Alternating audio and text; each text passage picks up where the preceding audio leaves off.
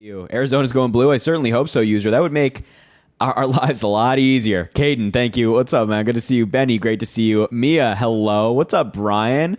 And him, great to see you. Mara, Trump supporter right there. Oh, crazy.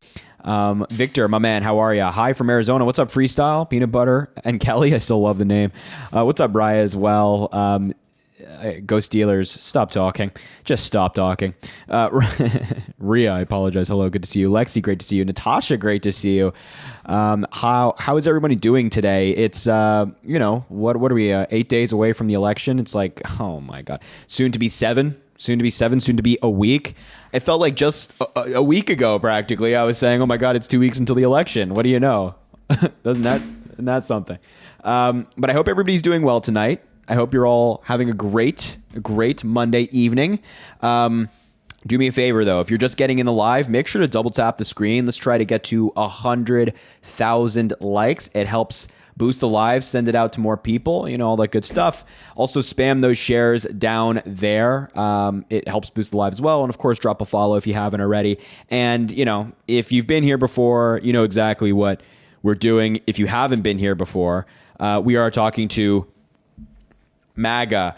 Why on earth is somebody supporting Donald Trump in the year 2024? Your guess is as good as mine. I don't know. I have no idea. It's not rational. So we're going to talk to some MAGA Republican people tonight, find out why they're voting for Donald Trump. So if you are MAGA, if you are a Republican, if you don't like Democrats, if you don't like Kamala Harris, if you don't like Joe Biden, whatever category you fall into, come on up, talk to me why, tell me why, and we'll go from there. Yeah, and you can try to explain as to why you're voting for Donald Trump. I've said before, I'll say it again. There is not a single good reason to vote for Trump. Not one.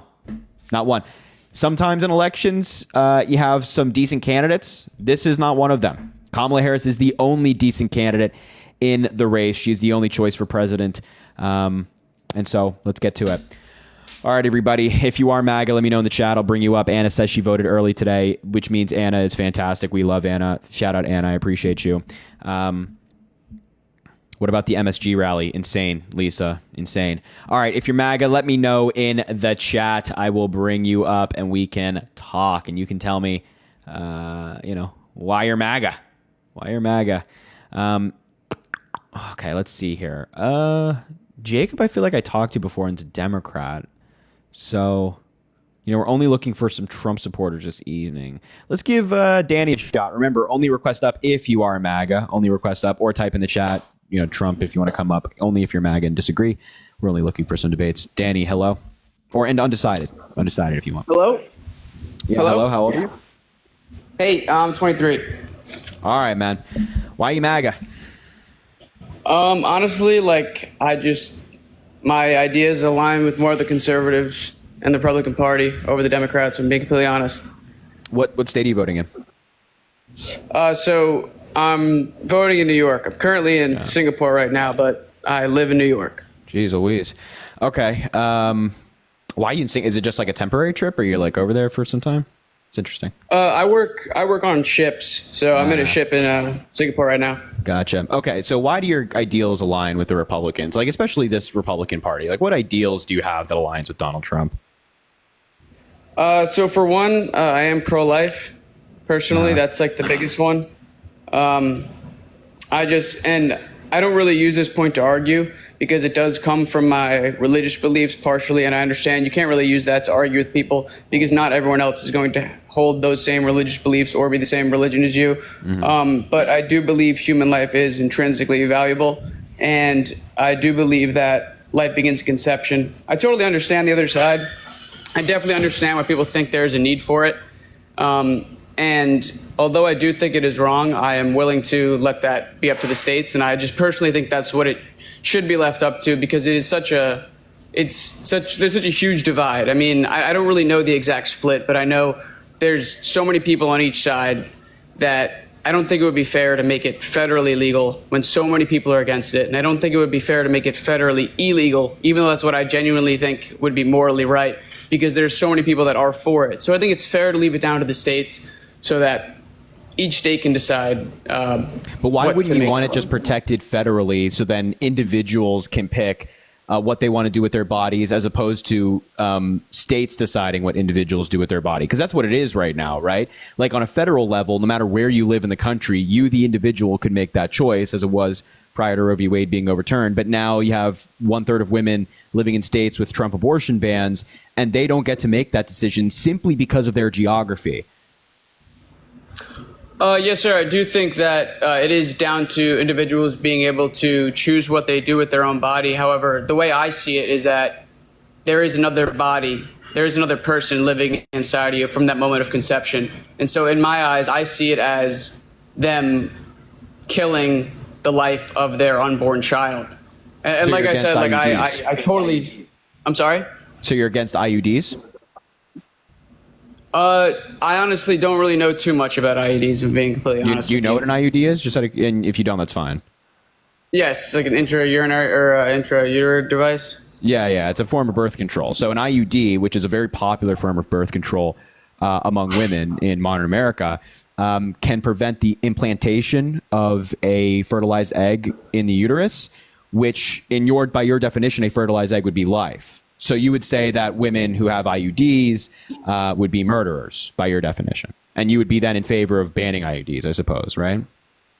Well, would it not prevent fertilization? Would it not prevent the egg meaning the sperm or the No, it can, but the primary goal of an IUD is not to prevent implantation in the uterus, but that can be as a result of having an IUD. So sometimes eggs do get fertilized, and then they are prevented from being implanted in a uterus as a result of an IUD. Okay, so although it's not the main goal, like it can happen sometimes. Correct. Yeah.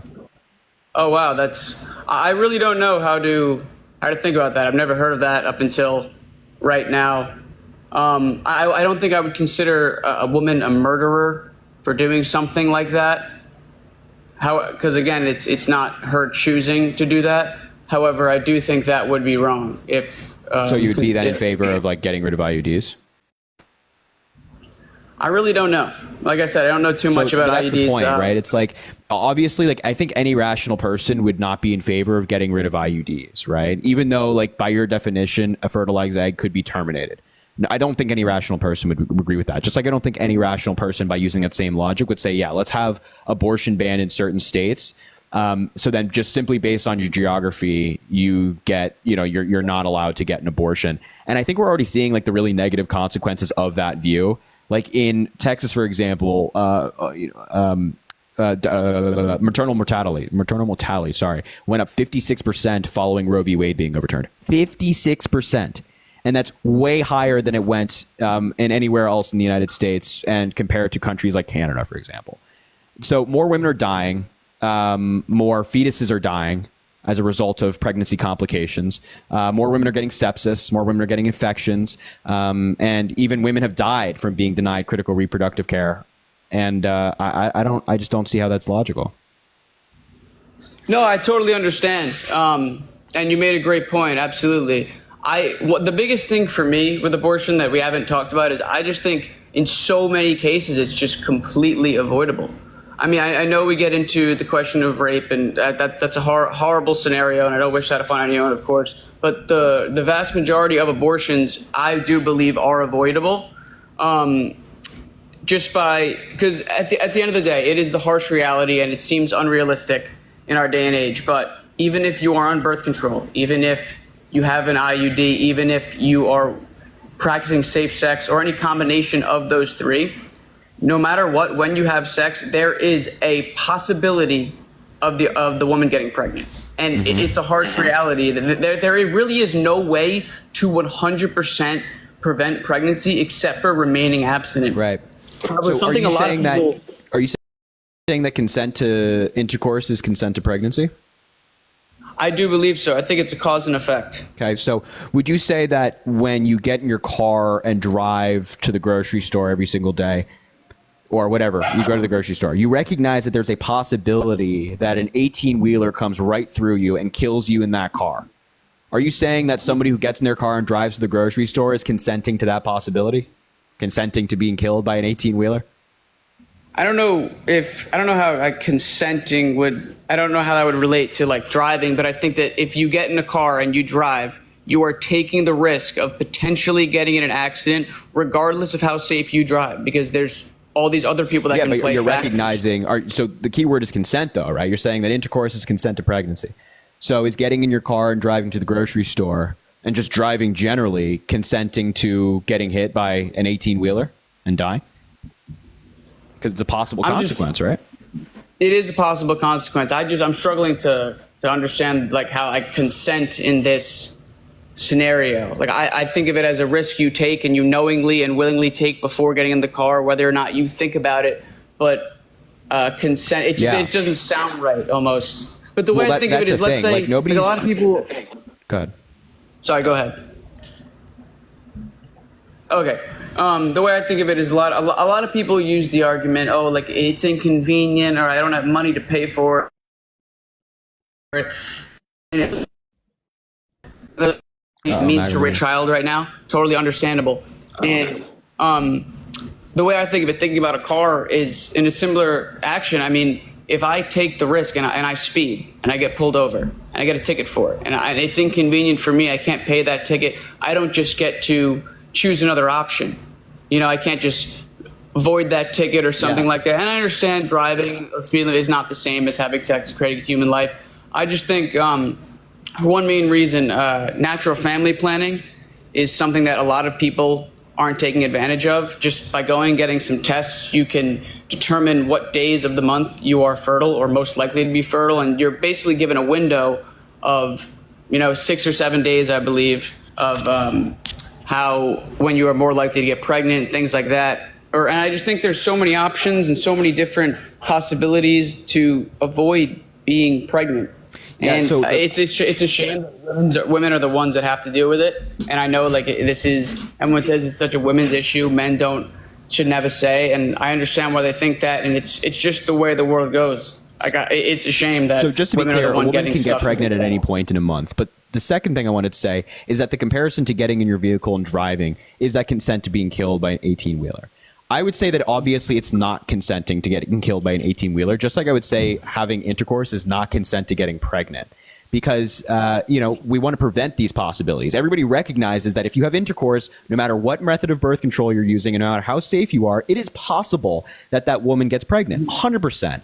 But should that woman be forced to go through that pregnancy? Is that intercourse and taking that risk, meaning that she is consenting to that pregnancy? I would also argue no, just like I would argue that if you get in your car, you're not consenting to getting killed by an 18-wheeler. And then that's just like from a philosophical approach. When you get into like a data-driven approach, you see that women in countries where they have access to reproductive care versus women in countries where they don't, the difference is astounding.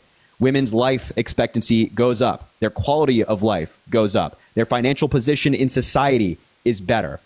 So, and then combine that with the stories we're getting out of Republican states like Amber Nicole Thurman in Georgia, who took an abortion pill. She had fetal matter. I hope Nurse Heather is not in here. She'll correct me on what it is. But she had fetal matter left over. And that would typically be a routine procedure in a pre-Roe v. Wade being overturned America. But she went to a hospital in Georgia, and the doctors were unsure if they could operate. They waited 20 hours before they did, and she ended up dying as a result of that infection because these doctors thought they were going to go to jail for 20 years if they did. So these laws don't solve anything. They just make people's lives harder. And so I think that given the data, given, I think, the philosophy behind the position and the argument, it makes far more sense to just support a pro-choice society where if you are uncomfortable with the concept of abortion, you don't have to get it. No problem. Nobody in your family has to. But if women see that as an option that's best for themselves, they should be allowed to. And the last thing I'll say is that I don't know a woman in my life or anybody I've ever met who thinks that having an abortion is an easy decision. Even if they're going off to college and they don't want to raise a child, I don't know a woman that's ever come to that decision lightly and has just been like immediately after they had the abortion, they're like, great, I'm so happy again. It's like this is an incredibly emotional and difficult position and decision for women to make. But at the end of the day, it's a hard one. It's one that should be respected. And I just don't see any data or any argument to say that it shouldn't be. So, can I ask you, when do you think the cutoff should be? Like, when do you think life begins? I'm not really concerned when life begins. I'm more concerned with viability. So viability or like sentience kind of begins around the 20 to 24 week mark. And I think that I agree with like Roe v. Wade and Casey and things in different court cases that have held that a state prior to viability does not have an interest in preventing a woman from getting an abortion. But after that point, I do think that a state could have an interest in preventing that woman from getting an abortion. Like if you're 27 weeks pregnant, I could understand why a state would have that interest. However, following 20 to 24 weeks, it should still be available to women in a medical emergencies because and that includes abortions in the third trimester. For medical emergencies, I'm fully perfectly happy with women having an abortion in the third trimester if that's the case.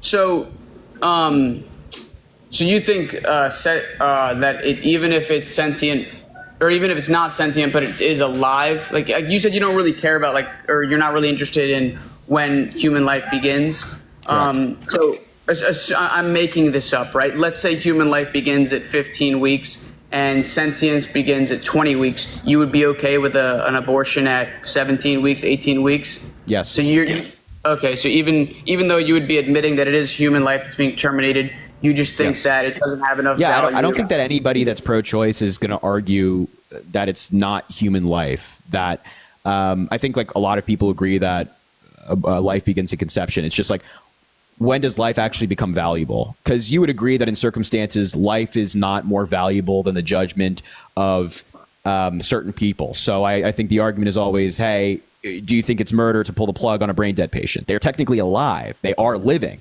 But I think, again, most people would agree that the family should have that decision to pull the plug if they'd like. Also, in the case of self-defense, I think everybody would agree that if somebody's trying to take your life or injure you in some way, and you have a reasonable belief that they're going to harm you, you should be able to take their life or defend you in any way that is fit for that situation, even though they are living. So I think that, there are plenty of instances of which we don't value life more so than we would the decision of a certain individual. And I think that abortion comes to is that example. Like, I think her woman's decision and her right is more important than that of the fetus. Right. I understand. Singapore, man. Yes, sir. Nice guy. I really do think that the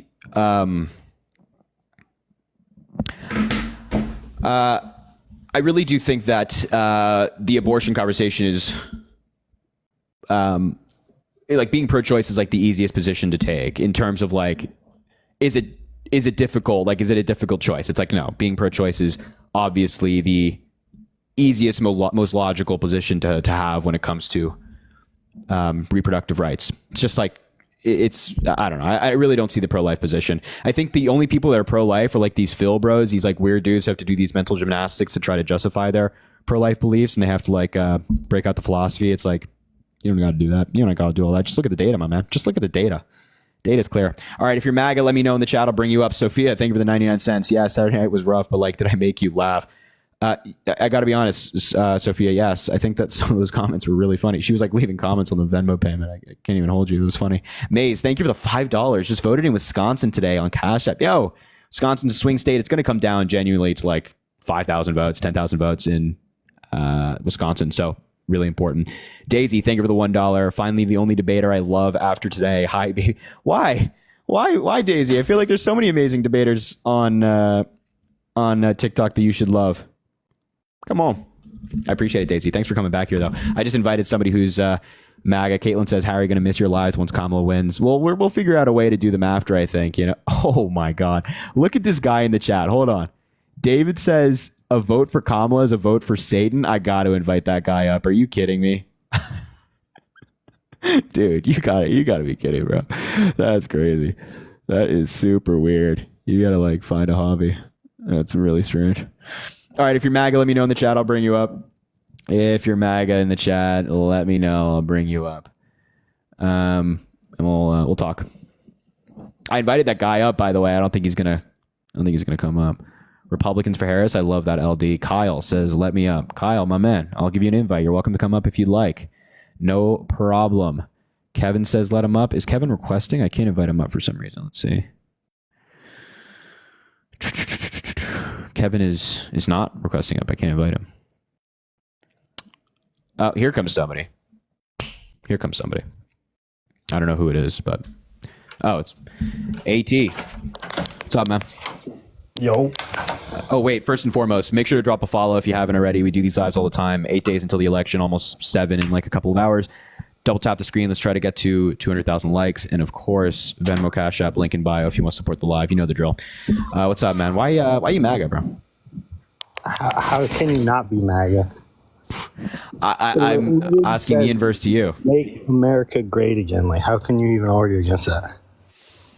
I mean, it's not, the words make and America and all that stuff. It's more of like the ideology behind it. How can you you're voting for Trump, right?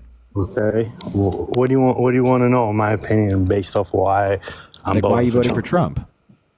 Bro, any policy that you can think of makes more sense in the conservative party. Like, how could you not?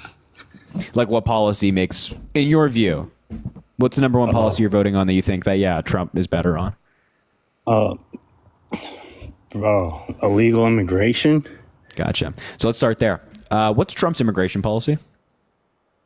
Is it exactly word for word? I couldn't tell you. No, I'm not asking word for word. I'm not asking word for word. Well, that he pretty much wants all this illegal migration to stop, or at least to slow it down. Yeah, that's like a goal. That's not a policy. That's not how you get there. So how do you get there? What's Trump's way to get there? By deporting these migrants that they're bringing into the country. Okay, so you're saying the phrase that he uses, the largest deportation effort you have ever seen in American history. Are you referencing that? Yes. Okay, so why is that a good idea? Why is that a good idea? Yes, why is that a good idea? Because they're getting funded by our tax dollars. They are not, actually. So if you're an undocumented migrant, you don't have any access to like federal programs or anything like that. Okay. You don't have access to any of that. I've heard that too, actually. So now the question: who is funding it? We the taxpayers are not funding it. So you're saying like they do not have access to any of these programs. Okay, so who is funding it then? Nobody. What do you mean nobody? Nobody in terms of like the American people are funding it via like the government. Hey, like the government is not giving them benefits. I understand you're saying the American people, the American tax dollars are not funding these migrants. So who is funding them? I'm asking you. Nobody is funding them. I don't even know why you think that. What funding? So how what funding are you referencing? For free? Dude, what do you mean? I know migrants that have been living in a hotel since they've been freaking flown here from Venezuela. Those people are, so first of all, you're like mixing up two different programs right now. Folks that are staying in hotels in like New York City, for example, that is a temporary stay that's approved by the city. The city, for example, has a law that says that if you show up to a homeless shelter, you can't be denied a bed. You have to be accepted a bed somewhere in the city. So that's part of that kind of law, maintaining that law. And also these are asylum seekers. So they're actually here legally. They are seeking refuge based on their belief that they're being persecuted on a protected trait in their home nation, and thus they are here legally. And so they have some access to programs in certain jurisdictions like New York City, but those are not undocumented migrants. So your idea that like they're getting funded by the government or undocumented migrants are getting funded by the government is not true. But just like the idea of mass deportations, as Trump is saying, like deporting 11 million people is one of the dumbest things I've ever heard, just because logistically it's impossible. Logistically, it would cost billions upon billions, tens of billions, hundreds of billions of dollars to do, and there's no real benefit. A lot of these folks are working jobs. They're creating economic output. These folks pay more in taxes than they take in any program, right? Ooh. So deporting all of these people, destroying our economy, hurting our GDP, hurting our revenue, does nothing. And in return, a bunch of illegal immigrants is going to hurt our economy? Quite literally, yes. A lot of the most people in here in the country that are undocumented are folks who have overstayed their green cards or visas, right? They're not people who have snuck in through the border, as Donald Trump likes to fearmonger about. They're folks who are working here. They have a family here. Maybe they've had kids in the United States who are American citizens, and their kids are going to school. Maybe they're teaching the football team at the local school. They're just trying to make a better life for themselves and their family. And Trump is saying, screw them. Let's just get them all out. So let's just empty a bunch of jobs, empty a bunch of communities for what? What? He's literally just saying that they should do it the right way. Wait, And so coming I into totally the country is not like it's not the right way. There's nothing. So I totally agree that we want people to go about it through the right way, but the right way right now is almost impossible to go through. That's why so many people are turned to undocumented migration. Wouldn't you say that if it's like incredibly difficult to get into a country legally, that somebody in a dire situation might turn to an illegal method of going about it? If you put it like that, yeah, but Right. So the solution here is not to just deport a bunch of people who would likely try to come back to the United States because maybe their kids remain in the country. Instead, we should offer a lot of these people a pathway to citizenship and then make it easier to come in legally, harder to come in illegally, and invest in things like Border Patrol, hiring more agents, investing in immigration courts to expand them, giving the president the ability to shut down the border if it's being overwhelmed. All of these things are things that Kamala Harris agrees with. All of these things are things that Donald Trump has either disagreed with or not spoken about. so do you think there should be a border? Of course, of course. So how do you argue against it if you're literally agreeing with him that we need a border and we need more troops at the border patrols? Then how can you argue against it? So Like you Kamala like Harris, the policy of closing the border, but these people have done everything the opposite way. Like, what do you mean? No, so Democrats and Kamala Harris believe in a border. We want a border, right? The Democrats are fully there. why We want a haven't they border. We want to enforced secure. the border then? What was that? They haven't enforced the border. They literally flew in how many millions of people? So millions have not been flown in, but the program that you're talking about is a program called humanitarian. How are you Hold going on to one deny second. the facts? One second. You think these Millions people of are just making these numbers up? Is that what you're saying? So millions have not been flown in. What you're referencing is a program called humanitarian parole, which applies to certain countries. It's been expanded under the Biden presidency, but it is a method of legal migration. These folks being flown into the United States go to certain airports, and they must have a financial sponsor in the United States that covers their flight and their stay. So they're not just coming in and we're just letting them in saying, have a great time. They're being vetted, and they're also coming in only for around a 2-year period so that they can work a job. They can apply for further stay in the United States, but they're coming in and being paid for by somebody else. And it's a legal method of migration. It's been a method of migration since the 1990s. So, yeah, it's been a method of migration to America, but are you saying that it hasn't been way worse in the last 4 years, like compared to all these other years of American migration? Has it not quadrupled or tripled, whatever the numbers are? So I'm not saying that there hasn't been more people coming to the border, but the question is why? No, can you admit that it's been a lot more? Like it's I'm not not disputing that. I'm not disputing that. That's not at all so what I'm disputing. that's the issue here, though. And I 100% agree. And I 100% agree. That's the issue. And I 100% agree. But you have to think about this critically. You have to ask why. Why have there been more people coming to the border in the past 4-ish years than there were previously? And the answer is really clear when you when you actually look at the data. It has nothing to do with Joe Biden. It has nothing to do with Kamala Harris. It has nothing to do with the Democrats. So I'm going to answer your question right now. The reason why so many people came to the border in recent years is because of the pandemic. The pandemic forced a lot of folks in like Southern American countries out of their home countries, and they're seeking economic opportunity primarily. Our economy is really strong. We bounced back in a short amount of time comparative to other countries around the world, but a lot of these Southern American countries without strong economies, they did not bounce back in the same way. So these folks are desperate. They're seeking economic opportunity. They try to come to the United States. That was furthered and expedited by the COVID pandemic. And you can tell that this is not just a uniquely American problem, because you can look at countries around the world. Countries in Europe are now passing really strict immigration laws because they had an influx following COVID. Canada is now passing a strict immigration law because they let in the most amount of migrants ever in their history last year. Canada's just because as bad Justin Trudeau is not just letting people in, it's because of an influx of people coming from COVID. You can't use them. Like, they're the same as the leftists in this country. They're the same people. Yeah, the point is that a lot of countries are experiencing mass migration and have in recent years. Even like France passed a really strict immigration bill in the past couple of years because they are also experiencing mass migration. This is not a strictly United States issue. This is happening all over the world. And I think you and I would both be able to agree that Joe Biden and Kamala Harris are not sending migrants all over the world somehow magically.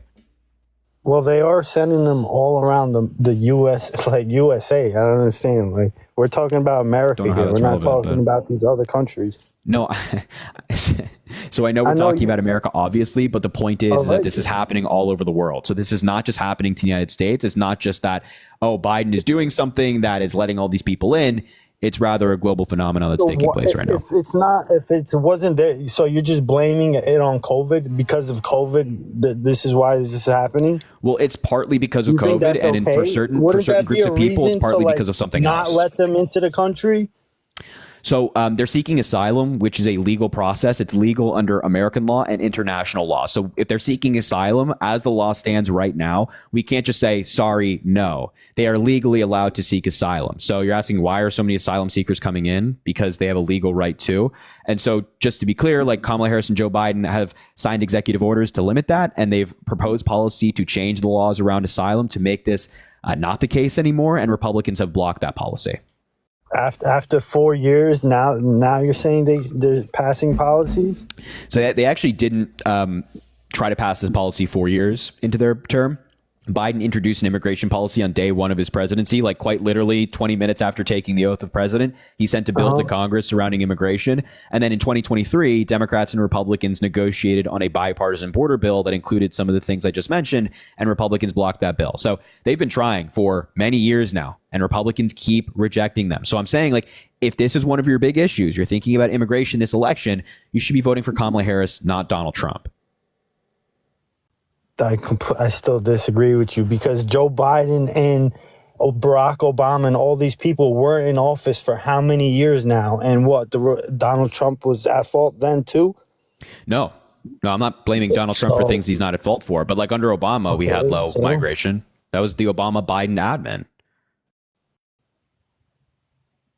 By the way, Trump was president for 4 years. And when he entered office, migration numbers were around the same that they were when he left office. So if undocumented migration is the root of all of our problems, and I guess Donald Trump did a pretty shitty job of addressing it. Dude, he built like how many miles of the wall? What do you mean? 50 new miles of wall, 50. I highly doubt it's only 50. I encourage you to look it up. Do you want me to look it up right now? I can do so if you want. Look it up. As long as it's a biased website and, it's not biased, actually, bro, everything is biased on Google. You can't deny that. You can't even find one good article on Donald Trump on Google. You can just look up foxnews.com. By biased fucking people. Like, what do you mean? You can just look up Fox News.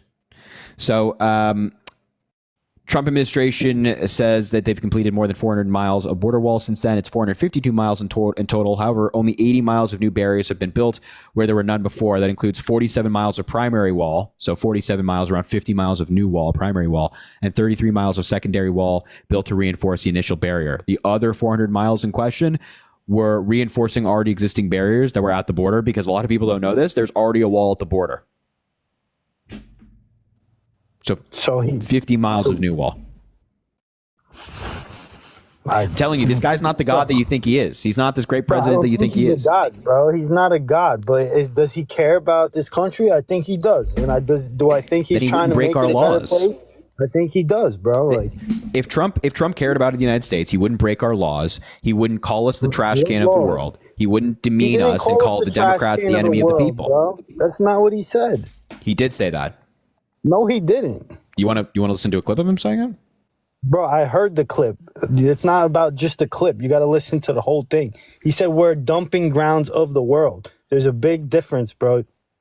Yeah, I don't think that anybody should be saying that. I think that's like, if you're running for president of the United States, you should not be calling us like the dumping ground of the world, or calling us the trash can of the world, or anything like that. Of course, we technically are when these countries are releasing their prisoners into our country. What would you call that? That's not true. That's also another lie that Donald Trump tells. How would you know it's not true? Anybody can file for asylum, and they're just bringing them with no questions asked. During COVID, there are certain restrictions on it. There's certain restrictions on asylum. As an American, do you think that's okay? So there are certain restrictions on asylum. So if like a gang member, for example, into the can I finish by any chance? Can I finish by any chance? So there are certain restrictions on asylum. So if you're like a known gang member, a known like international criminal, you can't just be like, oh, I'm seeking asylum in the United States. So number one, that's not happening. Number two, the idea that like countries are emptying their prisons or their mental institutions, that Donald Trump likes to say, and they're just coming to the United States, is completely made up. There's not a single shred of evidence that backs that up. And Donald Trump just likes to say it to scare folks like yourself into voting for him. Trump's running a fear-mongering campaign, and you're like based off of fear voting for him.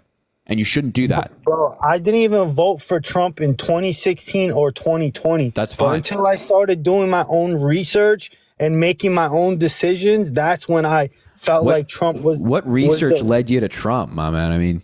Bro, not listening to whatever the fuck is on TV.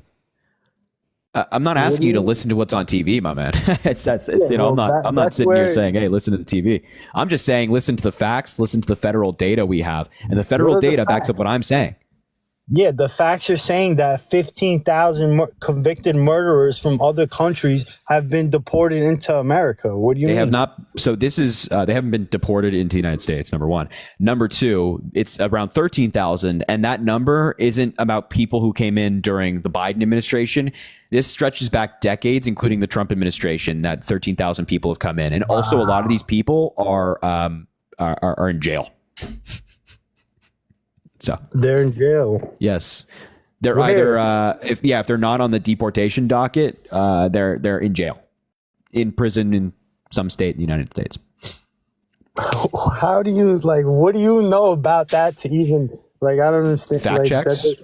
Fact check what? Fact check the claim, bullshit, bro. On what? Who's doing the checking? Experts in the field. I'm sure. For example, I have a CBS fact check here. So why is the border control back Trump and not Kamala Harris? So the Border Patrol Union, which is not the Border Patrol, it's a union of Border Patrol members, endorsed Donald Trump, but they also endorsed Kamala Harris's immigration policy. So, bro, that doesn't make any sense. I'm just telling you what they did, my man. They endorsed Kamala Harris's immigration policy, the one that she proposed that was written by Democrats and Republicans, the one that Donald Trump killed, the one that he brags about killing. Yeah, they endorsed that policy. So why are they backing Trump if they endorse that policy? The Border Patrol Union is historically a conservative union. They're historically more liberal unions, historically more conservative unions. They're the ones that are in the field and see what's going on more than anybody else. I mean, all right. I mean, we can make that same argument with unions that have endorsed Kamala Harris. The UAW, which is a huge union of workers all around the United States, are in the field. They see it better than everybody else, and they're voting for Kamala Harris based off of labor. Right? So the argument is not like, oh, this union endorsed this person. Border protection right now. We're not talking about the rest of the unions. No, I'm aware, but I'm just pointing out that there are plenty of unions who have endorsed Kamala Harris, and I can make that same argument back to you, but I'm not making that argument. The point is, Democratic cities, I don't understand. Wait, what? Most of the unions that support, I feel like that support Kamala are in these Democratic states like New York City and whatever, but it's pretty much just New York, I feel like. No, that's not true. I mean, these unions are national. So they're not just focused in certain cities. There are unions that are specific to certain areas, but the UAW, for example, is not just a city-specific union. It's all across the United States. And the point is that there are plenty of unions who have endorsed Kamala, but I'm not making the argument to you that, oh, this union endorsed Kamala Harris, you must vote for her, and that this union knows better. I'm saying that, hey, this union knows a lot, and there's data supporting why they endorse Kamala Harris. However, the unions endorsing Donald Trump, there's not data to support that. Bro, my point is that the union is, the Border Patrol is with Trump. What does these other unions have to do with anything? We're talking about border policies, no? Yeah. So again, the argument I was making is that there are plenty of unions that endorse Kamala Harris. So it's not. I know we're talking about border policy. Border control. Wait, what state are you voting in, for example? Just out of curiosity. New Jersey. New Jersey. New Jersey, historically on the southern border, a big problem for New Jersey, right? It's just funny that it's your main issue. But I know that we're talking about immigration policy. I was just pointing out to you that there are plenty of unions that have endorsed Kamala Harris in, a variety of different ways. Border, dude. Yes, I'm aware. I'm aware that we are talking about the border. Kamala Trump. Kamala Harris. Yeah. I'm aware. I'm That's the aware that we are argument. talking about the border. I was just making a comparison for you. Don't know if you got So that, but what that's does that okay. comparison do? We're talking about a specific topic. Yeah, I'm aware. Your whole argument is that, oh, the Border Patrol Union is endorsing Donald Trump. That means we should vote for him. I'm saying, okay, by that same argument, if you care about labor, if you care about the economy, if you care about reproductive rights and healthcare, then you'd be voting for Kamala Harris because a bunch of unions in these different sectors have endorsed Kamala Harris. So it was just a comparison based off of union endorsements. That's all. But in terms of border policy, again, Donald Trump is still the guy who blocked a bipartisan border bill that was written by Democrats and Republicans. He's still that guy. And that policy that you're talking about was endorsed by the Border Patrol Union. So if you're so heavy on the Border Patrol Union's endorsement, then you'd be angry at Donald Trump for blocking that bill.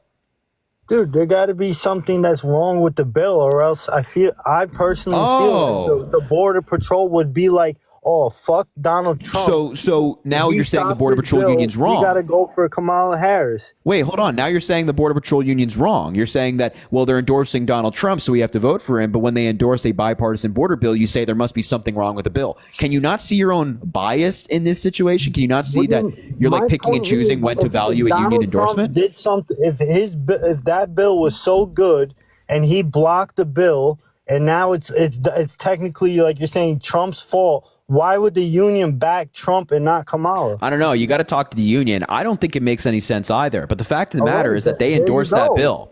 I think it makes absolutely no sense why the Border Patrol Union is backing Donald Trump as a candidate as opposed to Kamala Harris.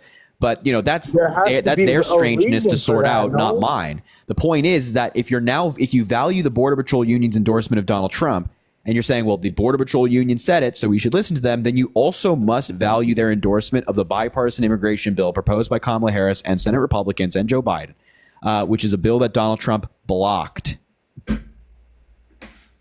They were probably paid by this leftist party just like you are. Like, what else? So now the Border Patrol Union is not to be trusted? Maybe certain individuals, yeah. What do you mean? This is... What? So... This is baffling. Who's in like, what do you mean? This is baffling. I don't understand. So the Border Patrol Union, if they endorse Donald Trump, they're great. But if they endorse a bipartisan border bill written by both sides, then they're paid off by leftists. Can you not see the hypocrisy there? I see what you're saying, but at the end of the day, they're going with Trump. So if I had to choose, okay. I would take the professional side rather than anything else. Like, yes, but they also endorsed a bill that Donald Trump blocked. But they're not endorsing Kamala. When you like, I think we've gotten past that. I think we've solidified that. Good. Don't you think they would endorse Kamala? Yeah. Again, I don't know why they're doing what they're doing. I think it's very strange, but the fact stands that they endorse that policy. So either you value the endorsement of the Border Patrol Union or you do not. Donald Trump. That's the facts. The facts are that as I just mentioned, Trump, bro. Yes, we have solidified the fact that the Border Patrol Union endorsed Donald Trump. I'm there with you. We have 100% solidified that. You don't have to rationalize that with me. But the fact of the matter is that their contradiction there of like, oh, why they endorse this policy and why they're endorsing Trump, I don't know. It's their strangeness to sort out, not our strangeness to sort out. Maybe they didn't know they were going to bring in 20 million migrants. I don't know. Where are you getting million from? 20 million migrants. Where are you getting that from?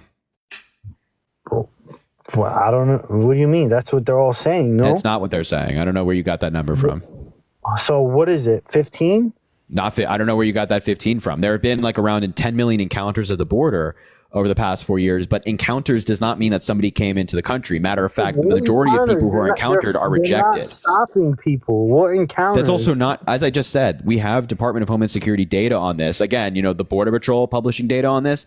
The majority of people who are encountered at the border are rejected from coming in. So if there have been 10 million encounters, we can at least say that the majority of those people have been rejected. I doubt that's true, bro. I don't know how many times I have to say this, but the data is backing up what I'm saying right now. I'm happy to show you articles on what I'm saying right now. I'm happy to show you the data if you'd like. Just ask, it's fine. But yeah. But the last thing to say is that the Border Patrol is endorsing Trump. Okay. All right, man. What else can you say? You have a good rest of your night. We're hanging our hat on one thing. We're hanging our hat on one thing. Okay. Nicole, thank you for the $5. Damn, you're killing it again tonight. Nicole, I appreciate everything you do and all your support. Thank you so much. I really appreciate that. Leah. I don't know why I called you Lee. Leah, thank you for the $10 saying I trust everything you say. Leah, I appreciate that. That's very kind. It's a lot of trust. I appreciate that. It's mayor voted in Tennessee today, Maryland. Oh my God, that's amazing. Thank you for voting. And thank you for getting out there and early voting. Sydney, thank you for the $2 toward our date whenever you come to Ohio. I appreciate that, Sydney. Thank you so much. Alexis, thank you for the $5. Voted early in Illinois today. As a woman, a public school teacher, and a 20-something who wants to buy a house someday, couldn't not vote for Kamala. Keep doing what you're doing. Alexis, public school teacher. I mean, God, we love teachers. Thank you so much, Alexis, for being a teacher. And thank you so much for voting for Kamala Harris. I appreciate you. Karen, thank you for the $1. I'm undocumented and received $0 for college I worked for. See, there you go. There you go. Daisy, thank you for the $1. Also, sorry for my girls blowing up your ex last night. My ex last night? Are you talking about Twitter or maybe some clarification, Daisy? I'd appreciate that. I honestly don't. Maybe I missed something. I don't know. Venmo Cash App in the link in the bio if you want to support the live. Also, drop a follow if you haven't already. We do these lives all the time. We are covering the election until Election Day, of course, and then after, because I have a sneaking suspicion that Election Day will not be the end of it. But also double tap the screen if you haven't already. We do these lives all the time. All that good stuff. All right. If you're MAGA, let me know in the chat. Just type MAGA or Trump 2024 or whatever it might be. And we'll go from there. And we can bring you up and we can have a chat and you can tell me, why you support Donald Trump. Makes no sense. Truly makes no sense. Said it before, said it again. There is no reason to vote for Donald Trump. Not a single one. Not a single one. Let's see. Sebastian says he's Trump. We'll bring him up. Thank you for the sub. I appreciate you. Sorry, if I'm missing your gift or sub, just know that I appreciate you. Just know that I appreciate you. You know I love you all. Hello. Hello. How old are you? 25. How old are you? All right, you're good.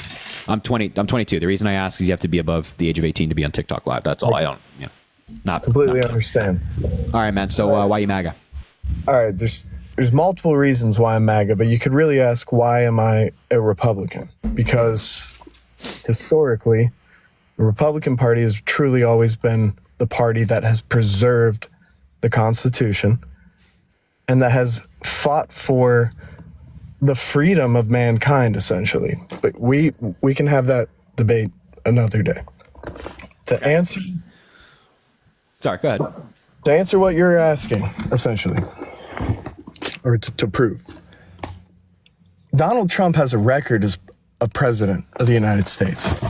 Kamala Harris's record, in comparison to Donald Trump's, you could argue is insignificant. Donald Trump actually, in a military sense,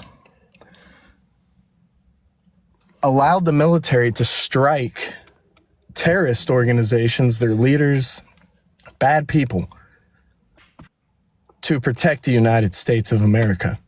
Kamala Harris has done nothing in her capacity in any way as a senator, as a prosecutor, to protect the people of the United States. And the world is extremely unstable right now. There's bad people that are trying to do harm to our nation. And we got Democrats, not trying to say this in a way that's demonizing all Democrats, but we got people who align with the Democratic Party that are dissolving our sovereign borders as a nation, allowing millions of people into our country that are putting the American citizen at a disadvantage for God knows how many years after this.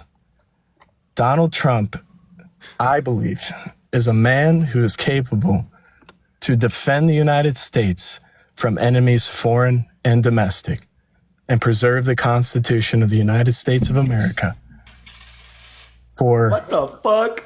That's some crazy shit, man. That's some crazy shit, man.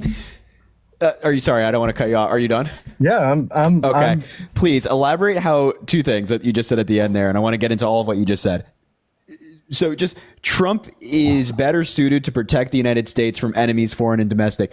More American troops died abroad under Donald Trump than they did Joe Biden. Okay, So where's the protection for those folks? Wait, hold on. Where's this coming from? This is federal government agency that tracks American deaths abroad. And I can pull up the Newsweek article if you'd like. What agency? Because the Newsweek article is different from a federal agency. Yeah, they cite the agency. I'll pull it. Do you want me to pull it up for you? You can pull it up. Pull it up. Sure. I'd invite you to present that information because, I mean, we can sit here and argue over the fact that we've been in war for decades and very brief periods of peace. And it's not just Donald Trump or Kamala Harris, Joe Biden, that we're in war. So 65 American service members died in combat while serving under Trump during his time in the White House. There were fatalities every year of his presidency, according to the hostile action records compiled by the Defense Casualty Analysis System, DCAS, which is maintained by a government defense agency. And then under Biden, so far, there have been around 16. Okay. So you're saying that Donald Trump is better suited to protect the United States, both foreign and domestic, from enemies abroad, whatever. How is that the case if more American troops are dying under him? And how is that the case if do you see what the world is falling into with these multiple I'm looking foreign at the world, conflicts? yes. Okay. Okay. We agree on that.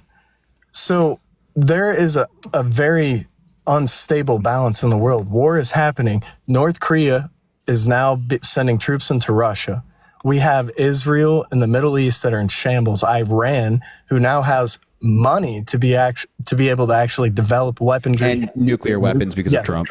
Oh, well, we can sit there and say because of Trump, but did not the Iranian government just receive, under the Biden administration, billions of dollars? No, they didn't receive billions of dollars.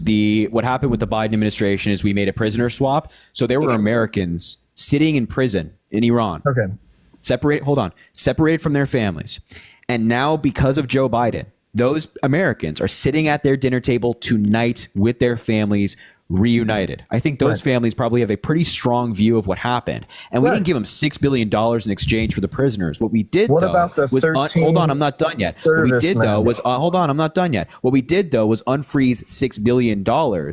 That was a deal between South Korea and Iran for oil. Now, that money was in a bank account specifically controlled by the U.S. Treasury and maintained by the U.S. Treasury only for humanitarian needs. It was also maintained by Qatar and our allies in Qatar. So they couldn't take that money and just spend it on whatever, right? This was strictly controlled by the United States government. And by the way, that bank account has been frozen again. So they don't have access to any of that money. Did the United States not pull out of Afghanistan under the Biden administration? Yeah, in a deal that was initiated by Donald Trump called the Doha Accords. Yes, that did happen. It was executed poorly because of an incompetent president. No, it was executed exactly how Donald Trump's administration set it up to be executed. Because 13 people died that day. American. Yeah, and again, and by the way, those people are heroes. They're American heroes. They put their lives on the line for this country. But Donald Trump had 65 American soldiers die under him, and you don't mention them. 45. Here's the thing. What war did we get into under the Trump administration? I'd like you to present that. What war? What actual war? We didn't get into any war in terms of American troops being involved in combat under Trump, just like we're actually in less war right now under the United States with Joe Biden in terms of troops being involved in direct conflict. The presidential office is one that's sacred that, in my opinion, Joe Biden and Kamala Harris have abused in every step of the way, have neglected, actually, more is a better term, have caused the world to become unstable. So what did Joe Biden and Kamala Harris do to cause the world to become unstable? Well, let's use Afghanistan for one purpose. And a deal that was negotiated by Donald Trump and criticized by Donald Trump's own former allies, such as H.R. McMaster. Listen, the elderly have every right to live in peace as they age, but Joe Biden has had no chance whatsoever to live out the rest of his life. He has been old. He has been voting for Trump, and he has been incompetent. The same people that voted for a senile man. I'm voting for a man who's cognitively there. And Trump would be the oldest president ever in American history if elected by the end of his term. So please spare me the whole he's not living out his elderly. You're voting for Trump. He's the oldest person to ever be nominated by a major party. There's a balance to it where J.D. Vance is a younger candidate. Inexperienced. He served the United States. Look, to become president, you have to serve the people. And J.D. Vance served the people by joining the Marine Corps. Public service. So did Tim Walz? Serving yourself. Well, Tim Walz, I'm not debating that. I don't know anything about that. So yeah, but just to be clear, like just because I think that people who serve in the military are also heroes and always thankful for their service, just like I'm thankful for J.D. Vance's service. But that doesn't mean that you should be president of the United States. J.D. Vance has only been a senator for like a year and a half. Every citizen of the United States has the right to become president. And if the people agree with what they're saying, their positions, the people elect them. In my opinion, I totally sure. But by the way, your guy tried to overturn an election where that happened in 2020. What was overturned? Trump tried. He left the White House. He left. Yeah, after 2 weeks earlier having an insurrection at the Capitol. So and also filing many court cases, having them all lose, being told by his own attorney general, own FBI, own Department of Homeland Security, own family that he didn't win the election, still persisting anyway, trying to pressure, state legislators into overturning the elections in their state. Trying to submit a false slate of electors so that his votes are counted on January 6th, but not Joe Biden's. I mean, you can't attempt murder and then get away with it and be like, well, he didn't die. It's like, yeah, Trump left office, but he certainly tried to overturn the election. No election was overturned. Joe Biden took the oath of office. Listen to what I'm saying. He tried to overturn an election. Thank God he failed, but he certainly tried. He has not been convicted of any crime like that. He's not been convicted of a crime. I'm baffled. He's been indicted. Indictment is a very big difference between conviction, because I agree. But by the way, he has been convicted of crimes surrounding to the 2016 election. But in terms of 2020, you're right. He has not been convicted of trying to overturn the election. He's been indicted for that. And the only reason he hasn't been convicted yet and gone to trial is because he pushed the trial back by appealing literally every single thing. And also, there's a difference between guilty in a court of law and guilty in the court of public opinion. So we can all acknowledge that the law has not found Erica, thank you for the baby dragon. We can all acknowledge that the law has not found Donald Trump guilty of anything, but the evidence is astounding. There's overwhelming evidence that Donald Trump broke the law. And there are plenty of people in history who have broken the law and not been convicted who you would say is guilty. Some examples come to mind: O.J. Simpson and Epstein. Epstein was not convicted of the majority of things that he did because he died. O.J. Simpson was acquitted, but you would still say that, yeah, it's likely, you made with Epstein, certainly, that they committed crimes. You made a comparison of public opinion, the law of public opinion. That is not what this nation. That is not what this nation is. We are a nation of laws, not men. That is a fundamental belief. Again, so just to be clear, I'm recognizing that we are a nation of laws. Some of these laws your guy has broken, by the way, and been found guilty of, number one. But number two, I'm aware that we're a nation of laws. But the point is that we, the people, can make a judgment on the evidence. Just like you can make a judgment on the evidence against Jeffrey Epstein, right? I mean, absolutely. I'm not. Okay, but he wasn't convicted. So you would still say, well, it's up in the air. I would say, no, it's not up in the air. He killed himself. He couldn't have been convicted. He was correct. But the fact of the matter stands that he was not convicted. So I would still say that Jeffrey is guilty as hell. You know, and that is a terrible person. But in your view, since he hasn't been convicted yet, you would say, well, it's up in the air. I would say, no. Lee Harvey Oswald hasn't been convicted. John Wilkes Booth hasn't been necessarily convicted in a sense through court, but we're talking that, and just to prove a point, and I want to point this up, he took a bullet, there was an assassination attempt. It seems like whenever a Republican president is actually wanting to fight for the people, the Democratic Party in some capacity, whether it's our institutions or whatever, tried to assassinate the president. We had Lincoln was killed by a Democrat. Everyone forgets that. Lincoln was killed by a Democrat. And I'm using a historical significance to apply it to modern.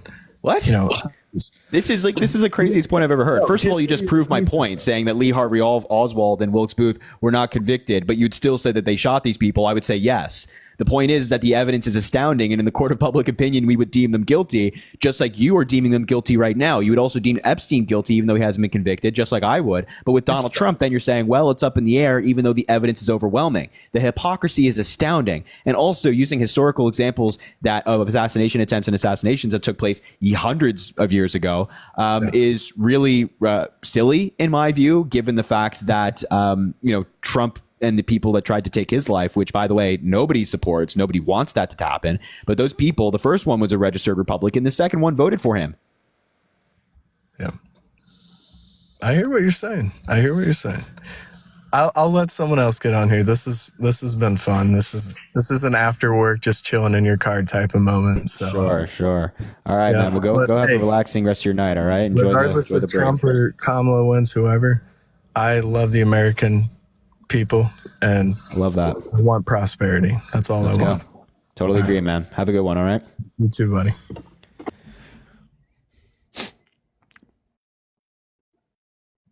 Just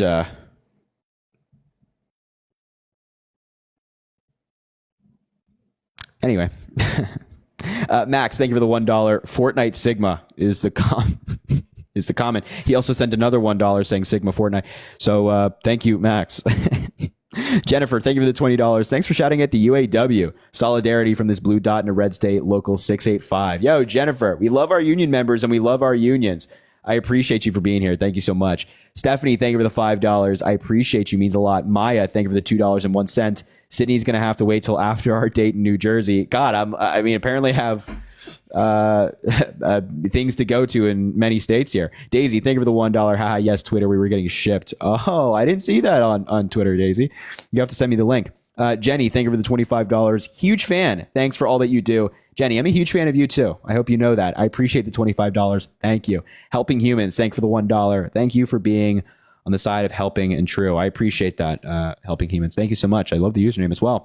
Venmo Cash App in the link in the bio if you want to support the live. Also drop a follow if you haven't already. We do these lives all the time. I think we're like 13 followers away from 200 for the night. So if you would be so kind, that would mean a lot. Also double tap the screen. Let's try to get to 500,000 likes, and follow me on Snapchat, follow me on Instagram, follow me on Twitter, YouTube, all that stuff. All those links are in my bio. I do a wrap up of the debates every night on my Snapchat.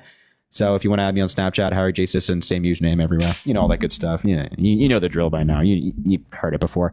All right, let's bring up Nat. I think she was like, I think she was spamming in the chat that she was a Trump supporter. I'm not 100% sure. Hello. And you were also like gifting the last guy or the guy before, which is crazy, by the way. Hello.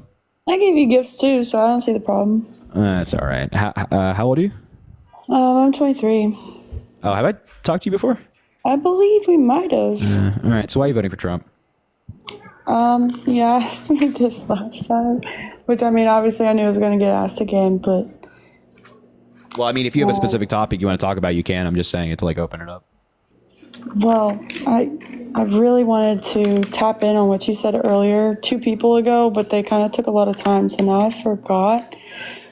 But I will just say this so that I don't take up too much of your time.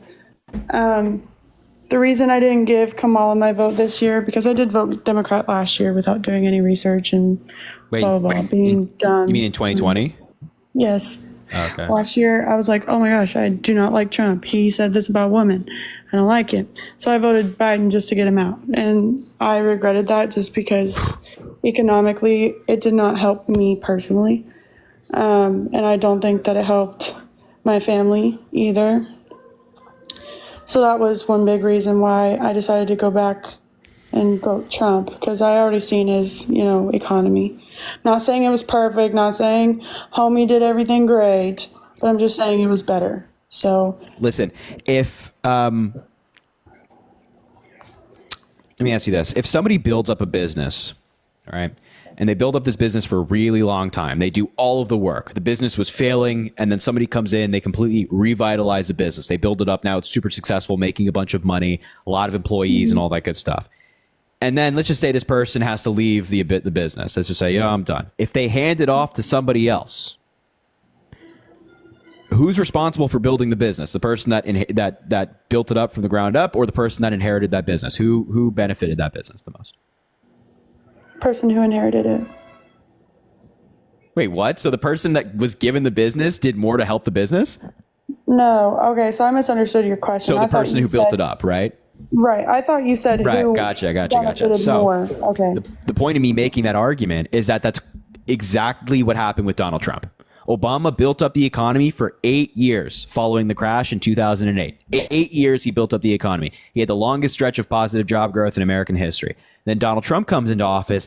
He inherits that economy and takes credit for it. He didn't actually do anything to help the economy. He didn't pass any policy or anything of the sorts. He just took credit. And he has folks like yourself, unfortunately, bought into this idea that somehow he's this economic whiz who just managed to build up the economy. No, it's Obama's economy. You should be thanking President Obama and Vice President Biden at the time. I actually did some fact checking on that because I've been hearing a lot of that. And I went to WPR.org. So let's stipulate that presidents of both parties often get more credit and blame for economic conditions that really they deserve, or given that much of what happens is outside of their control. But setting that aside, I hear a lot, did Trump coast on the momentum of Obama or have things turned around on his watch? So I did some digging, and White House economic Kevin Hassett insists that Trump deserves the credit. What was his name? Kevin Hassett. Kevin, how do you spell Hassett? Hassett. But he stated, So just to be clear, this is the name sounded familiar. Kevin Hassett is an American economist who is a former senior advisor and chairman of the Council of Economic Advisors in the Trump administration. Who cares what administration he's under? He's an economist. So he stated that economic historians will 100% accept the fact that there was an inflection at the election of Donald Trump, and a whole bunch of data items started heading north, like the average hourly earnings of all employers. The 3.6 million jobs added in the 19 months since Trump took office are roughly comparable to the 3.9 million added by the previous running from Obama. And so this is jobs through 3.3, fastest since 1984. And then likewise, unemployment steadily declined, but that was mainly because of COVID, because nobody could work. So the point is that somebody that's serving under Donald Trump, complimenting Trump's economy, is probably not the best source. Like Joe Biden has a Council of Economic Advisors. I bet if I cited you one of those folks talking about how the economy is so great, you'd probably dismiss them, right? Okay, no, so but I also... the point is that... One sec. So the point is that people serving under an administration, they can be really reliable. They can be really good sources, but we have to actually see what they're saying, compare that to the data. So I just looked up the data, for example, and we just look at median hourly earnings is one of the data points you cited. There is no exponential increase. Right? There is no exponential increase under Donald Trump. It went up steadily, and it spiked during COVID because a lot of low-wage workers lost their jobs, and so the average hourly one sec. A lot of low-wage workers lost their jobs, bringing up the average salary in the United States because a lot of wealthy people. Can I finish 1 sec? Yeah, a lot of wealthy people still had their jobs, but it's linear, right? There's no exponential growth here, and there's no data you can cite or graph you can point to. That's not on WPR.org, not these stats that I looked at. That is just a picture you blew up from images from what you searched. I'm not going to consider that a reliable source. I apologize, but I'm not. So okay. So that's just a graph of hourly wages. It's not like some random graph. It's like this is data that's published by the federal government. But just to be clear, you can look up a graph if you like. I would encourage you to go look up a graph of hourly wages in the United States and how they've grown from any time period, whether it be 2010 to 2024 or going back even to the early 2000s. That's fine. But the point is that there is no exponential growth. And you're also, again, citing a Trump administration official. Of course, a Trump administration official is going to talk positively about Donald Trump. There are a lot of people under Trump's admin that did not speak highly of him, so I don't think that that's a fact either. I think he went off of his I'd say that you're exactly right. And that's not a positive argument for Donald Trump, by the way. Like the fact that his own vice president does not endorse him is not like an argument in favor of you. That is an argument in favor of Kamala Harris. Okay. Yeah, that's never happened before. Another reason. Okay. Why I'm not voting for Harris. Yeah. Both Harris and Biden supported policies that incentivized migration. Harris supported decriminalizing illegal entry into the U.S. You can find this on hoover.org. Oh, you have notes. No, I just have cites because people ask me a lot to cite what I say, and I ask Gotcha. for cites, so I like to respect having them as well. Is But, Hoover.org based off of like Herbert Hoover? I don't fucking know. Harris supported decriminalizing illegal entry into the U.S. during her brief 2020 presidential campaign, and I don't agree with that. So Wait, what year is it? During her 2020 presidential No, I heard you campaign. during your 2020 campaign. What year is it right now? I know, but y'all want to bring up the past of what Trump has did and what he's done. So why can't we bring up the past of what she's done? Oh, what she has stood for? I'm not saying you gonna can't bring up dig the it up. past. I'm not saying you can't do that. I'm saying gonna it's just look not at that what great of she an stand argument. for within her entire. You see what I'm saying? Because people like to go back to her general attorney. People like to go back to this. Yeah, So so I'm I'm not gonna saying go that you back. can't bring up the past. That's like fine. That's fair game. But the point is that she's evolved on Right, these 'cause positions. you guys bring it up on Trump. And she right now, and just I'll get to that in just a second. But no problem with doing that. But right now, she has a different view than she had then. I think that it's perfectly Oh, fine really? for So you people don't to think evolve. Can I Trump doesn't finish? have any Can I different finish? views? Can I finish? Can you answer that? She has a different view right now than she did then. I think it's good that people evolve, and also like. You're not going to So why say that can't you Donald guys Trump's give views in the Trump that 19 credit? whatever, or it's like what he's holding now. So, and also when we bring up the past with Donald Trump, it's not views he's held. Instead of You're talking giving a about word salad, can you Natalie, answer my Natalie, question? Natalie, My whatever name's your name not is. Natalie. Nat, you all. just got to relax for a second. You just got to take a breather. So I'm not bringing up positions that Donald Trump held in the 1970s. Like, for example, one time he said he was anti-gay marriage. I don't make that argument to people because Donald Trump has stated Well, you're otherwise totally and just like pivoting. Did and you things not like go that. from the However, pivot but what I down? am saying is that when Donald Trump assaults women and it takes place in the So, right, you're 1990s, pivoting. then that is also fair game. That is also Real something hard. that he should be rightly criticized for. If you So do assault you women and you're support found her liable in court for decriminalizing doing illegal it, you should entry? be criticized for doing that. Do you support her decriminalizing illegal entry? No, I don't, and neither does she. Okay, so you're saying that she has different views, but no one can give Biden or Trump the credit that he might have different views? I've Because never even said him that and about Vance- Donald Trump. Okay, but you guys act like it because him and Vance both I- came to the So let me finish. I'll let you I've never finish. wait. But you didn't really let me finish. By the way, you kept did, talking, though. but also I didn't. I've never said that about Because Donald you're Trump. rambling about nonsense shit. I spoke for Like, less you than really like were. 45 seconds. By the way, the attention span is crazy. It's like a goldfish in here. I know, right? So like I was fucking saying, since you like to interrupt people and make it look like you have a point when you really don't, Okay, very nice, very nice. like you guys don't give Trump the credit that maybe he might have a different mindset. It's like, oh no, he's stuck in his ways. He's going to do this again. But you guys want to sit there and say that Harris doesn't stand for that anymore. Do you know that? Did she tell you that? Have you heard her say that? She defunded the police. When did she defund the police? She did. Her and Biden both defunded the police. When? This when? happened during When? Biden's presidency. I'm When? not going to With give what? you dates. If you know so much, you should know the fucking No, dates. it didn't. This didn't happen. Bro, you're tripping. You got to be like. Oh, an you're AI. tripping. You're tripping. Please You show me really where do. Biden or Harris defunded the police. Please, please point me to that. Well, I can't get out of this like when I'm in the live because then Well, my phone you're will saying go you have sites out in front of you, right? Yeah, this Right, didn't not happen. the I just, fucking- Nat, this didn't happen. You don't have to like I make a didn't bad get the argument. dates. You Because don't have to that's make a bad. stupid for somebody to fucking ask. You don't have to make a bad argument. You can just acknowledge that this It's didn't not happen. that I don't have a bad argument just because you asked. you if do I don't have a bad dates argument. and I'm I saying don't you have do. them. No, I don't. That's a fact. You can look it up, Mr. Please, Look Up Everything. then please do it. Please cite me where Biden and Kamala Harris. What did I just tell you? Me getting out of the app will fuck my phone up, and then I'll have to leave the live. So I'm So not I mean, doing look, that. I'm just telling you that it didn't happen. And if you can't cite any data or like any evidence Well, I that know it for a did, you fact shouldn't that be it making did, the argument in the first because place.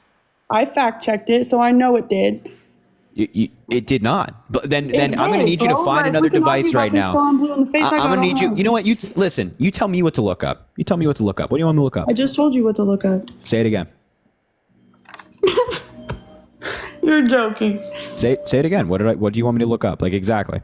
Since you want to know so about when and who, under whose administration was the police defunded? Whatever the fuck you want to look up, whatever your heart desires, word it however you Can like. I just look up Biden defunded the police? Is that fair? I don't think fact that's check? going to pull up exactly what we're looking for if you put Biden, but do whatever your heart wishes. So I just looked up Biden defunded the police, and the first things that come up are fact checks. So Biden, Read them instead of looking at yourself in the camera.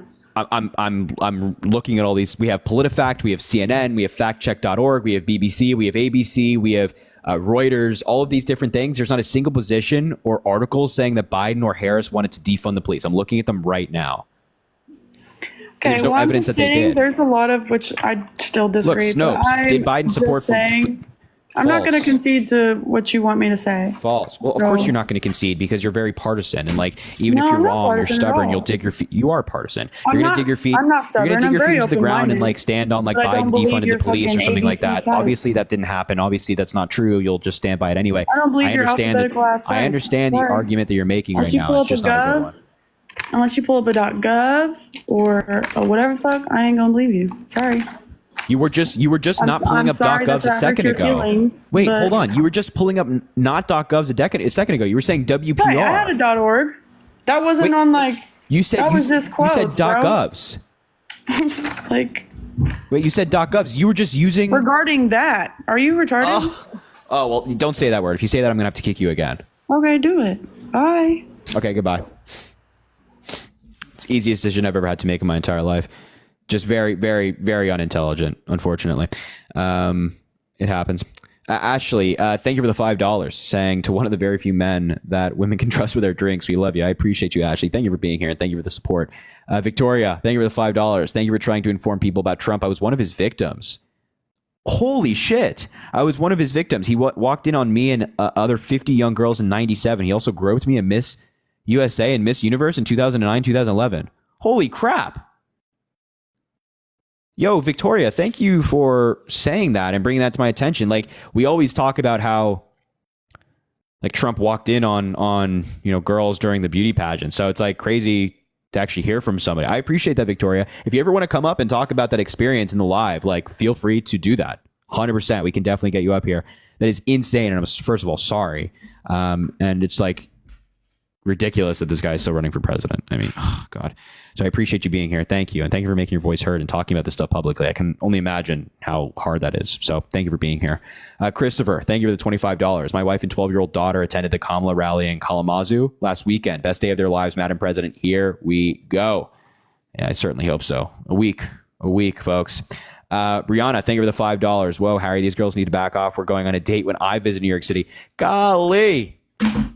I'm telling you, I have a schedule in like every state at this point. Golly, I appreciate that, Brianna. Thank you for the $5. That's very kind.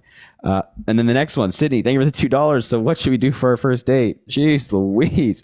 I appreciate all of you. You guys are flattering, man. I appreciate you guys. Thanks for being here. Mara, Steelers stay on top. Please just stop talking. I just never want to hear from you ever again. Jennifer, thank you for the $15 for booting Nat. Yeah, that was truly like the easy decision I've had to make. Caden, thank you for the $3. Any good Broadway shows in New York City you recommend? Hamilton. But I feel like you probably could have seen that coming. It's a great show, though. I'd highly recommend. Jolly, thank you for the $1. The guy who did that to Lincoln was a conservative. There you go. Right. Venmo Cash App in the link in the bio if you want to support the live. Also, drop a follow if you haven't already. Double tap the screen. Let's try to get to 600,000 likes. It goes a long way. Boost the live. All that good stuff. And we're also 19 followers away from 300. So if you want to, follow, helps. Goes a long way. Yeah. MJV, Kalamazoo. Okay, good to know.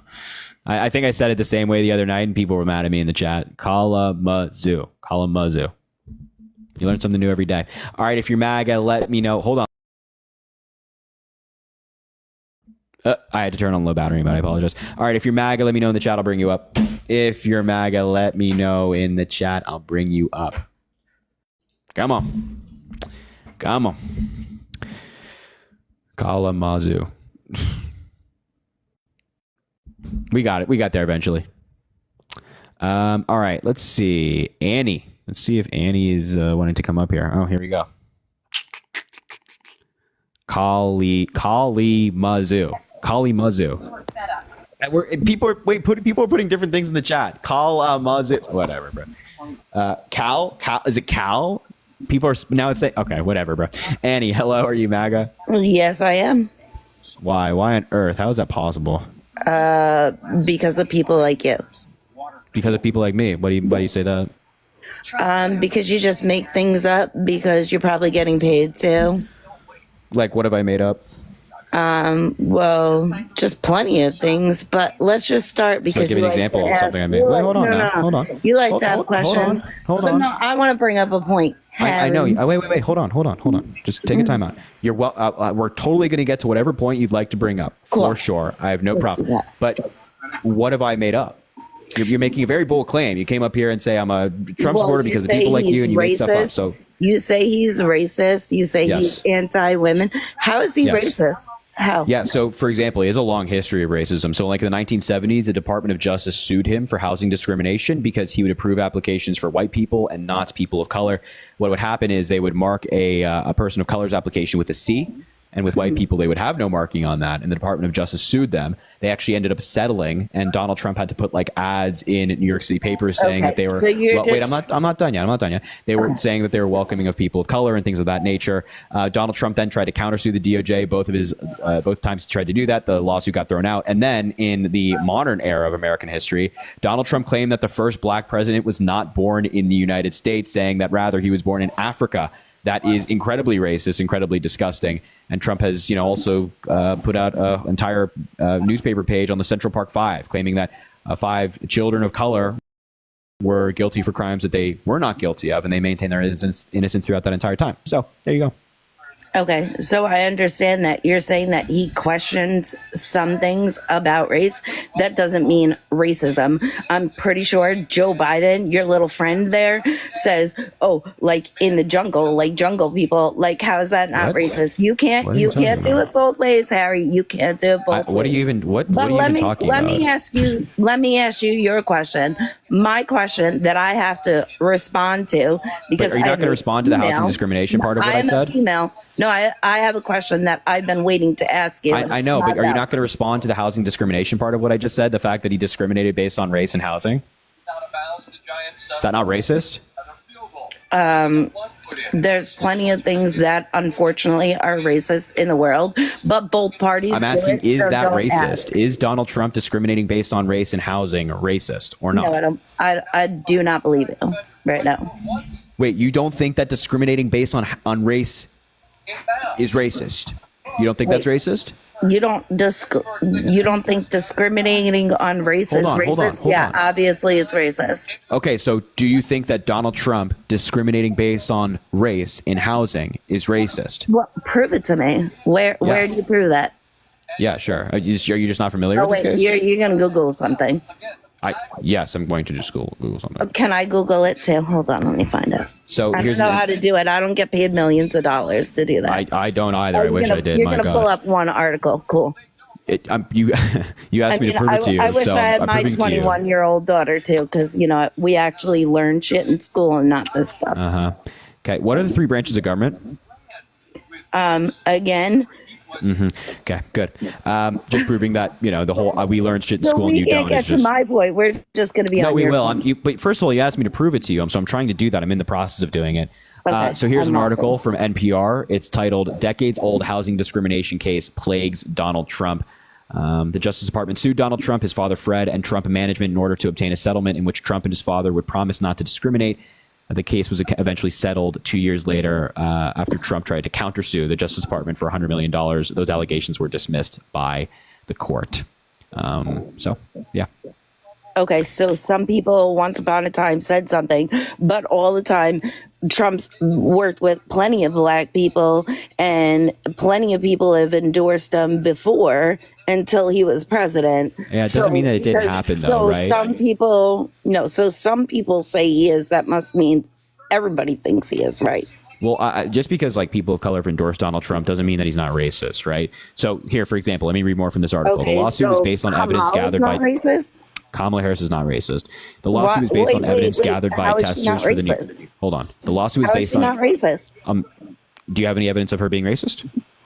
yeah, that she panders and fucking just acts like all of a sudden like she's part of that group that is racist. Okay, That is so racist. You so can be basically friends with nothing black is my people understanding. and have friends with black people and just be normal with black people without pandering to them. So basically, okay. So what I'm hearing is So you nothing. can just talk to them The like lawsuit was human based on, beings. so nothing. You have nothing. The lawsuit was based on evidence No, gathered by actually, how is testers for there the New York nothing, City Harry? Human Rights How Division, is which there alleged that nothing, black Harry? people went to Trump buildings who were told that there were no apartments available, while white people were offered units. Back then, Sheila Morse worked as one of those testers. When a black happens New Yorker all was the turned time down, to I'm not all done yet. kinds of people. I'm not done yet. When a black New Yorker was turned down for service and racial bias was suspected, Morse, who is white, would be dispatched to see if she received different treatment. In this case, a black man in search of an apartment in Brooklyn in 1972 saw a sign on the building saying apartment for rent. He met with the superintendent, and the superintendent said, "I'm very sorry, but the apartment is rented. It's gone." Morse says, so the gentleman said to him, "Well, why is there a sign out? I still see a sign that says the apartment for rent." And the superintendent said, "Oh, I forgot to take it down." When Morse went to the building to ask about the same apartment, she says, "They greeted me with open arms and showed me every aspect of the apartment." She reported her experience to the Human Rights Commission, which led to this investigation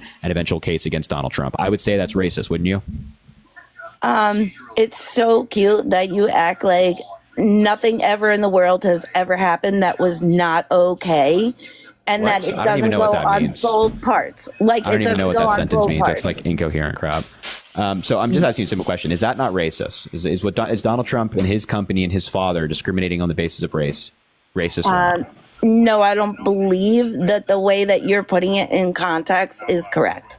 So just to be clear, a black man went in asking for an apartment that said it was for rent. He was rejected. They said that they forgot to take the sign down. The apartment was rented. A white person went in, and the superintendent in the building showed them the apartment in every aspect, Well, and they maybe welcomed somebody with them open dropped arms. out in the time. You don't know. You don't know. Maybe it was rented, and then maybe somebody dropped out and they gave it to somebody else. That's You can't say you don't know literally anything. not what You don't happened know. Were because you there? this was back Were to you back. there? It was probably before you were a little sperm in somebody's even brain. So yeah, I was not alive at this point, but that doesn't Okay, mean we don't so have you documents don't on know. this stuff.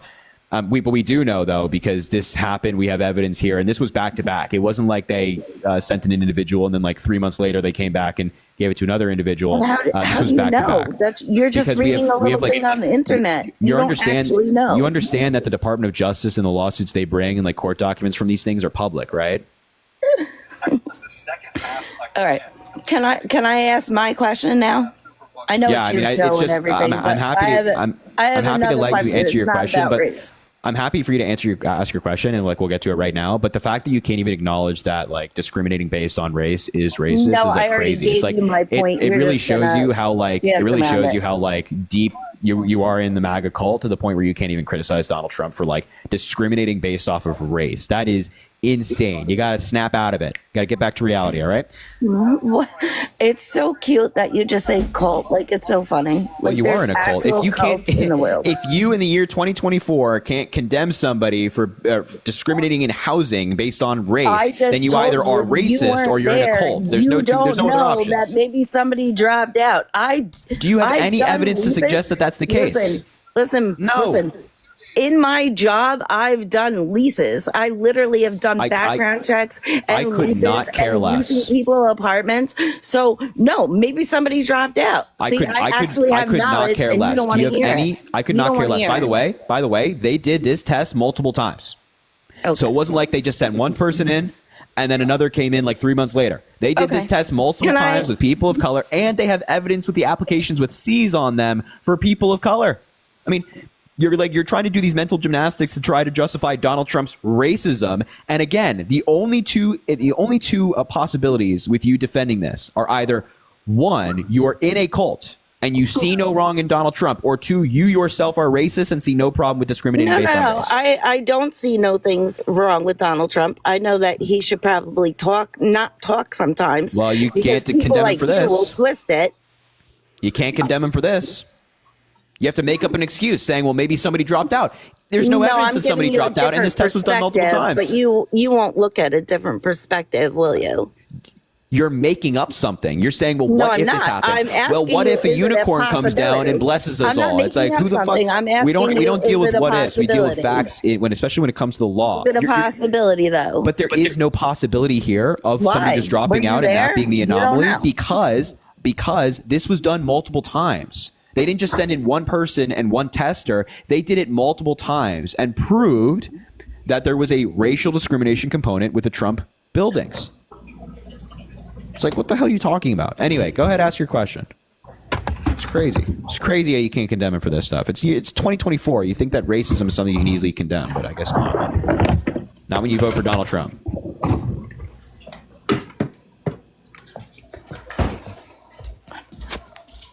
Maybe making a sandwich or something, or getting water? Yeah, actually, I was actually doing something and not listening to your rambling. But sorry that again you can't condemn racism. I don't know what to tell you. No, my question was, I wasn't even here to come here and talk to you about that. Is more about about Kamala.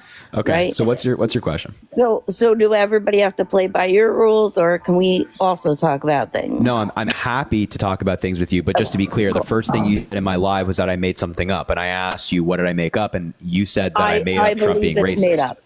And I have I have an article. I showed you an article. I read portions of the article to you. It's fine.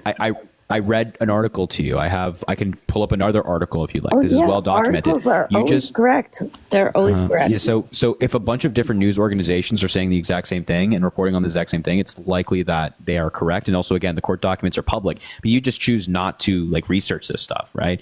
You have to come up with crap about Kamala Harris as opposed to researching Trump. Like when I asked you how is Kamala Harris racist, you're like, oh well, she panders. What?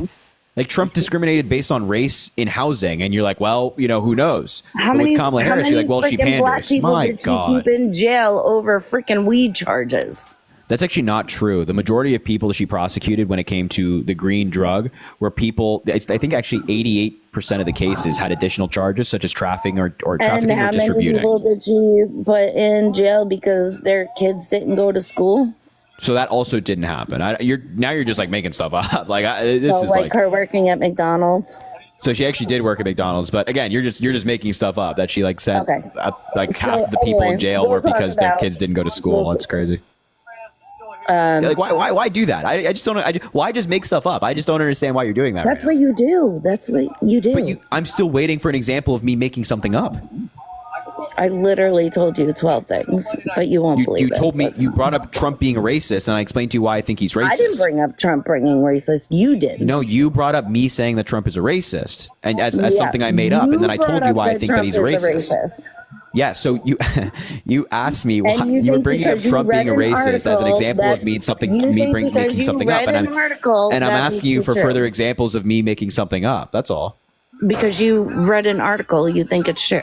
I read an article plus court documents that were in the case. Yeah. Okay. There's so many people black people that support Trump. Why is that if he's so racist? Yeah, I don't know. I couldn't tell you why they do that. I think that's weird. I also don't really, I'm like a straight white guy, so it's probably not my position to speak on, but I don't know why. I don't know why anybody of straight white guy. Yeah, what does that have to do with anything? Because I'm not gonna speak for why a person of color supports something that they do or don't, right? It's I'm just my own person. I'm not gonna speak for other people, right? Maybe because they don't feel like he's racist just because you're supposed to say that he's racist. Because maybe some people that's whatever you just said is completely incoherent. I have no idea what that means, but you're starting to sound like Trump. Some people don't believe he's racist. Yeah, you're starting to sound like Trump and Hannibal Lecter and stuff like that. Yeah, I mean, look, I'm just looking at the facts. I'm just looking at the facts. The fact are that Trump accused the first black president, of being born in Africa when he wasn't. He discriminated based on housing. He accused 5 black kids of committing a crime that they didn't. It's yeah, I mean, this is definitely racist. If Joe Biden or Kamala Harris or anybody in Democratic politics did the same thing, you'd be freaking out, rightfully so. But with Donald Trump, you just defend him and say that he can do no wrong and bow down to him, and of course, kiss the ring. Okay, sure. So now can we get to my question? Yes, absolutely. Okay, cool. So with Kamala and everybody... It's Kamala. Whatever way you want to say it. Well, it's pronounced a certain way. It's Kamala. It's really that easy. It's just comma in a sentence, la. Just comma, la.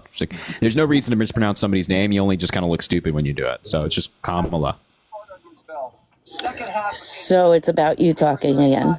No, I'm just correct yourself and then go ahead. You got it. Okay. So with everything and transgender rights and women's rights and rights for abortion and Roe v. Wade and healthcare, as a woman who's been adopted, I was adopted as a very young age, and I also had a kid at a very young age, which I could have aborted Yep. if I, felt like it would have ruined my life. What makes me feel like I should vote for her just because I'm a woman and those things? I don't think anybody's saying like just vote for her because you're a woman. So like the entire premise of your question is bad. It's like nobody's saying that. By the way, can you mute your TV in the background? We can just hear it through the thing. I appreciate that. Sports. So nobody's saying that we want you to vote for Kamala Harris just because she's a woman. So like the entire premise of your question is bad. That's not my argument to you. I'm arguing that you should vote for Kamala Harris because she has a good record. She's dedicated her life to public service. She's fought for people her entire life, and she has good policy. And on the flip side of things, Donald Trump is a felon. He broke the law. He assaults women. He commits business fraud. And when he was president, he didn't do anything. He didn't do anything good. He mishandled the pandemic and tried to overturn an election he didn't win. Those are like the major things in his presidency. So I say that the choice could be more clear based off of policy. 401k was way better under Your 401k Trump. is higher right now. And first of all, the COVID was like the end of his term. So yes, he didn't mishandle it. He was on the way out. So it actually hit us in early 2020, meaning that Donald Trump had another year to deal with it. And during that year that he tried to handle it, he fumbled it. His own medical advisors talked about how he mishandled the pandemic. And we have examples of this, such as not refilling the federal stockpile of medical goods and devices, or throwing out the pandemic playbook that the Biden-Obama administration left for Trump, which was written by medical advisors and scientists. He just kind of threw it out. Well, it's kind of funny if you believe COVID was a thing, but I don't really believe COVID was much of a thing. It just made people cost their jobs and what kids the not fuck go does to that school. mean? What the fuck does that mean? Do I believe that COVID was a thing? What? COVID was not as big of a thing as everybody made it. Okay, so 1.2 million Americans died from COVID that we know of, likely much higher, around 2 million. But That's was it a pretty COVID big or deal to something me. else? No, it was COVID. That's a pretty big deal to me. They called it COVID. No, it's not. They called it COVID. How many people were told that they had to be vaccinated or they would lose their jobs, including me? It's called and capitalism. they got vaccinated and they still got sick. So that's what we call capitalism. In the United States, companies are allowed to require their employees to get vaccinations. If the employees don't want to do that, they can go find another job. That's the beauty of capitalism. They have the choice. I understand, but was it really necessary? Yes. Because I really don't believe it was. That's your opinion. That's great. There are 1.2 million Americans who died from COVID that I'm sure would want to be able to get vaccinated. To save my job. Yeah. I got vaccinated, but guess what, Harry? Good. Still got COVID.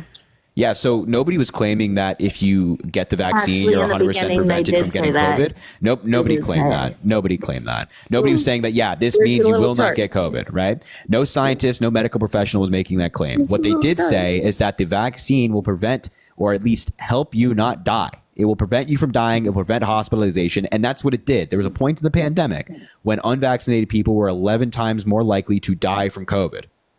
That's no secret.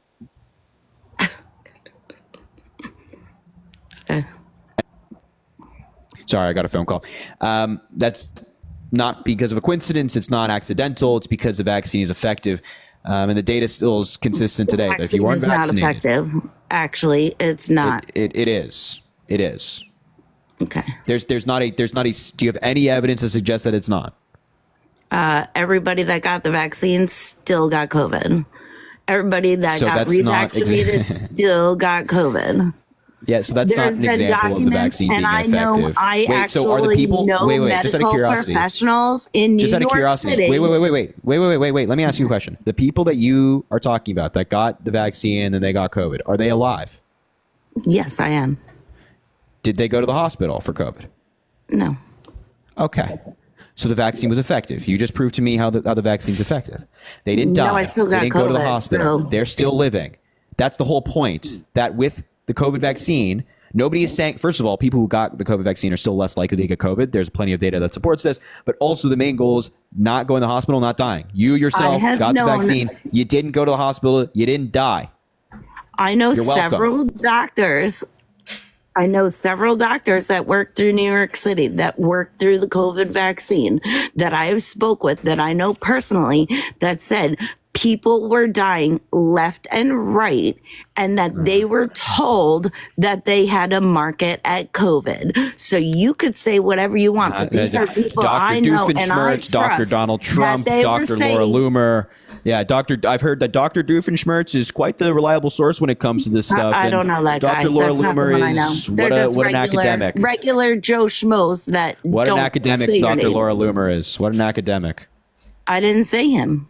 I said I know actual doctors personally that I've known for years that Who are they worked voting in for? the city that were saying that they were marking things off as COVID when it was not COVID. You don't have to believe it, Harry. I don't care. I That's don't fine. live your life. You can believe it or you cannot.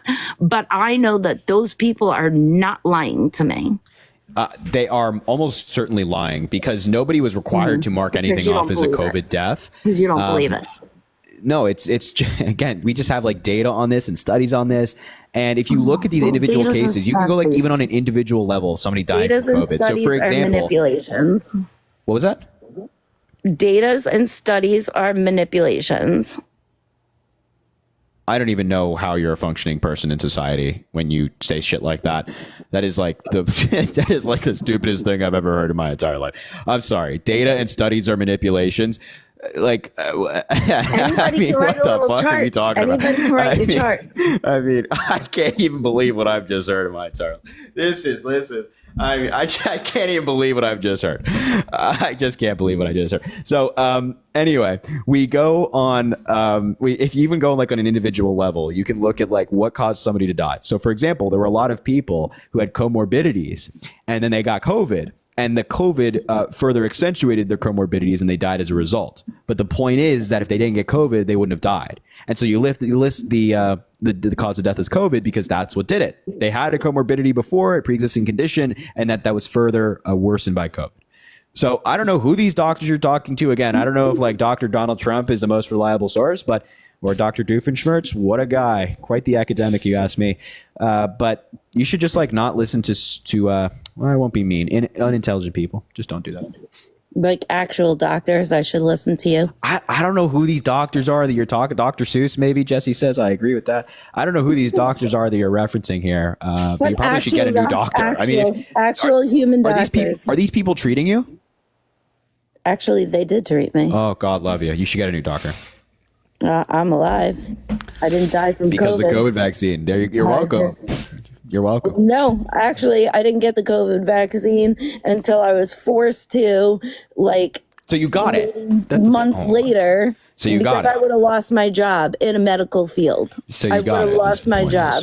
So you got And it. how many people sued? How many people sued after that and won? Because why should you Who? lose your job? We're all about my body, my choice, right? Yeah, that's quite literally like you're making a choice. You have the choice. Either you get the vaccine, you keep your job, or you don't, and you get to leave. Nobody's tying you down to a gurney and giving you the shot. Actually, you have the choice to leave or not. That's the entire thing. Actually, my livelihood is like that. You're putting me in a rock and a hard place, like my body or my choice. Like Yeah, exactly. You're So telling me I have to if get you it. don't want the vaccine, you don't work the job. And if Just you like if the don't want to company- get if the pregnant, company don't have requires- sex. Same thing. I mean, that's a really Same stupid thing. comparison. Same thing. It's Same thing. literally, again, I'm gonna. Same thing. I'll be nice. It's not the same Same thing whatsoever. Yeah, it actually is. You can keep saying it over and over again. I'm going to tell you how it's not the same thing. How? So it's quite literally the choice, right? So you Let either me get to keep your job. You tell me how it's the same choice because you're not a woman and you're not going to get pregnant. So please tell me Again, how I it's don't your even know what choice. the hell. This is just like incoherent nonsense. So the when it comes to the job and the vaccine, that's quite literally having a choice. So if the company requires you to wear a uniform, but you don't want to wear that uniform, you're going to get fired. So either you wear a totally uniform, different. I'm just giving you an example of the company requiring That's you to the do something, and if you example. don't do something, oh my god, I'm going to need you to stop talking because I promise whatever you're saying and you're is not probably important. like the person that says it's okay to have fucking 18 piercings and somebody should still hire you. I think if somebody has piercings, I don't think that makes them unqualified for a job. Okay, Sorry. so me not getting a vaccine makes me unqualified, Yeah. but having freaking 1,200 holes in my face is okay. Again, if somebody, JW, thank you for the 50 gifted subs. I appreciate you, my man. So if somebody has piercings, I don't think that makes them unqualified for the job. Just like if you don't want to get a vaccine, I don't think that makes you unqualified for the job. I think it makes you unqualified to be. I think it makes you unqualified to be like a productive member of society, right? Just like yourself, as you're proving right now. There's standards. But just to be clear, a company is allowed to require you to get a vaccine or not. They are allowed to do that. A company is required to have certain standards for you as an employee. Yeah, you not like back vaccine in the day, requirements you are weren't perfectly. even, you weren't even allowed to have your ears. I don't even know what pierced. I'm genuinely like baffled at what you're trying to argue. So like the company is meant to have standards in the workplace for sure, but that doesn't mean that the company is not allowed to require you to get vaccines. Like that is, they're two totally different things, and the company is absolutely allowed to require you to get vaccines. And again, if you don't want to get it, you don't work there. It's that simple. Okay, and if again, so the same standard, if I don't want you to have 18 piercings, it's still okay for the job to not hire you. So we're talking about like the spreading of a deadly virus. How is it not the same thing, Harry? Because we're talking about not the same thing. Because we're talking about the spread of a deadly virus, and we're talking about piercings. We were talking about standards. I mean, we're talking about standards when it comes to health and standards when it comes to like physical appearance. Standards when it comes to health. Yes. You're talking about, again, the spreading of a deadly virus versus a physical appearance question. And I don't know how you're trying to equate the two, but you are somehow. Maybe it makes sense up there. You're also trying to put a vaccine in my body that has not been tested. You don't have to get it. You don't have to get it. You just quit your job. I need money. People need money. You're manipulating people. Okay, well, you don't have to. I'm sorry. You either, if you want to work that job, I'm sorry, you have to comply with what the business requires you to do, which is within their right to do it. If you want to be part of that job, maybe you can't have fucking 20 things in your holes in your face. Same thing. Again, I don't know why you keep comparing physical appearance to health and a deadly virus. It's a standard. It's still a standard. You're comparing a standard. You're comparing a standard for physical appearance and a standard for health. They're two very different things. Just like there are a lot of regulations for businesses when it comes to health, and those same regulations do not exist when it comes to physical appearance. You're acting like it's 100% verified health for everybody. It's not. There's a lot of vaccines within the data, and there's a lot of health things that people I don't know question. why you choose. I don't know what medical field do you work in. Like, what do you do in the medical field? I've done several things in the medical field. Like what? Mostly administration, but medical. So you're not a nurse or a doctor? No, I'm not. So what the fuck? I mean, oh my god, bro. Oh my god, bro. You can't. Hey, I mean, come on, bro. It just makes it too like fucking crazy, bro. Okay. So that explains a lot as to why you're making these silly arguments. I was going to say, like, why do you choose to be willfully ignorant? Like, you can read all of these different peer-reviewed studies on the efficacy of the vaccine and vaccines generally, and it talks about how they are very effective. There's a reason why you don't see people with measles. There's a reason why the iron lung is outdated, because polio is hopefully virtually extinct now because we have a polio vaccine, right? So they're very effective. And for some reason, you're choosing willful ignorance. I don't know why, but you do. It's just concerning to me. That's all. Because, it's concerning to me that every commercial that I ever watch about all the medical things, it's always like, oh, well, we might cure this, but we also might make you want to commit suicide and do this and this and that, whatever. Though that outweighing does not matter. Like, you can't force me to have a vaccine that might kill me. Like all these poor kids that are depressed and anxiety and this and that. Oh, well, take this pill, but it might also cause you to be even more depressed and want to kill yourself. Like, give me a break. So hold that thought for a second. Can I just ask the chat if anybody understands what she just said? So type 1 in the chat if you don't understand. Type 2 in the chat if you understand what she just said perfectly and understand the point she just made. Just type 1 if you don't. Type 2 if you do. 1 if you don't. 2 if you do. Okay. So we're on the same. Yeah. Okay. So we're on the same page here. We have like 1,000 people saying what? I have no idea what you just tried to argue here with like these commercials and like, are you talking about like adverse effects that might come with certain medications? Yes, absolutely. Every single one of them. So they do that for legal reasons, right? Because it is possible that this happens, but it's incredibly rare. What makes you think it's so rare?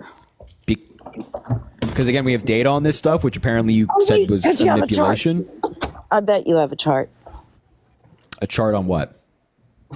How rare it is. I mean, well, I mean, you'd have to give me a specific. Pick up your phone. You'd have to give me a specific. Google it. You'd have to give a specific medication and a specific side effect of that medication. Chantix. Let's just go with Chantix. Chantix. Smoking. I don't know what that is. Oh, you gotta pick up your phone and Google it. Well, you asked me to get a chart, right? I don't know what is Chantix. Chantix side effects. Wow. Possibility. I mean, are you sober by any chance? What? Are you're soda effect? Or you're sober, right? 100%. Okay. Yeah,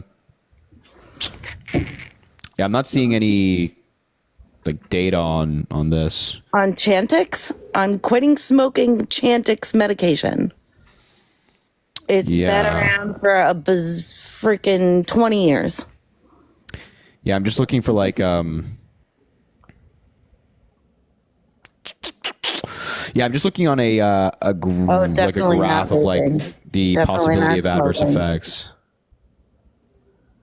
Yeah, there's no like graph on like adverse effects with this specific drug. I also don't know what this is, so I can't speak on this in like an educated way because I don't know what Chantix is. Here is that like every medication has potential side effects, but the potential side effects of these medications are very rare.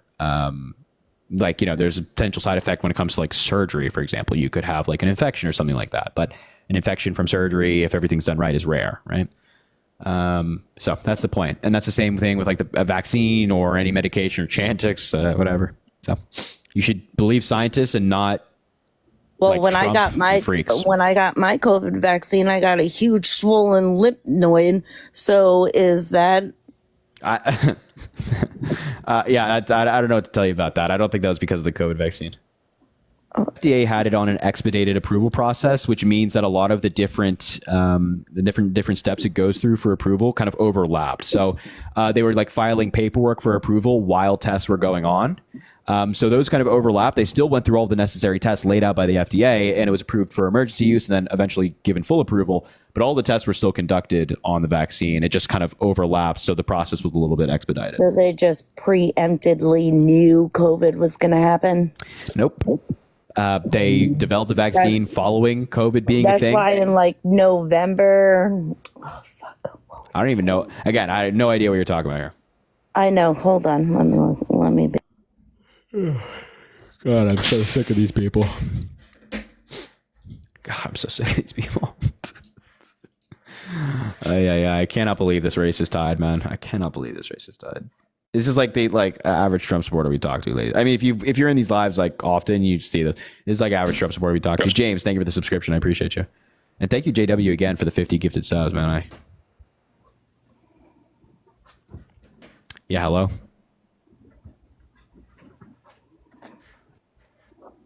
Annie, hello. Sorry, I got distracted. I had something more important to do. Yeah. I'll let somebody else go. Bet on Trump in the markets. Maybe that's something. No, actually, go get laid. So sorry, bye. I'm sure that you're doing a lot of that, huh? Oh my God, it's like, oh, that makes me fucking cringe, dude. Oh, God, what are you trying? Oh God, dude. Oh, that's so. Now, can you leave? Can you leave now? Why are you still? You know what? Get out. I'll kick you. Go. Oh man. I don't need to know all that, man. I really don't need to know all that, bro. Y'all you can keep that to yourself. That's okay. Oh man, I really didn't need to. You just keep it to yourself. You know what I'm saying? That's good. Good for you. You know what I'm saying? Like, man, I swear I don't need to know all that stuff. Y'all keep that to yourself next time, all right? Y'all keep that to yourself next time.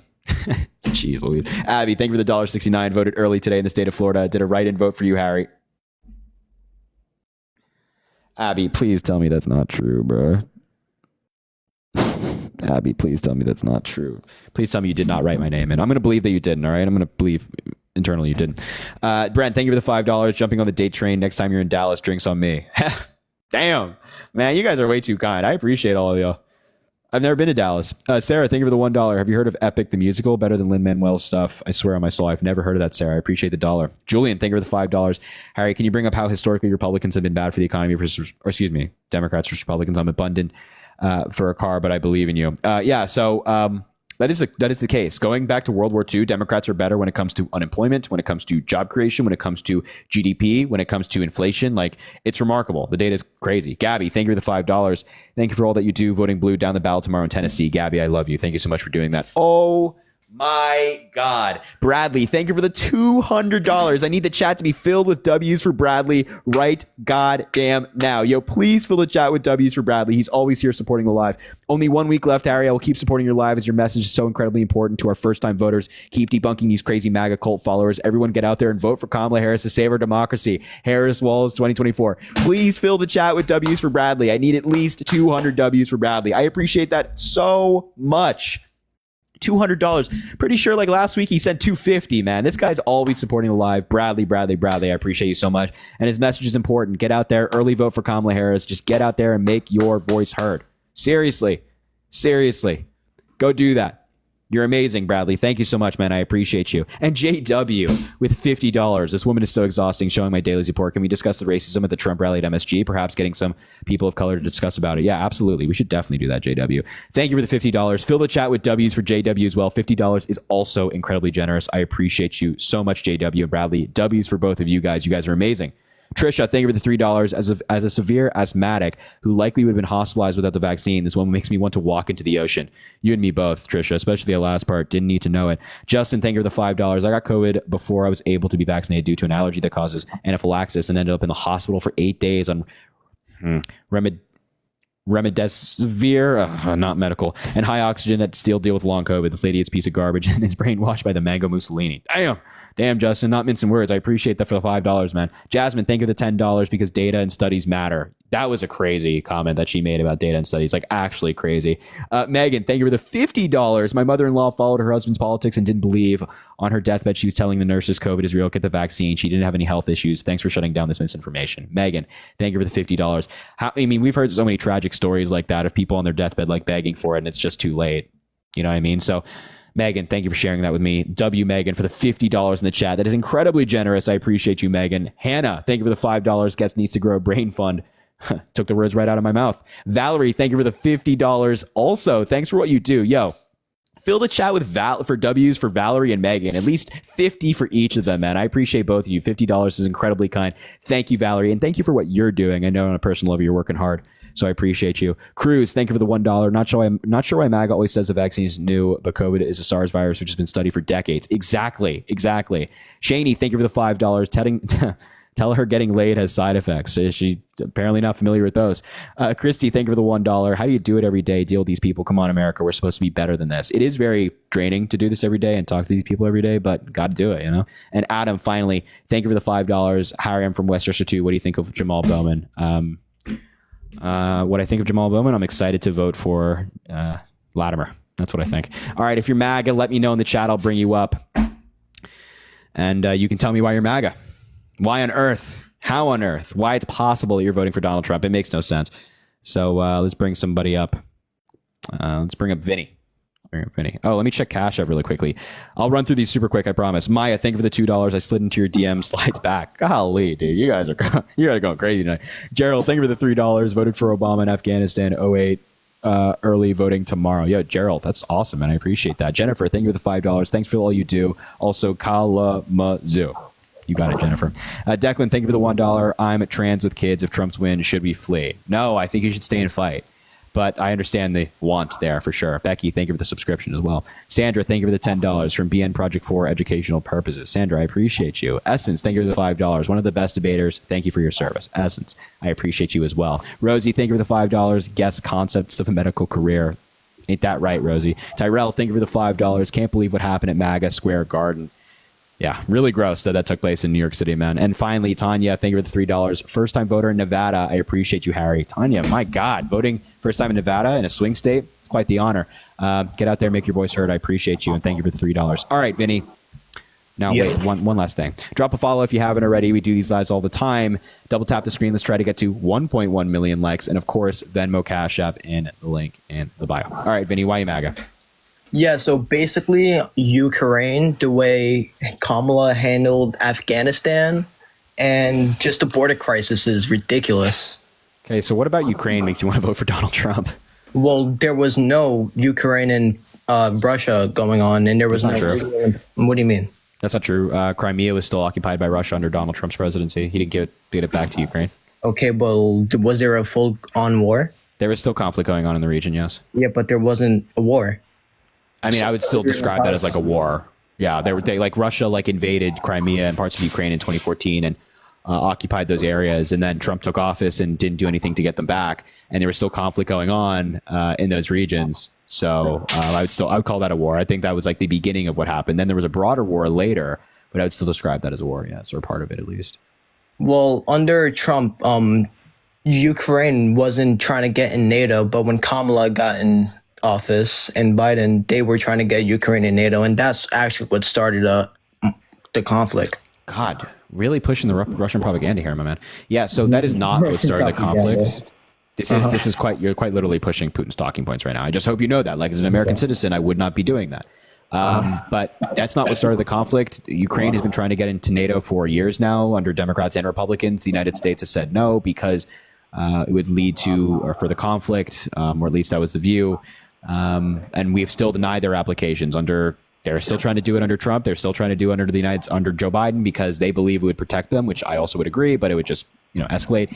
And then Russia decided to invade because they want more power, more influence, more resources. And that's the reason, not because Ukraine's been trying to join NATO. And if that was really the case, that it's because Ukraine was trying to join NATO, well, Russia borders a bunch of NATO countries like Latvia that joined in the early 2000s and they didn't invade them.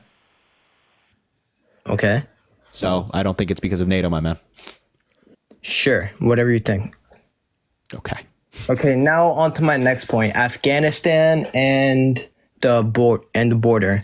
The way Biden and Kamala handled the Afghanistan pullout would have never happened under Trump. It was quite literally initiated by Donald Trump. What, the pullout? Yes. I don't think that's true. Yeah, so the pullout was initiated by Trump with what we call what's called the Doha Accords. It's spelled DOHA Accords. It was negotiated by the United States and the Taliban in February of 2020. It was signed by the Trump administration. This was a plan that laid out how the United States was withdrawing from Afghanistan. It was a year-long-ish plan. And when Biden took office, the Biden administration still had to go through this plan because it doesn't just expire because a new president takes office. And so that's the plan they followed to get out of Afghanistan. And this plan was criticized by Trump's own former advisors. To get out of Afghanistan. And this plan was Yikes, there's an echo. You got to swipe up out of the app, my man. Just swipe up and come back for a second because there was an echo. If you'd be so kind. Just swipe up. Just leave the app for just a second. Just not doing it. There you go. Now come back. All right. Now you should be good. Let's see. I'm going to send you an invite to unmute. Okay. Yeah, we're good now. So that's a deal that was initiated by Donald Trump. It was criticized by his own former advisors, such as H.R. McMaster and the Inspector General of the United States, who is nonpartisan, did an investigation into our time in Afghanistan. And one of the main reasons they blamed for the pullout being messy was the Doha Accords negotiated by Donald Trump. I don't think that's true. All I want to ask is, the Afghanistan pullout happened under Biden and Harris, not Trump. Yes, but Okay. the plan that was, first of all, I love how, and this is like side comment, not to you. I love how we debate Trump supporters so often, and I'll like give them this whole spiel about these different issues, and they'll just be like, "Oh, I don't think that's true." Okay, I can cite all these things for you if you'd like, but I digress. It is State your true. sources. What was that? State your sources. Yeah. So which specific claim? HR McMaster? Just the whole thing in general, whatever you're basing your statements off of. Sure. Absolutely. So on August 27th, 2024, HR McMaster went on CNN, and one of his quotes from the clip is, quote, "We threw Afghan under the bus." There's also an article saying, from CNN, it's pulling up one sec, because it's an interview he did. General McMaster says Trump bears some responsibility for chaotic Afghanistan withdrawal. McMaster told CNN's Anderson Cooper that the former president had made a decision in CNN, huh? Yeah, because he did the interview with CNN. Okay. So anyway, point is, that's the article. It says that, and this is, you can see it, I'm not just making it up. It says General McMaster says Trump bears some responsibility for chaotic withdrawal. Yeah, for sure. So why would Trump condemn the Afghanistan pullout if it was his Because plan? he's a liar. And Biden isn't? Also, here's the article, The National Interest. It says, there you go, you can see it. It says the Inspector General blames Trump's Taliban deal for Afghan collapse, and they cite the Doha Accords by Donald Trump. Here's also an Associated Press article on it. It's coming up. There it is. Biden review of chaotic Afghan withdrawal blames Trump. Okay. So yeah, Trump initiated this. It was really bad. Then he tried to put it on Biden. Folks like yourself try to put it on Biden. I think that's wrong. Okay, cool. On to my other point, the border crisis. Yep. That's disgusting. Like, how can you defend that?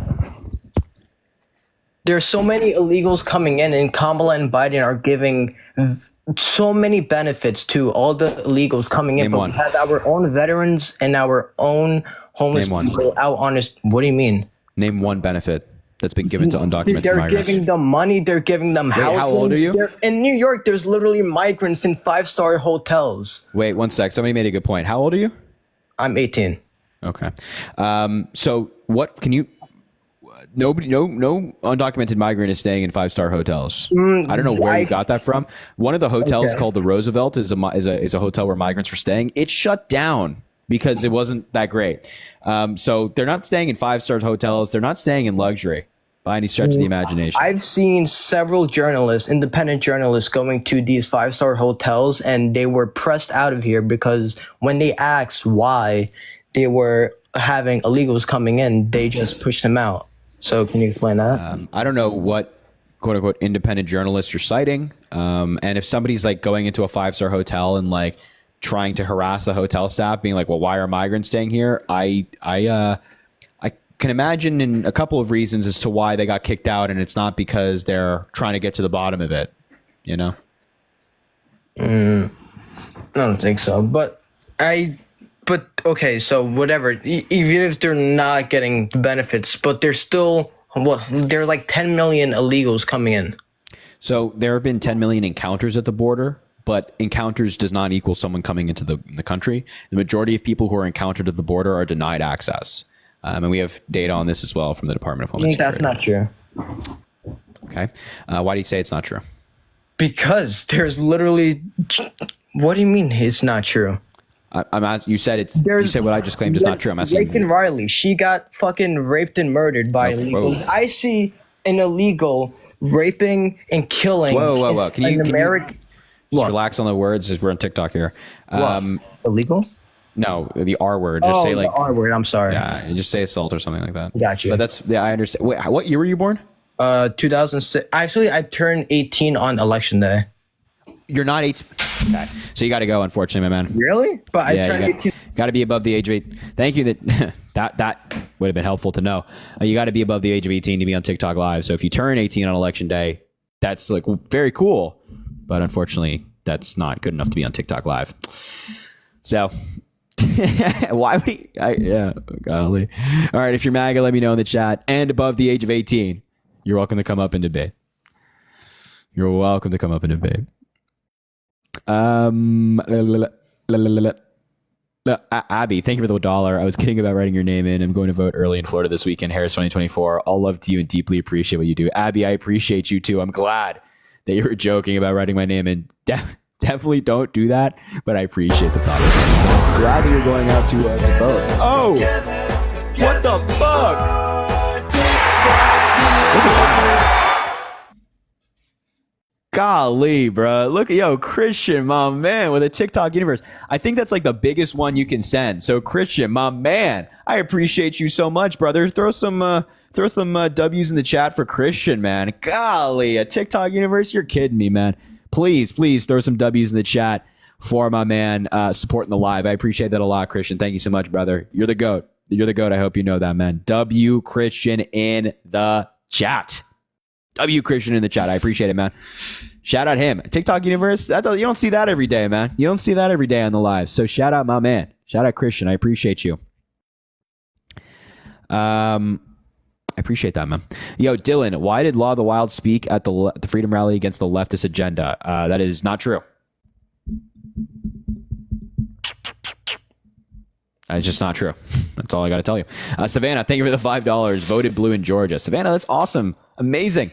Congratulations for voting. I'm so glad you voted blue in the great state of Georgia as well. Your vote is very, very important. Very, very important. Jerry, thank you for the $5. Voted for Kamala and blue all the way last Wednesday in Houston. I was originally not going to vote, but you and others convinced me to vote for Kamala. I'm an Asian American, and I don't want another Trump presidency after what he did to my community during COVID. Yeah, wow. Jerry, I'm glad that folks like myself and others were able to get you to vote for Kamala Harris. That is awesome. Thank you for doing that. It's truly, truly amazing. We appreciate that a lot. That's awesome. And yeah, we don't need more Trump. Leah, thank you for the $5. Just sending over all my money. Kamala 2024. Leah, please save your money. Please, I promise. Please save your money. I just appreciate that you're here and supporting the live. That means more to me than you know. But please save your money. Go out to dinner tomorrow night or treat yourself to something nice. All right, please. But Venmo, Cash App in the link in the bio. Drop a follow if you haven't already. Double tap the screen. You know the drill. You know the checklist. All right, Chad. Yo, what up, man? How you doing? I'm good. How are you? Doing pretty good. So yeah, why is Donald Trump better than Camilla? It's Kamala. Or Kamala. You can say Harris. You can say VP Harris. That's fine. Yeah, It's also just VP not Harris, that hard to pronounce her name. It's just Kamala, but you can say Harris if it's really that difficult. Yeah, VP Harris. All right. I would say because of the tariffs that are going to be imposed on China, when it comes to production and such, we want to produce oil within the United States as well. So that's like another point there. But basically, the point of the tariffs on China is so small businesses are able to grow within the United States, as well as, like electric cars and whatnot. We want to be able to produce our own electric cars to the U.S. population. So who pays for the tariffs? Does China pay for the tariffs? Yes, China pays for the tariffs. So that's actually not true. That's not how tariffs work. Tariffs are a tax imposed on imports, and the companies that are importing the goods pay the taxes.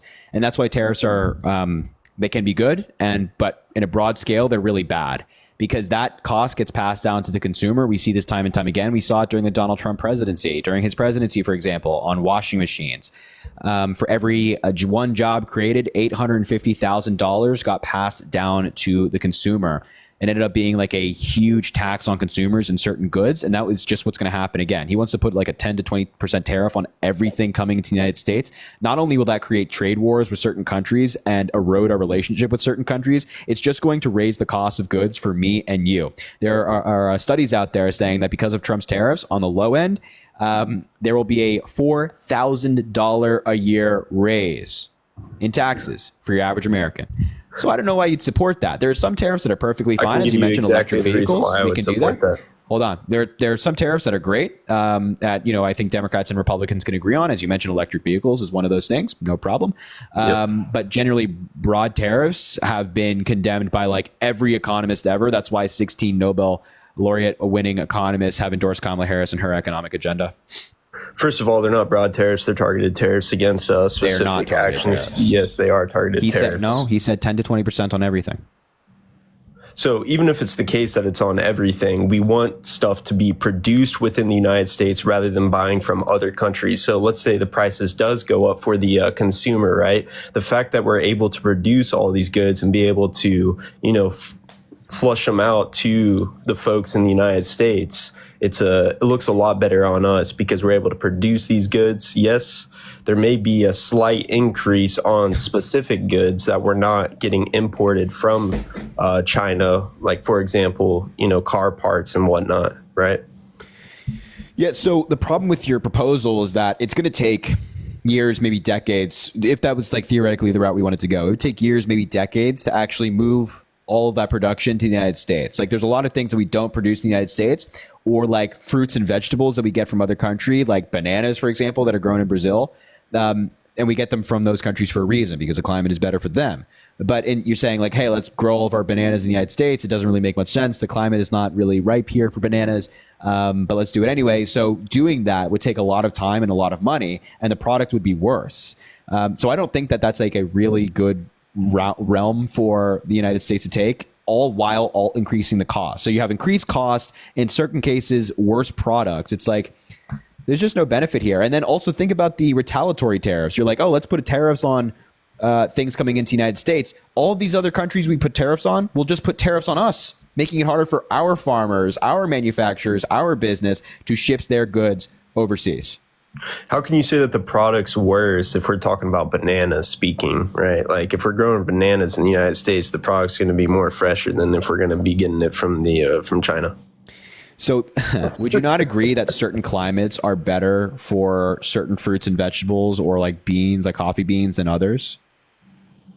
Yeah, no, I believe that, like the growing process and whatnot could depend on the climate, of course. Right. So I would agree with that. If we try to force, to grow things like bananas or coffee beans here in the United States in certain areas, I would argue that that product would be worse because the climate is not as optimal for those products. I would completely disagree, because there are specific areas in the United States that we would grow those coffee beans. There's a reason why we get all these things from other countries. It's because it's cheaper. It's cheaper to purchase. Sometimes it's cheaper, but also it's just better. It's not better. Yeah. I'm sorry. Like, are you joking? Like, do you just? Okay, well, give me an example of like so you've tasted different bananas. So you've gotten a banana from the United States and a banana from China. No, I'm just pointing. Wait, we both agree. We both the bananas. We both agree that there are certain products grown overseas that. Thank you, JW, for the 25 subs. We both agree that there are products grown overseas in certain climates that are better than climates here in the United States, or areas in the United States. And so that's the point. That like you've conceded this already. I didn't. When did okay, so your view is that we can just grow everything we get overseas here in the United States? Not, well, like exotic, like fruits and whatnot. I guess, like, depending on the farming capability, then that's whenever you would be able to grow certain products and whatnot. I'm not like the person that's the scientist that's going out and looking what exotic, fruits and vegetables that we're not able to grow within the United States. I don't know what that means. Point is that there's a reason we import this stuff, and it's not just because of cost. It's because often the product is just better because their climates are better suited for things like fruits and vegetables. That's just one example of things that we get overseas that would then be hard for the United States to do now if we just had 10 to 20% of broad tariffs. And also, again, while we do this, all of these costs would then be passed down to the consumer. So you're asking people to take on thousands of extra dollars in taxes every single year for what? It's like there's no real benefit. There are certain things where tariffs can work. Specific products is what I'm referring to. But that's not what Donald Trump is talking about. Like, okay, well, yeah, he's planning on imposing. Okay. Right, like a broad spectrum of tariffs. If you're like, I want tariffs on specific products, I would agree that tariffs on specific products in certain industries is fine, like no problem. Electric vehicles, we'd agree on that. But broad tariffs, no. But if you're like, I want specific targeted tariffs, you would vote for Kamala Harris on this policy, 100%. Yeah, so I do agree with you in that sense. So I will give you that one, but I don't believe what is written right now is set in stone, right? So I believe these policy changes are going to be made whenever he gets in office, right? Like there will be changes that are going to be added to there's going to be amendments made, basically, is what I'm saying. So there's going to be amendments to the policies and whatnot. But what are you talking about? Like this is his key economic policy right now. He wants to remove all taxes, like income taxes for everybody, just everything, and then impose tariffs to make it up. That's his like key economic policy. So you're saying the key economic policy that he's running on, he's actually not actually going to do that? No, he's gonna do it, but he's gonna change it. There's definitely gonna be some amendments that are gonna be made for sure. What? So he's not. So the proposal he's running on right now is not what's actually going to happen. No, it's still the same proposal. There's just gonna be some amendments that are gonna be made, like I just said. And you agree with removing all income taxes and replacing with tariffs? No, I never said that. Not all. That's the guy you're voting for.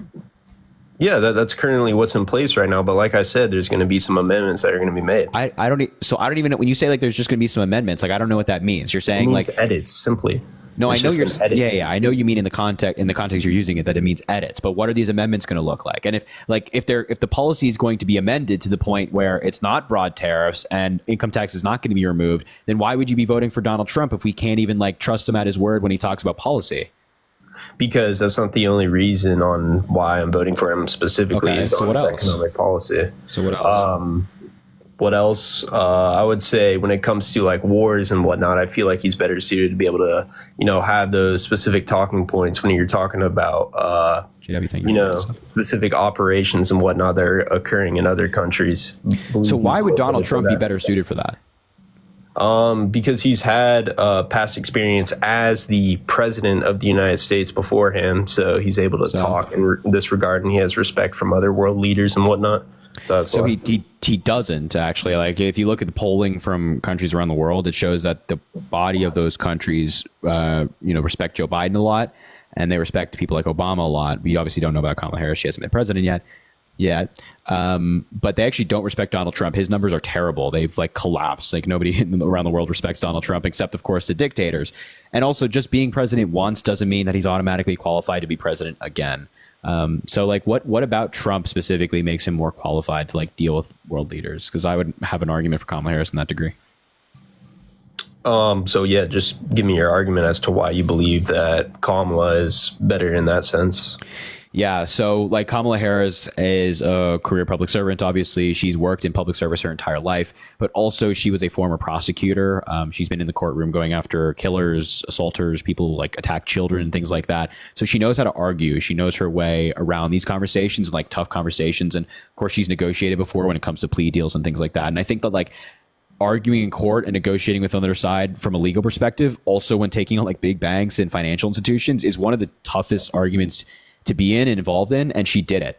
And now she's also, have so much public service experience that I think she's worked her way up the ladder to be really qualified for this role. Whereas Donald Trump, and also she's been endorsed by like hundreds of national security advisors, former Republicans and Democrats in this field who said that, yeah, we believe her to be qualified. And then you have Trump, on the other hand, who has been criticized by his own former national security advisors as being weak, as being incompetent, as having no knowledge of American history, as being laughed at by leaders around the world. So I don't know. I think it's pretty clear to me. So I do agree with you in the sense that I believe, like, let's say Kamala's like in the war room, for example, like discussing, specific operations that are occurring, that she would have a better say in like what's going on and whatnot, just from her experience, being like a lawyer, right? Or like she was like a district attorney. Attorney General, yeah. Yeah, Attorney General. I would actually agree with you in that specific stance, right? But whenever I'm referring to respect, right, I'm referring to like the rapport that Donald Trump has with, for example, President Putin, right? Like he has some decent amount of rapport with him in that regard.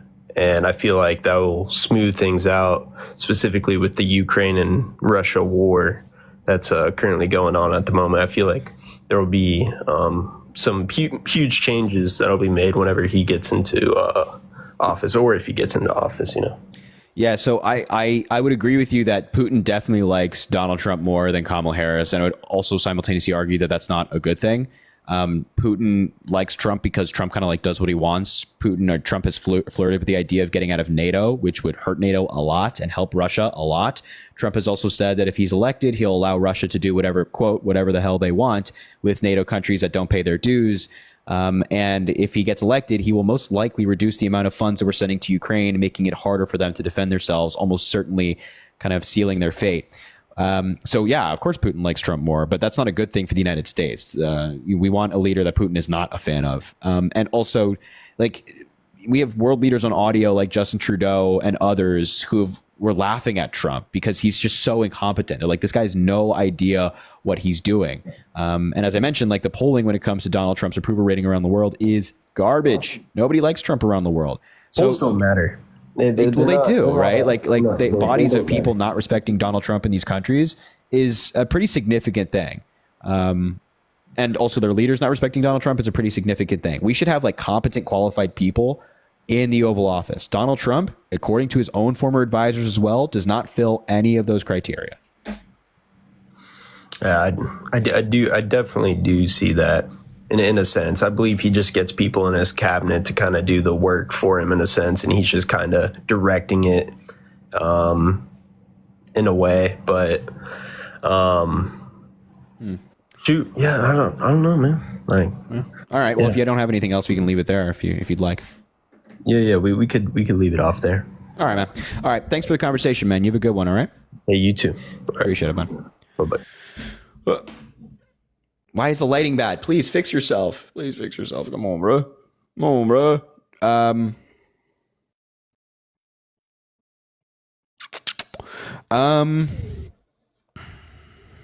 Hold on. Yo, Chris, thank you for the $5. Keep fighting the... Can this light like fix itself? What the hell is going on? Relax. Jeez Louise. Chris, thank you for the $5. Keep fighting the good fight. You're more patient than I am. I try, man. It's tough. It's a battle. Devon, thank you for the $3. That TikTok universe is $600. I excuse me, I'm hiccuping now. I didn't even know the amount of that. So shout out to that guy. That's crazy. I did not know the amount. Shout out to Christian again, man. That's incredibly kind, bro. It's like, wow, that is remarkable. Brittany, thank you for the boo. Bonetta, thank you for the $1. Do you have a top 10 presidents? And did you like Obama? Any thoughts on Michelle Obama? Because I think she's an amazing speaker and would be a great president. I agree. She's a great speaker, would be a great president. And I loved Obama. And I definitely do have a bunch of presidents I like, of course, like Obama, Roosevelt, FDR, Lincoln, Washington, Biden, all these amazing presidents. Definitely have a top 10 list.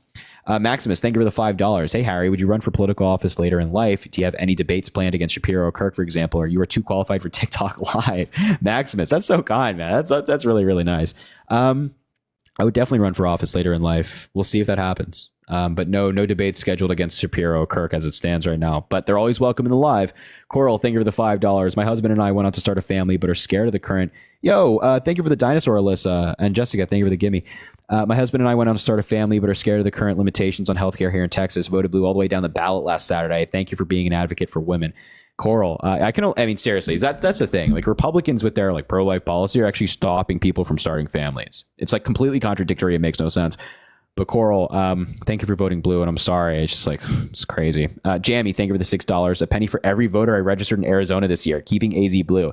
Jamie, I hope your hard work pays off. And even if we don't win the state of Arizona, just understand that you're laying the foundation. It's remarkable, truly.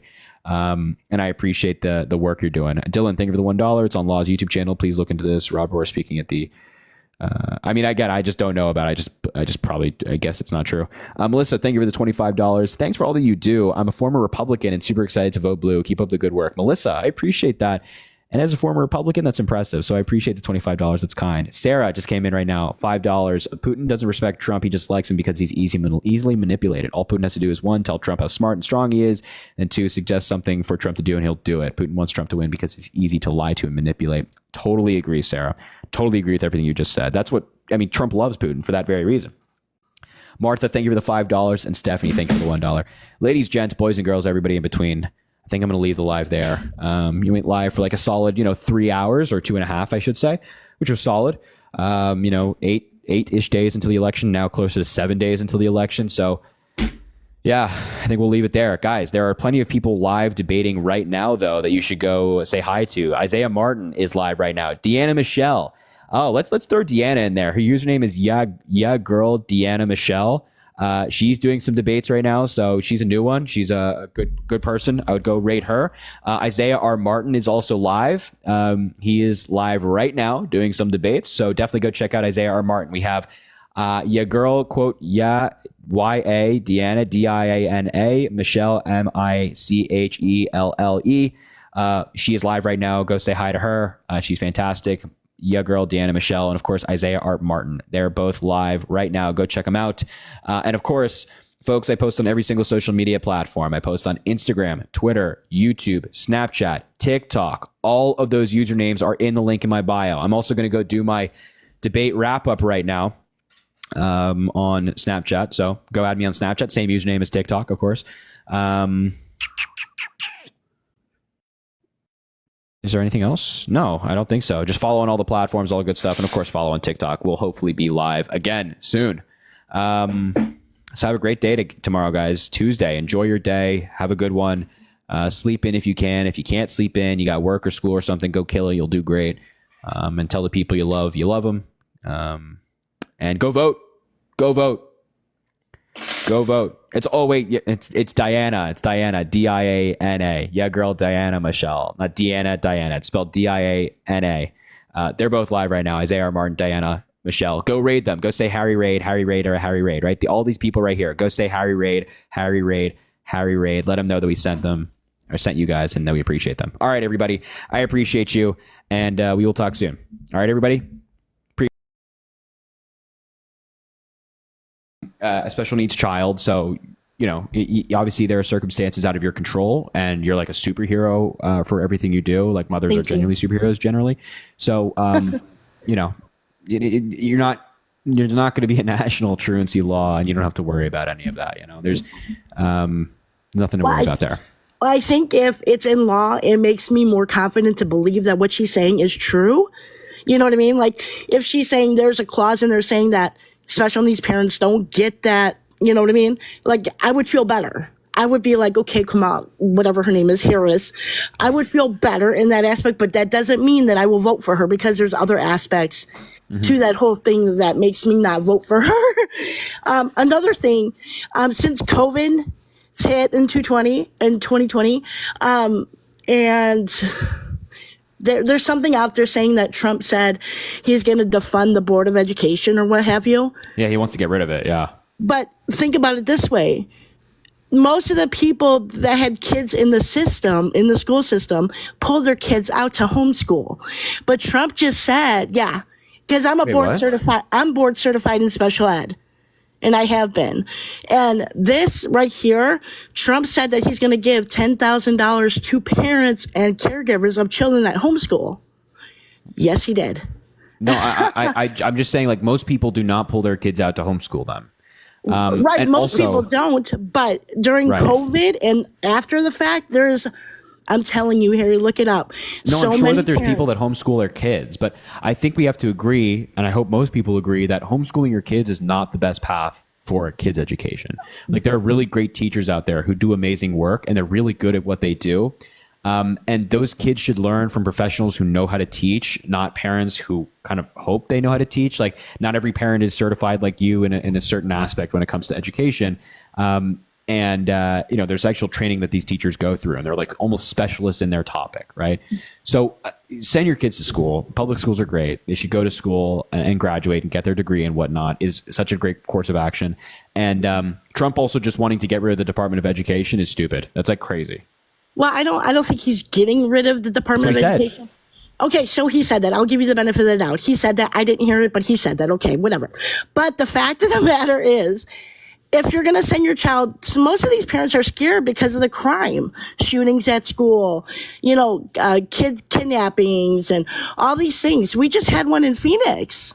I mean, it's scary. And it's just not in Phoenix. It's all over the place. And so we're going to put our kids in jeopardy and have the parents worry all the time. Like, to me, I know my child better than the teachers and the administrations because I live with that child 24/7. But you can't tell me a parent or a teacher knows better how to teach my child with special needs, even though they're educated, than I do. I know his flaws. I know the pros and the cons and all that stuff in between. I know routines. Well, I know I what think he's... that like in your circumstance, it might be unique that like, you know, maybe when it comes to your child's special needs, you might have like more specifics about like what works for them, what doesn't, right? I can see that. But when it comes to like your average child out there, you know, like your average kid that just goes to school, right? Like any other kid, right? I would say that most teachers are better at teaching that kid than their parents. Like the parents might know that kid better, but it doesn't mean that they're better at teaching that kid when it comes to a topic that they might not be specialists on. Like you go to history class, these are people who've studied history their entire lives versus like your average parent out there probably doesn't know that much about history and can't, you know, they might know the dates, they might know what happened on these dates, but what's the significance of this? How did we get there? What happened that led up to it? You know, things like that. So I'd say in most circumstances, sending your kid to school is good. And if you're like concerned about, you know, shootings, why don't we just pass common sense gun reform? Okay, here we go again. Harry, this is the thing. You're going to blame it on guns when it's not the gun doing the crime. It's the person holding the even if you think it's the person holding the gun that's doing it, then why would you make it easier for that person holding the gun to get the gun? Right? Why don't we just have common sense gun reform to block that person from getting the firearm? Right? You're right, but do you think there's a lot of responsible parents out there, or even anybody that owns a gun? Common knowledge would say lock it up. How do kids get guns and bring it to school? Well, common knowledge would also be not voting for a criminal for president. So common knowledge is not also common. And we hear stories all the time of, you know, little children picking up a firearm that their father left out, neither taking their own life or the life of somebody else by accident. And so, you know, it'd just be better if there were less firearms. And we have studies from a number of different institutions. Even the CDC has this data on their website that says when there's more guns, there's gun deaths, more gun deaths. Shocker, right? In areas with less gun ownership, there's less gun deaths. And even when you compare it to other countries like Great Britain, for example, and you use their stabbings are less frequent, affect less people, and are less deadly. So common sense reform works. It works around the world. There's no reason why it wouldn't work here in the United States. So if you're scared about shootings, the logical answer is not to take your kid out of school and homeschool them because you're concerned. It's to vote for people who will pass common sense gun reform so this doesn't happen and your kid still gets a great education. But it's not, Harry, it's not just like Republican or Democrat that do that kind of thing. They don't leave, it doesn't matter who you are or what you're voting for. It happens all the time, whether you're a Democrat or a Republican. They leave guns, they leave, you know, they leave them out, and then these kids get it, and then you're not going to say, are you a Democrat? Okay, you're going to jail. Are you a Republican? Okay, you're going to prison. It doesn't work like that. So it doesn't mean, you know what I mean? It doesn't mean like, well, okay, if a child gets a gun and the parent leaves it out, because the parent leaves it out and the kid has a gun and goes to school, are you a Democrat? Are you a Republican? No, it happens all over the place.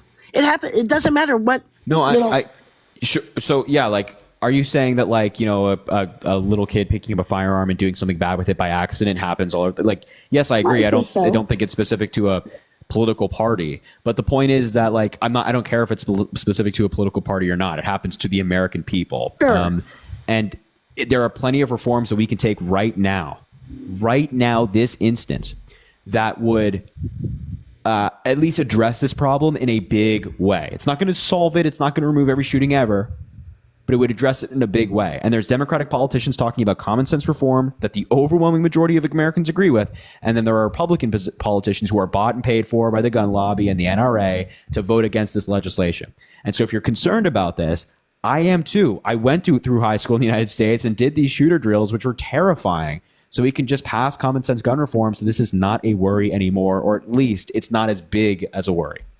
I would love to see the difference from now to what they pass in the future, to see what difference it is and how difference it's going to make and the change in the world it's going to take. I guarantee you, Harry, it's really not going to matter because guns are always going to be around. We have evidence of this working around the world. So in Australia, they had a mass shooting in like the 1990s. They banned guns. There's been one mass shooting since. Now, I'm not saying we ban all guns, but I'm saying that, like, nobody needs to be walking around with an AR-15. You do not need that.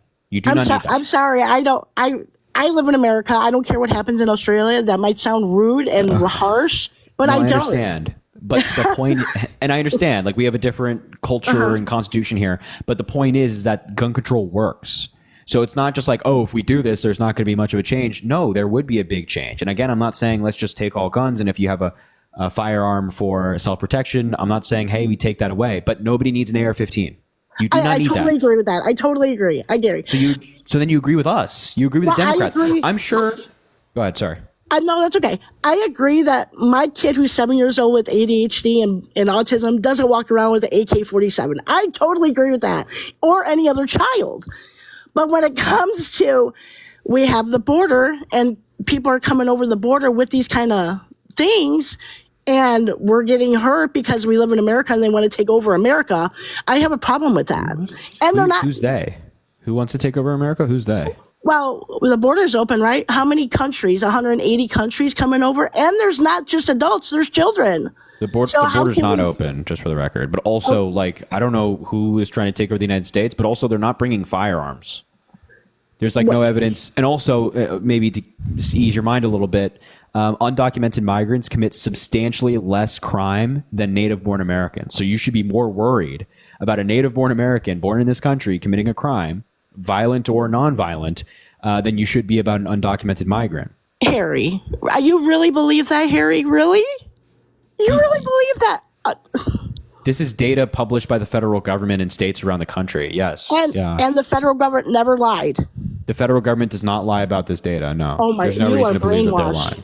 One more thing, and I'll let you go. Wait, just to be clear, some of this data was published under Donald Trump's presidency as well, like in 2018. And like I said, I'm just like, I don't care about who sent what or what. I'm just concerned about the crime in the country. That's all I care about. That's fine. And I also want to point out that if you want to have a conversation about who's committing the worst mass shootings, for example, when it comes to the worst mass shootings in American history, it's straight white guys.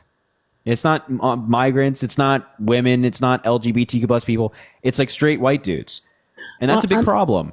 I'm not going racial. I'll keep it like that. I know you're not. Well, I mean, you're talking about undocumented migrants. There's obviously a racial component to that, even if it's underlying. Well, there's 180 countries coming in to our country. Yeah, but I mean, when Donald Trump has specifically targeted Latinos and Hispanic folks, it's of course, there's a racial component to the conversation we're having.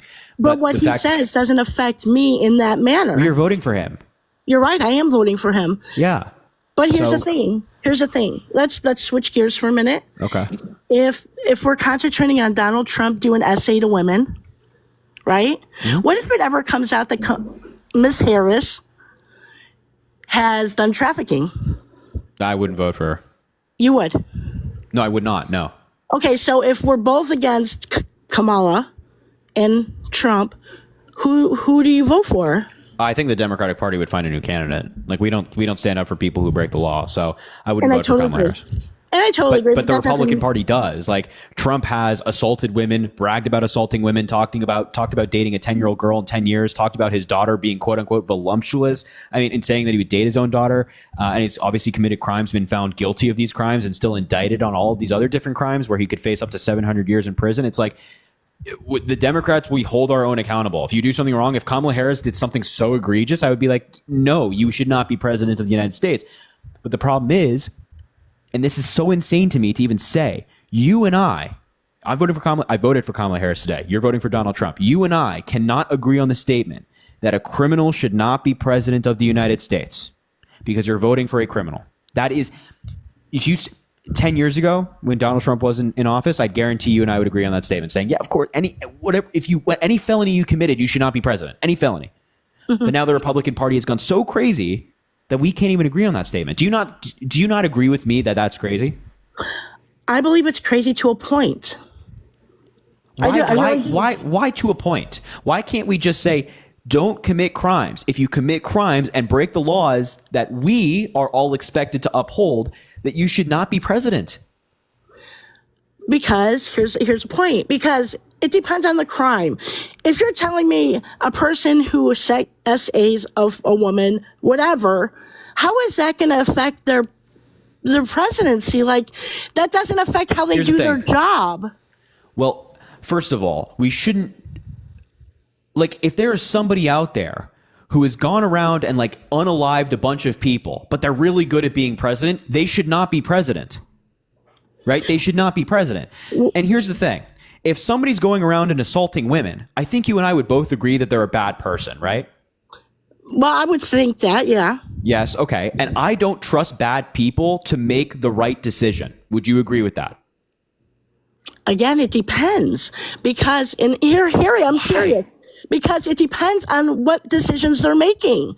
If a person SA'd a woman or a child trafficker, as you know, they're going to be running for president. How is that going to affect how they're going to pass laws for the American people? We should have moral people in office. So if you and I, hopefully anybody could agree that somebody who goes around and assaults women and breaks a bunch of law and commits a bunch of business fraud is not a good person. And thus, I don't trust bad people to make good decisions, moral decisions. I don't trust bad people to make moral decisions. Thus, Donald Trump, who's a bad person, I would not trust him to make moral decisions.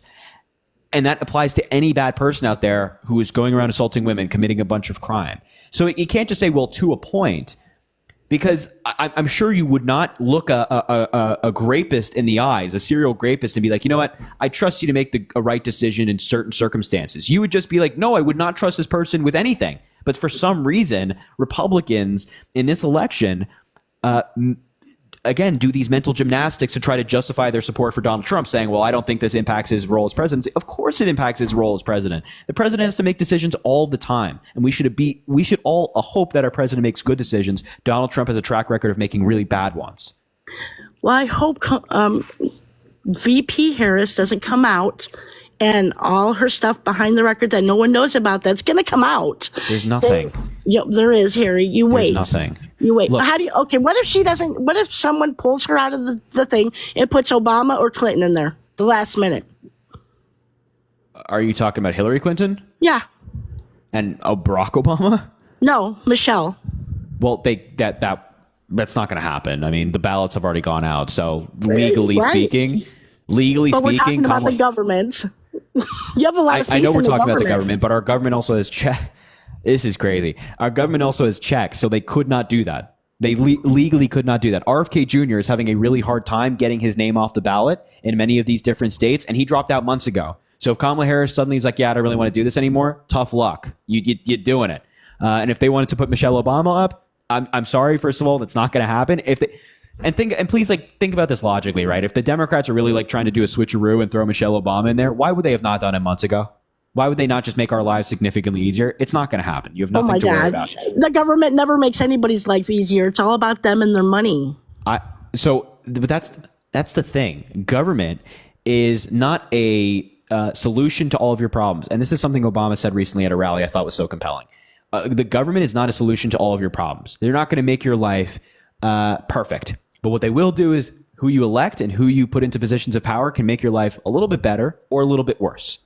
So with Kamala Harris and people who are competent, they know how to do the job. If you elect them, they will do everything in their power to make your life a little bit better. Whereas with Donald Trump, he has told us what he wants to do. He wants to be a dictator on day one. He wants to prosecute his political opponents. He calls Democrats he disagrees with the enemy from within and wants to deploy the military after them. That is not somebody who should be president. And that would make your life, my life, a lot of people's lives a lot worse. I don't believe he might have said that, or you might have thought he said that he's going to be a dictator. I don't believe that that's the case. He said it. Well, he might have said it, but I don't think that's the position he. So really now you're saying Donald Trump can't be trusted. Like if he says something, we can't take his word for it. No, I'm not saying that I can't trust him. Joe Biden gets into office the first day and he vetoes how many bills? 60, 49, 50, 60. Who does that? He didn't veto any bills. Or what did he do? Executive orders? Whatever. From Trump, he wiped them out. Trump did the same thing. He got in there. Every president does it on day one. They sign a bunch of executive orders, especially when it comes 60? From. It wasn't 60 on day one, but especially when an administration switches party, they sign a bunch of executive orders overturning what the last president did. That's because they want to run the government in the way that they see fit. And obviously, Joe Biden does not agree with the way that Donald Trump ran the government. And a lot of the country doesn't approve of how Joe Biden ran the country either. That's why they're voting for Trump. Well, a lot of people don't, but I think that in years to come, a lot of people will actually appreciate the Biden presidency, and time is, a lot of people realize things, especially in American politics over time, like how great a president was. And one day people will look at Joe Biden as one of the best presidents we've had in American history, and that will 100% be vindicated.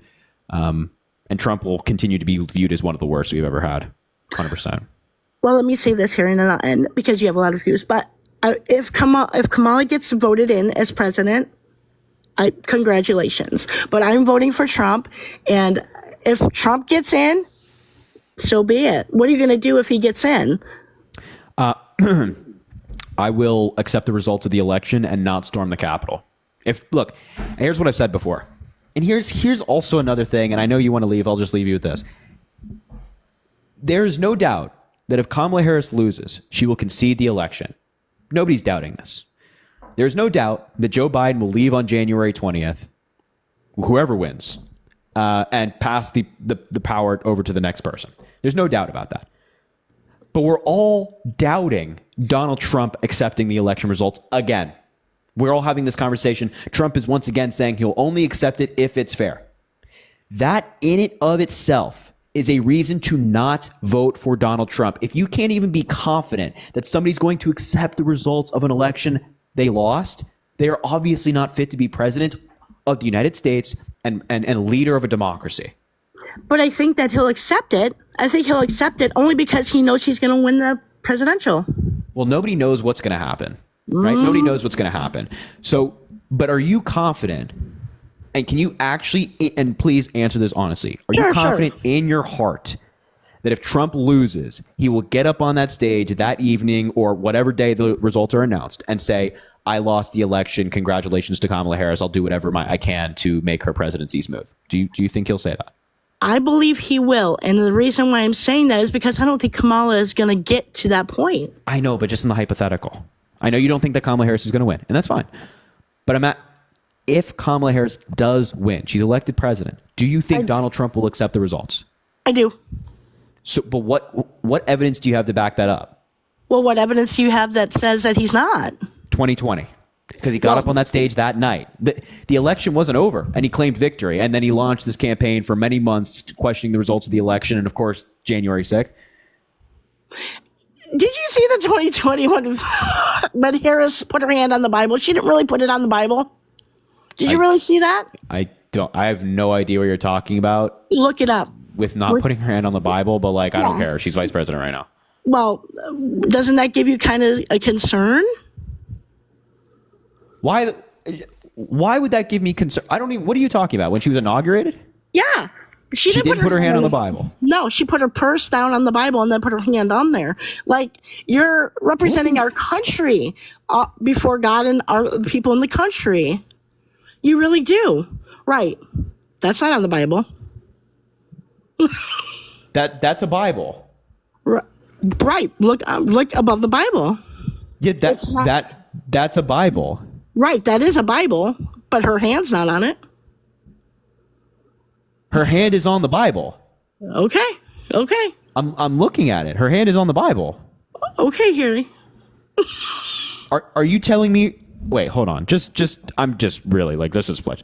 Are you telling me her hand is not on the Bible in this photo? Her hand is not on that Bible. Wait, are you being serious? I'm being dead serious.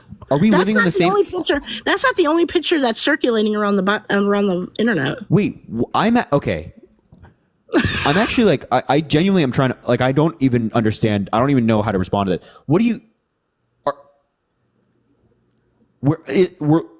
it's I'm asking you, what's this color? It's purple, right? She's wearing a blue or purple suit. It's as objective as that. Your hand is obviously on the Bible. What are you talking about?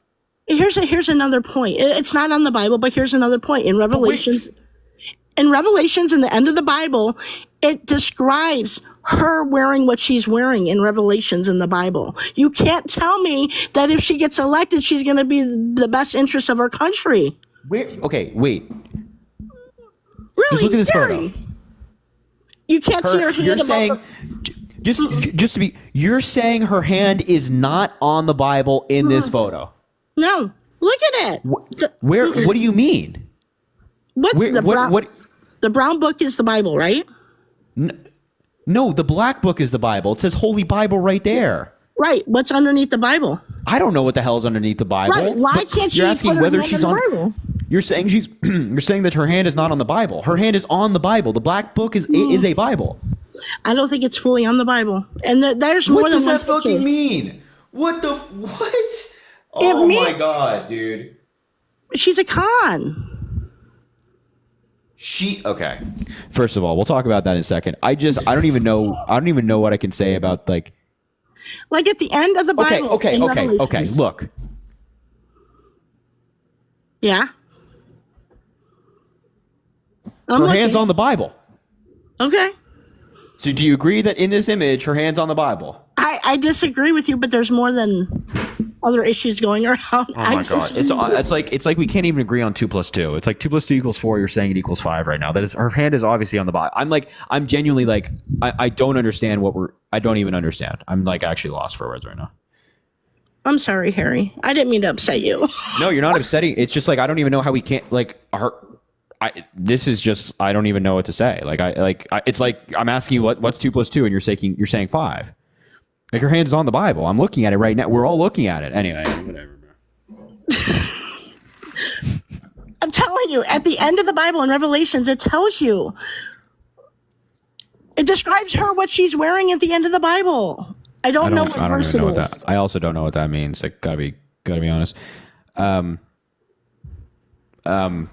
I mean, whatever. Like, she wears like a purple pantsuit, and like the Bible says, oh yeah, Kamala Harris is gonna wear a purple pantsuit. It doesn't say Harris. It doesn't say Harris, but it does say purple suit with pearls around the neck. Yes, it does say that. I mean, okay. So, all right. So she can't wear a purple suit with pearls now? Well, I didn't write the Bible. This was my young years ago. I didn't write it. You didn't write it. So how would they predict that? Come on, Harry. I don't even honestly. I'm like so lost as to like what we're talking about here. I don't even know what this means. The fact is, I'm voting for Trump. You voted for Harris. Congratulations. That's your choice. Hey, cool. But I think that Harris is not the best fit for many, many reasons. Have you voted for Donald Trump yet? I have not, but I registered as a Republican. Gotcha. All right. Okay. Okay. All right. It's okay. I mean, we agree to disagree. That's fine. That's cool. Thank you, though. Yeah, no problem. Well, hey, I appreciate the conversation. All right. You have a good one. Yeah, no problem. Thanks, Harry. Thanks. Have a good night. You too. Oh, God, dude. What?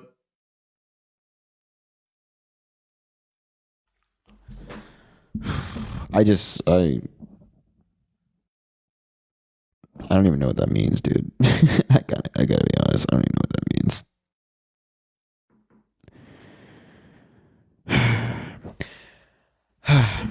Okay. Whew. JW, thank you for the $10. Been enjoying the funny snaps. Can you please add me on there? Yeah, man, I'll definitely do that. Thanks for following me on Snap. I appreciate that. My Snapchat is Harry J. Sisson, by the way. Kira, thank you for the $5. Please, for everyone in the live voting in Florida, there are 2 extremely pro-life Supreme Court justices that we are able to vote for on the ballot, and it's imperative that we all vote no. Yeah, please vote no against all that crap in Florida. Or what? Actually, please don't listen to me. I don't know what the propositions are on Florida in terms of voting yes or no. But whatever it is when it comes to supporting abortion rights in Florida, vote that way. Clarissa, thank you for the $1. You're still not correcting the pronunciation of Kamala for every guest and for every time. If you're tired of doing it, then you are the problem.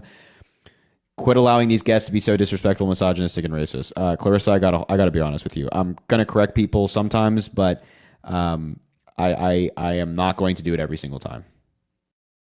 Right? Like I try my best to do it. But at some point, it just like they're not going to get with it, right? I'm sorry. Michelle, thank you for the $1.50. Wish it was more, but here's the last of my Social Security check October. Voted blue in Texas. Please reassure I did the right vote since my sole income is Social Security. Michelle, you, first of all, please save your money. Please save your money. Like, genuinely, please save your money and keep it for yourself. I understand. And I'm so glad that you're voting for voting blue. And like, you know, the Democrats are going to protect your Social Security. They're going to protect it 100%, but please save your money. Please save your money. All right. And I appreciate the support so much. Thank you for being Michelle here. Thank you for being here, Michelle. Elise, thank you for the $1. As someone who had an IEP, also autistic, and thrived with it, if I didn't have it, I wouldn't have graduated high school. Getting rid of the Department of Education is insane. One of the many reasons that I voted today for Kamala. Thank you, Elise. And thank you for telling me that. Exactly. I mean, 100%. Michael, thank you for the $7. Here's for drink number 2 because that lady was crazy. The excuses for Trump are ridiculous. Can't wait to be done with Trump and MAGA when Kamala wins. Yeah, me too, Michael. I'm the same way. Sarah, thank you for the $5. Someone who essays a woman doesn't have good judgment, self-control, patience, trustworthiness, or respect. Those are all personality traits, not mistakes. And presidential policy goes hand in hand with presidential character. You cannot look at one without looking at the other. Amazing point, Sarah. That's way better than I said it. You said it way better than I said it. Nicole, thank you for the $5 every night. I don't know how you do it. I appreciate the hustle. We're trying, Nicole. We're really trying. I appreciate you being here. Kevin, thank you for the $5. Please play the clip or share the source of Trump saying he'll be a dictator on day one. Yeah, I can do that in just a second. Absolutely. Nicole, again, thank you for the $5. Dude, WTF was that? The conversation was frustrating. Me too. I totally agree, Nicole. I'm there with you. Phil, thank you for the $5. She used 2 Bibles to be sworn in with, both symbolic, one from Justice Thurgood Marshall and one for Regina Shelton.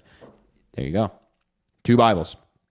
Thomas, thank you for the $2. I appreciate you saying you can't fix stupid. You're damn right you can. Jay, thank you for the $1 with the blue hearts. And Drew, thank you for the $1.50. And where is that Social Security? Lovely woman. We're going to refund her. And I think we're going to give her a little bit more on top to help her out. Because we'll send her a little bit. And we'll send a nice blue heart and refund her plus more. Because why not? It's the right thing to do. It is the right thing to do. All right, if you're MAGA, let me know in the chat. I will bring you up, and we will chat. And you can tell me why you're MAGA. Yeah, Lisa, thank you for the Toms. I appreciate you. Let's see here.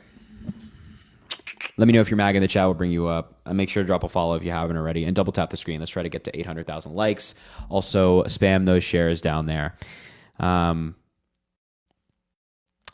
know, I gotta be honest. I want to say something a little bit more. Wait, where's we'll bring up a Trump supporter first before I say this. This person saying they're a Trump supporter. We'll give them an invite. Oh, look at this guy. This guy's big Trump supporter. His name is Trump supporter. His username is actually Trump supporter. I work on Trump's advance team. I mean, sure, we'll give this guy an invite. Okay, here we go. I want to say something. I gotta be honest, folks. I gotta be honest. I think this message is kind of like ridiculous. I think, and I'm not trying to put anybody on blast. I won't say their full name, but Clarissa, you saying that like me not correcting Kamala Harris's name pronunciation every time, is me being part of the problem. I think that's crazy. Like, respectfully, I just disagree with that view. I think that like there's a lot to debate with MAGA. And I think that like addressing the amount of misinformation they're spreading first is like first and foremost. And I think that saying that like not correcting them every single time means that you're part of the problem is just like a really, really crazy statement given how much people are trying to convince people. Like, we're putting in a lot of work to convince people to vote for Kamala Harris. Like a lot of work. I'm trying to stress this. So just saying like part of the problem, kind of crazy to me. We try to do it to the best of our ability. I try to correct them to the best of my ability. But I just think that's like a crazy statement personally. And I just wanted to address that a little bit more. I think like saying that I'm or Chris or Dean or Parker are part of the problem because we don't try to do it every single time. Like literally every single time. It's like, wow, that's a really, really bold statement. That's like a really, really, really, really bold statement. So anyway, I just wanted to say something further on that. All right, man, come back to TikTok Live. I can't hear you. Rain, Marcher. You got to come back to TikTok Live, my man. Is this guy just not going to come back? There we go. Sorry about that. What's up, man? Why are you MAGA? Well, I guess the first reason is he signs my checks, so I guess that's kind of a big reason. But on the policy front, you know, I can go into the social issues, why, you know, transitioning kids and all that, but that's not happening. Well, I'm saying your party in general, it's gone way off the left side of the cliff. But I'll keep it to, you know, immigration, for example. So I mean, you like to bring up the bipartisan border bill that was it 20 23 or 24, I forget. He said it was the conservative Langford brought it, voted for it, but there was a lot of flaws in that. So you got to come. I can't hear you when you go off TikTok live. You got to come back here.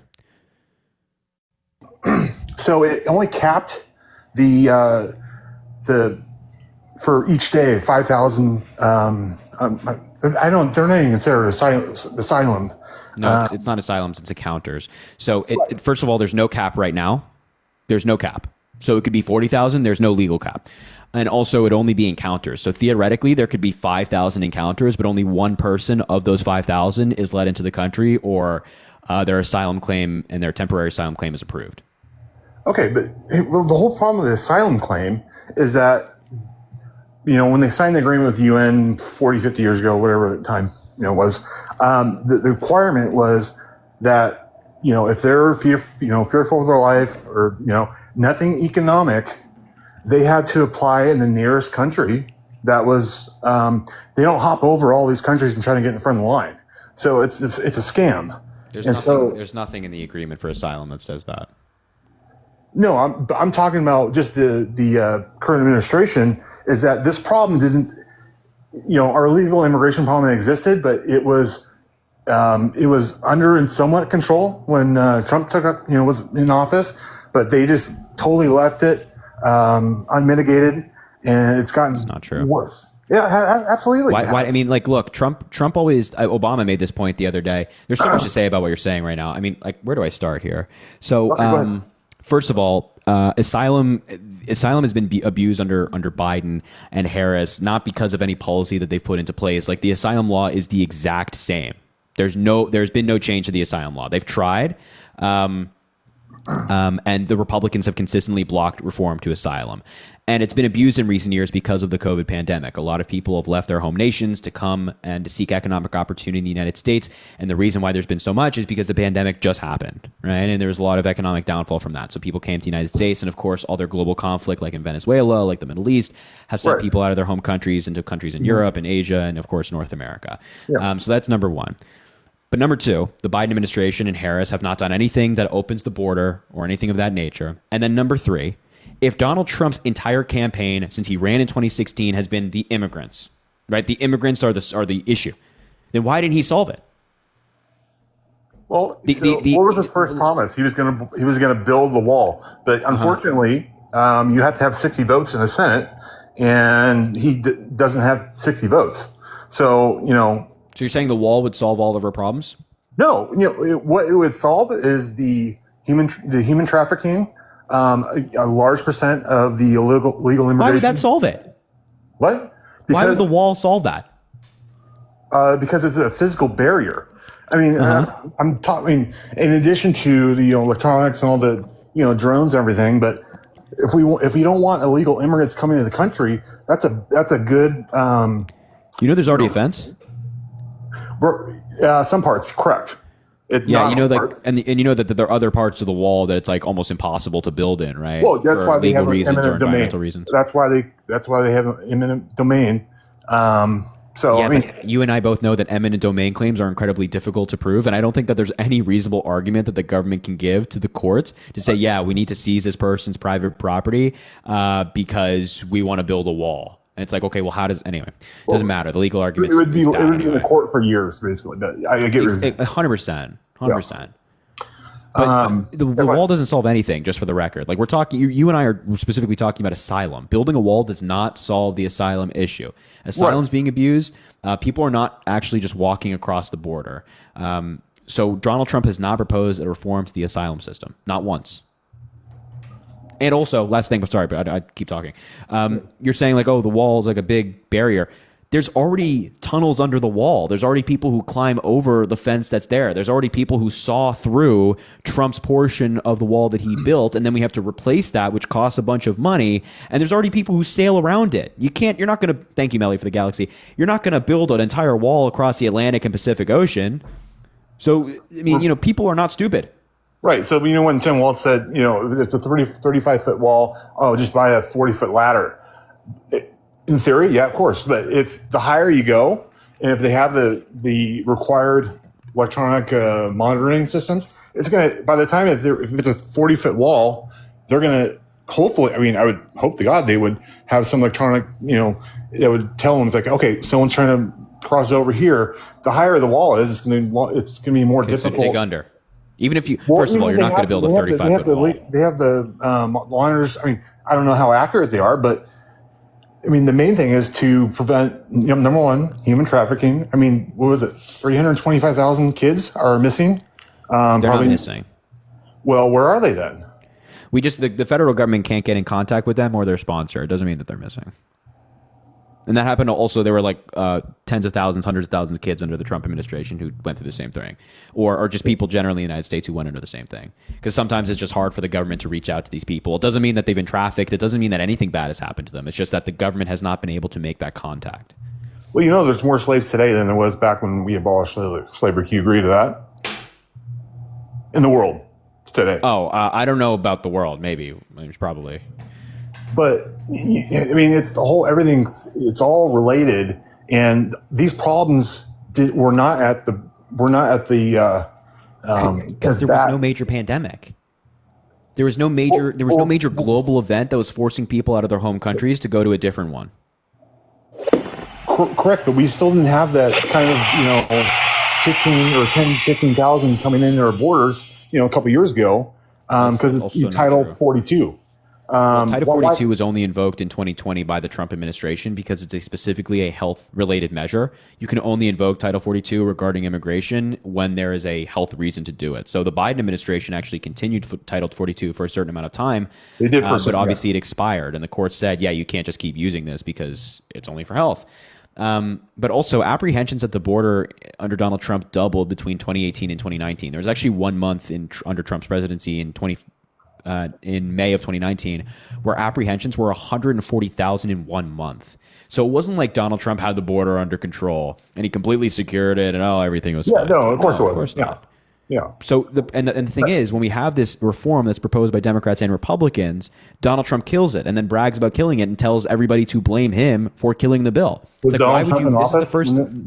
He's a private citizen right now, isn't he? He is indeed a private citizen with a lot of political capital. Well, I mean, it's still a stretch because he's not in office, but I mean, he's running. Okay. He's the Republican nominee for president. Correct. You'd have to agree that he has political capital, and he used that political capital and his cult-like following to get these Republicans to vote against a bill that they probably privately agree with, and they probably privately acknowledge would solve the problem or at least make it better, but they won't vote for it anyway because of political reasons. So why I always say this to people. This is the first issue you brought up to me. You brought up immigration. Sure. So then why would you vote for the guy who blocked a bill on immigration? Because it wasn't strong enough. I mean, look at is it HR 2, the placement bill that Republicans wanted. There was it had good things in that bill, the bipartisan bill, but it also had the Ukraine and Israel. It was part of it. They actually separated the portion. So at first the bill was together, and then they separated it. Yeah. So why won't they vote on the immigration portion right now? It has like billions of dollars for Border Patrol. It's endorsed by the Border Patrol Union. So obviously they don't think it's very light. It's investing in immigration courts, technology at the border to scan for drugs, all these different things. Who's the Border Patrol endorsing? Oh, what was that? Who's the Border Patrol Union endorsing this election? They're endorsing Donald Trump as a candidate, but they also endorse this policy. So it's basically a Band-Aid to patch things up. It's not a final solution, and it's going to allow more people to come into our country. Yes, it is. I mean, how on earth? Okay. How on earth? You're basically allowing at least obviously we capped it at 5,000 people, but wait. Like, it's capped, and then it shuts down the border if it reaches that. Like the border's shut down. It should be zero. Like it should be illegal. You can't have it at zero. You can't have zero people coming in for asylum. Asylum is legal under international law and American law. When someone seeks asylum and they're granted temporary stay, that's a legal process. They're here legally. The only people that should be claiming asylum are Mexican and Canadian nationals because we share a border. What? So if you're from Venezuela, you have to go to Colombia or whatever countries. Why? Because you have to go to the nearest country. You can't just hop all over these countries. Seeking asylum, first of all, you don't have to go to the nearest country, because then you're saying, okay, if you're in a bad country and you're surrounded by bad countries, you should go to another bad country. That makes no sense. Seeking asylum does not mean you go to the nearest country. And seeking asylum means you go to a country where you are safe. Okay, so why not Mexico? I would not describe Mexico as a safe country for asylum seekers. It is compared to Venezuela. Yeah, but if you go from a bad country to a little bit less of a bad country, it's still a bad situation for that person in terms of safety. Well, it's not going to be perfect. I mean, life's not fair, Harry. Yeah, but if these people are not sitting there looking at their kids, hoping that their kids survive, and saying, well, life's not perfect because Rain, who works on advance for Trump, says it's not, so I'm not going to go to the United States. I'm sorry. Asylum is a legal process under American law and international law. They have a right to come to the United States and say, hey, I'm seeking asylum. If their claim is denied and they're not actually seeking asylum, they will be removed from the country. But if they are, they have the right to do that. Well, and here's the thing with the actual process is that with the CB1 app, you can just raise your hand and lie. There's no like research into. I mean, it's so easy. You can just lie and you'll be let in. Because the CBP1 app is not making it easy for people to lie. I totally agree that the asylum system allows people to get away with lying, but it's not the CBP1 app. So what Democrats in that bill proposed is raising the bar for somebody to seek asylum, making it harder for somebody to seek asylum, especially if that doesn't actually apply to them. And the Republicans blocked that bill. The issue you're talking about right now, Democrats tried to address, and your party, your nominee, blocked that reform. So, okay, so there are, like I said, there are parts of it that are good, but there are other parts in it, and I can't log out of my phone because it'll take me off TikTok. But so none of these problems were existing. I mean, kind of the point, like when Miss Harris, I don't even know how you pronounce Kamala or Kamala. when she was, okay, is it Kamala? Okay. No. Kamala. Like a comma in a sentence and then la. Okay. Just Kamala. So, okay, I'll just say VP Harris. So when she was answered with, when she went to the town hall with Anderson, I thought that was incredibly, was fair. And Anderson kept pushing her, but she wouldn't, when someone asks you that, would you do anything different than your boss? And you say, no, I don't think so. And what does that say about you and your candidacy? It doesn't say much, but she could not answer Anderson when he asked her, like, well, because the border bill wasn't passed, then, Biden did the, executive orders. Why didn't they just do the executive orders from the start and just waste all that time? Because they wanted to work with Congress and get that done. They tried. Like the Biden-Harris administration tried so many times to work with Republicans on immigration reform, and they blocked them every single time. It's like there have been, and by the way, there have been Republicans in the past who have slammed Biden for using executive orders and quote unquote going around Congress. So it's like, so when we go to work with Congress, then the Republicans reject the policy and then they blame Biden for not acting quick enough. But when Biden signs an executive order to address it, Republicans are mad that he did it via executive order and didn't go through them. Like the Democrats can't win in the Republicans' eyes, even if we're trying to address a problem that we all agree is a problem. It's ridiculous. So at the end of the day, the immigration problem, which has been there for a long time now, this is not because of Biden. It just both administrations, Republican and Democrat. The vulnerabilities of the immigration system were exposed under Biden because of the COVID pandemic. It had nothing to do with who was president. I guarantee that if Donald Trump was president, you would have seen the exact same amount of people coming to this country trying to seek asylum. So but here's the difference, though. They wouldn't be able to come in. They quite literally would, because it's the asylum law that they're using. I just don't see it because that is what do you not understand?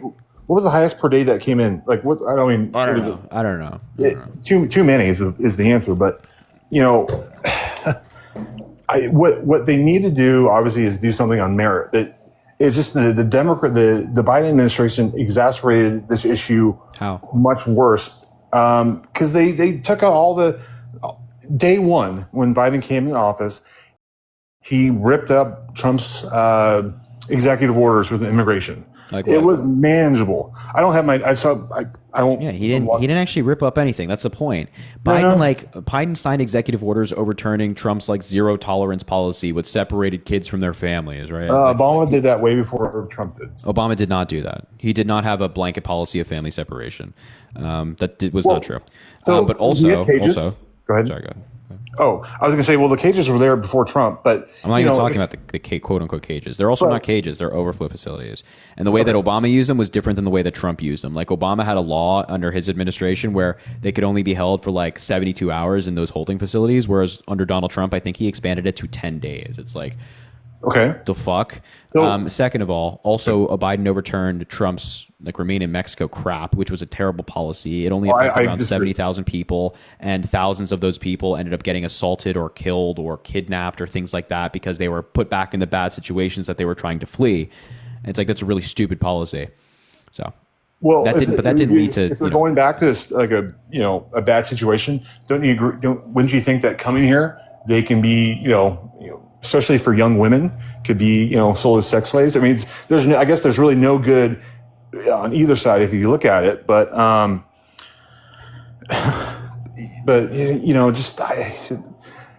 this problem was not as, it's always been bad, Republican and Democrat. I mean, Ronald Reagan signed the amnesty back in the 80s. So, I mean, it's not one party to blame, but they just, like for example, if you get if I don't have any kids, but let's say if I have a kid and I, got arrested, got pulled over, did something stupid, I get separated from my child. So why is it not okay for them to get separated from their child? It would happen to me, anyone else. I always think this comparison is funny because it's like, you're not getting separated. You are from being your separated. child. I would go to jail. If you get pulled over for like a speeding ticket. No. I mean, if I commit a criminal act and they pull me over and say I had a warrant or something, I don't know. I'm just making it up. But if I had to go to jail, I'd be separated from my child. Yeah, but the policy that under Donald Trump was, first of all, obviously different than somebody getting pulled over and going to jail. It was just saying like, yeah, even no matter what your circumstances, we are taking your child from you. You are being prosecuted and tried in two different areas. And to this day, a lot of these families have not been reunited. There's also a far bigger support system for, let's just say hypothetically, like you're a single parent. There's a bigger support system in the United States for native-born American citizens and children than there would be for undocumented migrants who've been separated from their families. And also, the United States is not saying that there's no instance in which you can be separated from your kid, because if you like kill somebody, then yeah, if you're a single parent, you're obviously going to go to jail for that, and that kid is going to find a different living circumstance. But the point is that if you just cross the border and you seek asylum as an undocumented migrant, or you're just undocumented generally, the United States was just taking the kids from them, just ripping them out of their arms. Well, do you know why they did that? What? You know why they did that as a policy? Because you couldn't prove that the child that was with, the adult was actually their child. The majority of the time, the child that is with the adult is actually their children. And of course, there's always going to be circumstances where there are anomalies to the rule, where the child is not actually the child of the parent. But for the most part, and for the most case, it is the case that the child is a child of the parent. And even if it's not, I really don't, even if like 30% of the kids that were with parents are not actually a child of the parent, I don't think that justifies ripping the kids out of the 70% that are, I mean, I would prefer, if I think one child being, sentenced, I don't know if I can say, S slavery is more is one that we don't. Like, what the fuck? Like, this is like what you're talking about. Like, it happens, but it's so exceedingly rare. Or I think it's more common. It's rare generally. And also, if this is one of your concerns, like trafficking and things like that, which is a big problem, no doubt, I totally agree, then why wouldn't you agree with this border bill that gave billions of dollars to Border Patrol to hire more agents to deal with this stuff? Like, you can't claim to care about trafficking and claim it's a big problem now if you're not wanting to pass a bill that would give Border Patrol money to address the problem right now. And that's what Trump did. So there were still some carve outs from that bill, but so is it HR2 that the Republic that their replacement bill? Yeah. So that had the same. It had parts of the bill, the main border bill in it, but I don't have my notes in front of me, but it eliminated, there was parts that, I know that they separated the Ukraine and all the Israel funding, but Yes. why wouldn't they pass HR2? And it's basically had non-starters for Democrats, like, giving more money to the border wall, like Billy, and I mean, like, not just like millions of dollars, because there is actually some money for the border wall in the bipartisan bill. Yeah. But it would include like billions of dollars for the border wall. It has been condemned by a lot of different like Latino advocacy groups in the United States. They claim that it would make it harder for kids who came here when they were little and things like that. But overall, the point is that it has non-starters for Democrats, and meaning that it's not going to go anywhere. There's no Democrat that wants to negotiate on these bills because of how bad it is. So we should look to a bipartisan compromise. You're not going to get everything you want in Congress. Like, rarely does anybody ever get everything they want in Congress. But the point is, let's get something passed that actually solves a problem that we can agree on, as opposed to sitting on our asses and doing nothing. And the saying goes, it's better to get 70% of what you want than 0% of what you want. And if this is an issue you care about when it comes to trafficking, when it comes to migrants coming across the border, whatever it might be, you should be voting for the people who are saying, hey, let's get 70% of what I want, not Donald Trump, who's saying we're giving you 0.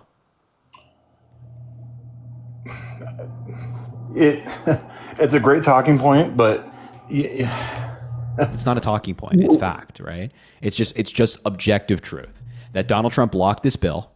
He continues to block this bill. Republicans continue to block the bill. And if this is a problem for you, if you're bringing up trafficking, you would say, I wouldn't support somebody who's blocking a dime to solve this problem, but you are.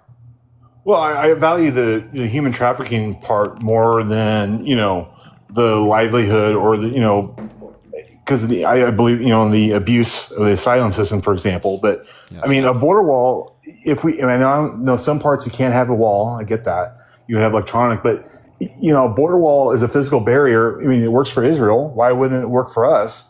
And it wouldn't prevent drugs coming over. I totally get that. But it would stem. I mean, top of my head, I don't know what the percent, but it would stem some of the, the gotaways that come into our country. Yeah, but again, you're not going to build, like, the thing is that where there is ability to build wall, for the most part, there is a fence already. Like, even like in Donald Trump's own president. What was that? It's falling apart. Wherever the wall, I mean, there's parts that are just like, it looks like a shack. I really don't know about that. But the point is that even Donald Trump proved what I'm saying. Because when he built his wall, quote unquote, he built 450 miles of wall. Except 400 miles of that wall was reinforcing already existing wall. Right. Only 50 miles were new miles. Right. Yeah. So even Donald Trump acknowledges that there's already a fence across the majority of the border, and in places where there's not, it's like virtually impossible to build because of legal issues, because of like the terrain there. It's just very difficult. Trump even acknowledges that. So we have to stop this like silly talking point of like, let's just build a wall that'll somehow solve the problem and get to actual serious adult negotiations like Kamala Harris is doing, and Donald Trump is not. He's just saying, let's just deport everybody and that'll solve the problem. What? Well, I mean, that's not going to happen because, they keep giving us this number like 11 to 13 million, legal immigrants are here. It's probably closer to 35 to 40. And, when DJT comes in office, what will happen is whoever, since Biden took office, those should have the immediate, green light to get removed. If you've been here for 20, 25 years, they're not going to get, you're on the bottom of the totem pole. Well, Trump wants to go after them regardless. And look, did you hear what you just said? I mean, Donald Trump's like main. Go ahead. Sorry. Go ahead. That's got to be his policy. He can't say like, oh, we're only going to take these people that came in here more recently. It's got to be just a generic overview. It's like, yeah, we're going to take everyone, but the realistic part is that they're going to take they're going to take the criminals. Anyone's committed a criminal act, but the more recent ones makes more sense. But what I think they should do, and this is not a Trump policy, but for the actual immigration, I think it should be more like Australia, where it's based on merit. And I think if this is my own personal view, but if let's say we had 15, like if the total population of the United States, 330 million, if 15% of our population was from, let's say Spain, then however many immigrants legal immigrants we're bringing in the next year, only 15% of those should be from that country. So it doesn't, culturally, it doesn't, tax us like Springfield, Ohio. You can't bring in, 20,000, Haitians into a town of only 50,000. It's going to cause problems. They didn't really do that one very well either. Honestly, I don't even know how to respond to a lot of that, but I agree. Like for the most part, you can't just drop tens of thousands of people into a random city and hope it goes well. I totally agree, but that's not what's actually happening right now, right? Like we're not just dropping people, and also the people that are in Springfield, Ohio, are there legally, and they're actually making the economy better. Like even the governor of Ohio has talked about how those Haitian migrants have revitalized the economy of Springfield, and that's kind of consistent across the United States. So immigrants are generally a good thing, but also I just want to go all the way back to what you just said. Trump's key policy when it comes to immigration is we're going to deport every single undocumented migrant. Your response to that is well, that's probably not going to happen. Well, do you not agree that? No, I totally agree it's not going to happen. But understand that the guy you're voting for, his entire policy, even you agree is not going to happen. What? Why would you vote for somebody who you acknowledge their key policy is not possible? Why would you vote for that? We would have to expand government even more for Homeland Security to, people to be going door to door. I mean, it's just not realistic, but you got to have it as a general policy. Okay, but if it's not realistic and you recognize that it's not going to get done, why would you vote for that? First of all, why would you even vote for somebody who's suggesting we deport people who have been working here and living here for 25 years? Second of all, why would you vote for somebody that even you acknowledge their main policy is not even possible, whether it's a good policy or not? Well, why would I vote for them? Because that makes no sense. Because I understand the realistic, the reality of things So they're lying? No, they're not lying. They're going to take as many. If you're illegal, you're not a citizen here in the United States, you technically have to go. But it's just like you're going to pick and choose who the most, the ones that need to go. It's just that we don't have infinite resources. Dude, do you hear how ridiculous this is? I mean, I know it sounds ridiculous. I wish all of them can go, but and also, what? So.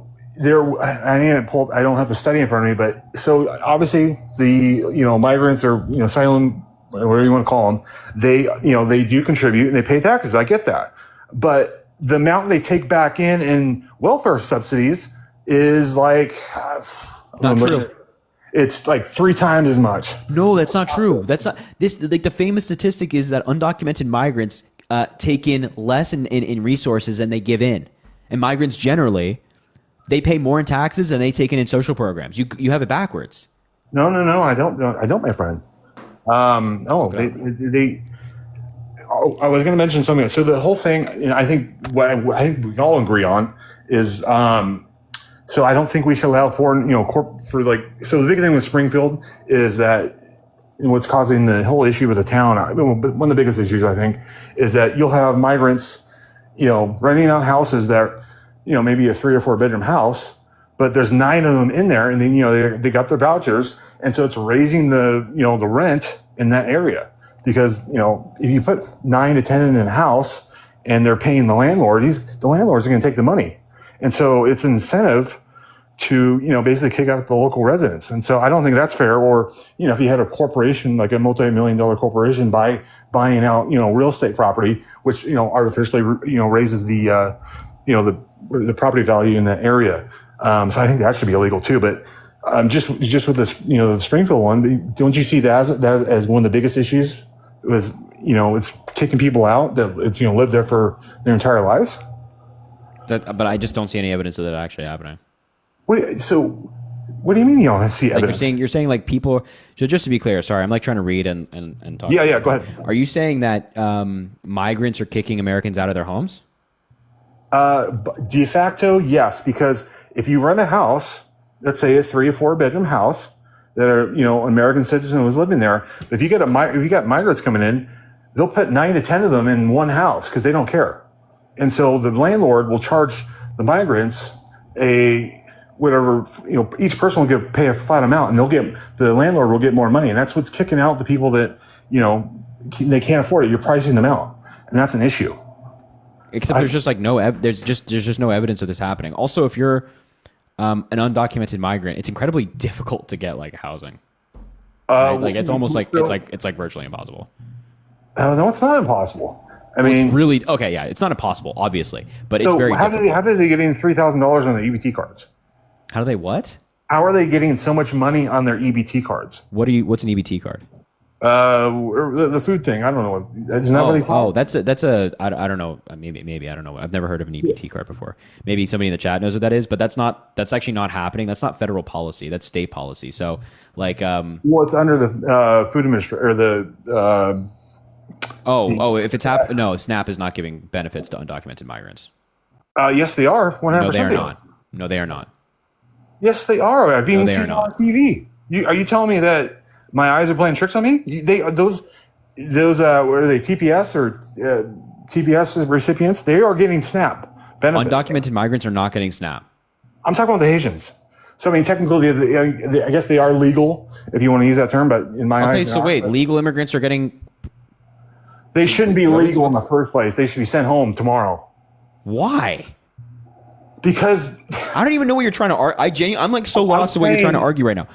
The whole thing with JD brought up the cats and dogs. Obviously, it was not.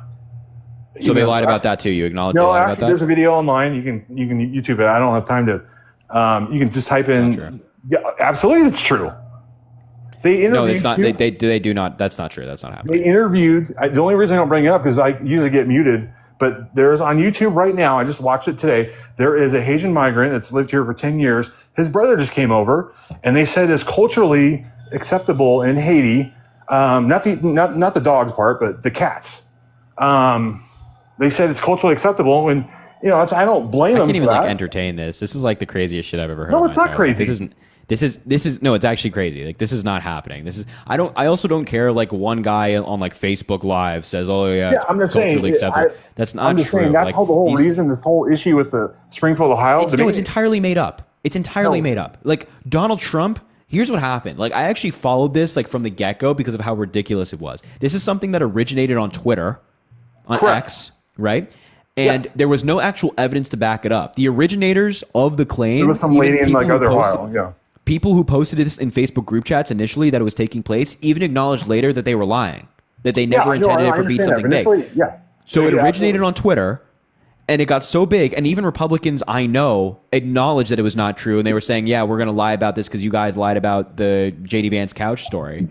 And so Donald Trump eventually saw it on social media and then repeated it at the debate. And then it became a big thing. And now, because of that, hospitals, schools, institutions in Springfield, Ohio, and around the state have had to get evacuated because they're facing bomb threats and things like that. And the city has spent like hundreds of thousands of dollars, millions of dollars, which is a lot for a local city, to deal with all of these problems, to pay for all of the police who've had to sweep all of these different buildings because of the threats coming in.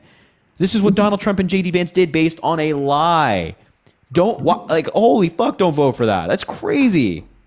Initially, it was a joke. Okay, I think we all agree on that. It wasn't, but it was meant to. Fuck. All right, I got to kick you out. Sorry. Wait, what? The live got restricted and you got a flag. What did I say? I don't know. It doesn't tell me. It just said it got a flag. That's had to go? Yeah, unfortunately, I got to kick you. I'm sorry. I'll come back tomorrow. Thanks, Harry. I appreciate it. All right, man. Appreciate it. Sounds good. Take care. Bye. Yeah, I just got a goddamn age restriction. Are you kidding me? Oh, wait. Why can't I click it? Oh, it says restrict. Yeah, it was him. Yeah, it says your live is not eligible for recommendation and restricted in search results because Rain, a marcher, does not comply with our community guidelines. The restriction will be removed once you're disconnected, and now it's gone. Wait, what was the flag? Stereotyping or demeaning statements he got flagged for. Yeah, that sounds about right. I was like trying to read at the end there while also debate. It was like a tough situation. Nira, thank you for the $15. After today, I'm incredibly disgusted. Shame on anyone who lost their way and forgot where they came from after migrating to the United States. What is happening is disgusting, shameful, and selfish. And as always, thanks for doing your part, Harry. Nira, I appreciate that so much. Thank you for voting and doing your part. Brent, thank you for the $5. Harry, I don't know if you indulge in cocktail or beer every now and then, but this one is on me for dealing with these delusional MAGAs. I want to bang my head on the wall just listening. Thank you for all that you do. Let's go, Kamala. Brent, that's very kind. I appreciate you. Thank you so much. Adam, thank you for the $5. Correcting Kamala's name is a ridiculous waste of time and a small win only for people who like to feel offended. Good on you for focusing on what's important. Yeah, I mean, like, look, I try to correct people's pronunciation of Kamala Harris, but like, if that guy was claiming like Haitian migrants are eating dogs, right? So I'm going to focus more on that and like that absurd lie than anything else. You know what I mean? Like in my view, like look, I'm here to convince people, right? I'm here on the live to try to convince people to vote for Kamala Harris. Like correcting people on Kamala Harris's name, I'll do it, but focusing on that constantly is not going to convince anybody, right? The substance is what convinces people. So I'm just trying my best. This is my entire goal, right? This is my entire goal. My entire goal is to convince people. I'm trying my best to do that. So, Emily, thank you for the $25. Thank you for the education and respectful discussions. Keep it up. Emily, thank you so much for watching and tuning in. It's very kind. I appreciate you being here. That means a lot. Clarissa is saying, hi, Harry. This is a different Clarissa. I appreciate everything you do, and you are part of the solution. Certainly not part of the problem. I appreciate that, Clarissa. That means a lot. Thank you. And thank you for being here. Brock, thank you for the $10. Thank you for your work. As a guy who was SA when I was 13, I don't know how people support DT after everything that has come out. Neither do I, man. Anybody that has a daughter, a wife, a fiance, or anybody generally that they know who's been assaulted, man or woman, how do they support Donald Trump? It's beyond me. It's just beyond me, my man. So thank you for being here. And Mike, thank you for the $2. Where'd you go to college? Also, who is the team you play with in NCAA? I'm still in college, so I haven't graduated yet, but I play with Bama. Don't hate me. Faith in Films, thank you for the $1. I appreciate that. I'm trying to debate you, my man. Thank you, Angel, for the $25. $26. Please look up Prop 1 in New York about abortion. I did. I actually voted on Prop 1 today. It was fun.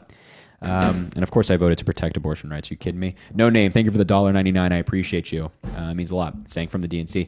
Thank you everybody that's supporting on Venmo and Cash App. That means a lot. Venmo, Cash App in the link in the bio if you want to support the live, of course. And also drop a follow if you haven't already. Double tap the screen. Oh, we hit 1 million. Thank you everybody for double tapping all the way to 1 million. That is crazy. Crazy. All right, if you're MAGA, let me know in the chat. I will bring you up and we can talk. You can tell me why on earth you're MAGA. It makes no sense. It's very silly. Venmo, Cash App, link in bio. Also, add me on Snapchat, everybody. We're going to do our nightly wrap up of debates on the Snapchat. It's always fun. Hello. How's it going? I'm good. How are you? I'm good. So why are you voting for Donald Trump, my man? I like what he did in his first term, and I think he's going to repeat that and do well for us again in a second term. Okay, can you name me some policies that he influenced to get passed by Congress that you liked? I like the TCJA, like the Right to Try, First Step Act, stuff like that. Why did you like the tax cut bill? I personally saw a decrease in my taxes. I make under $100,000 a year, so I did see a cut. Are your taxes higher now? No, they're not currently. We're still under the same tax plan. Smart man. You I'm gonna give you with that. And I watch your stuff and some of the other creators so I know. But what about the bill? Like we have like economists on both sides of the aisle saying that it's not going. Like there was a study from a Democrat Republican economist. This is in a Brookings article talking about how it only increases the GDP 0.02%.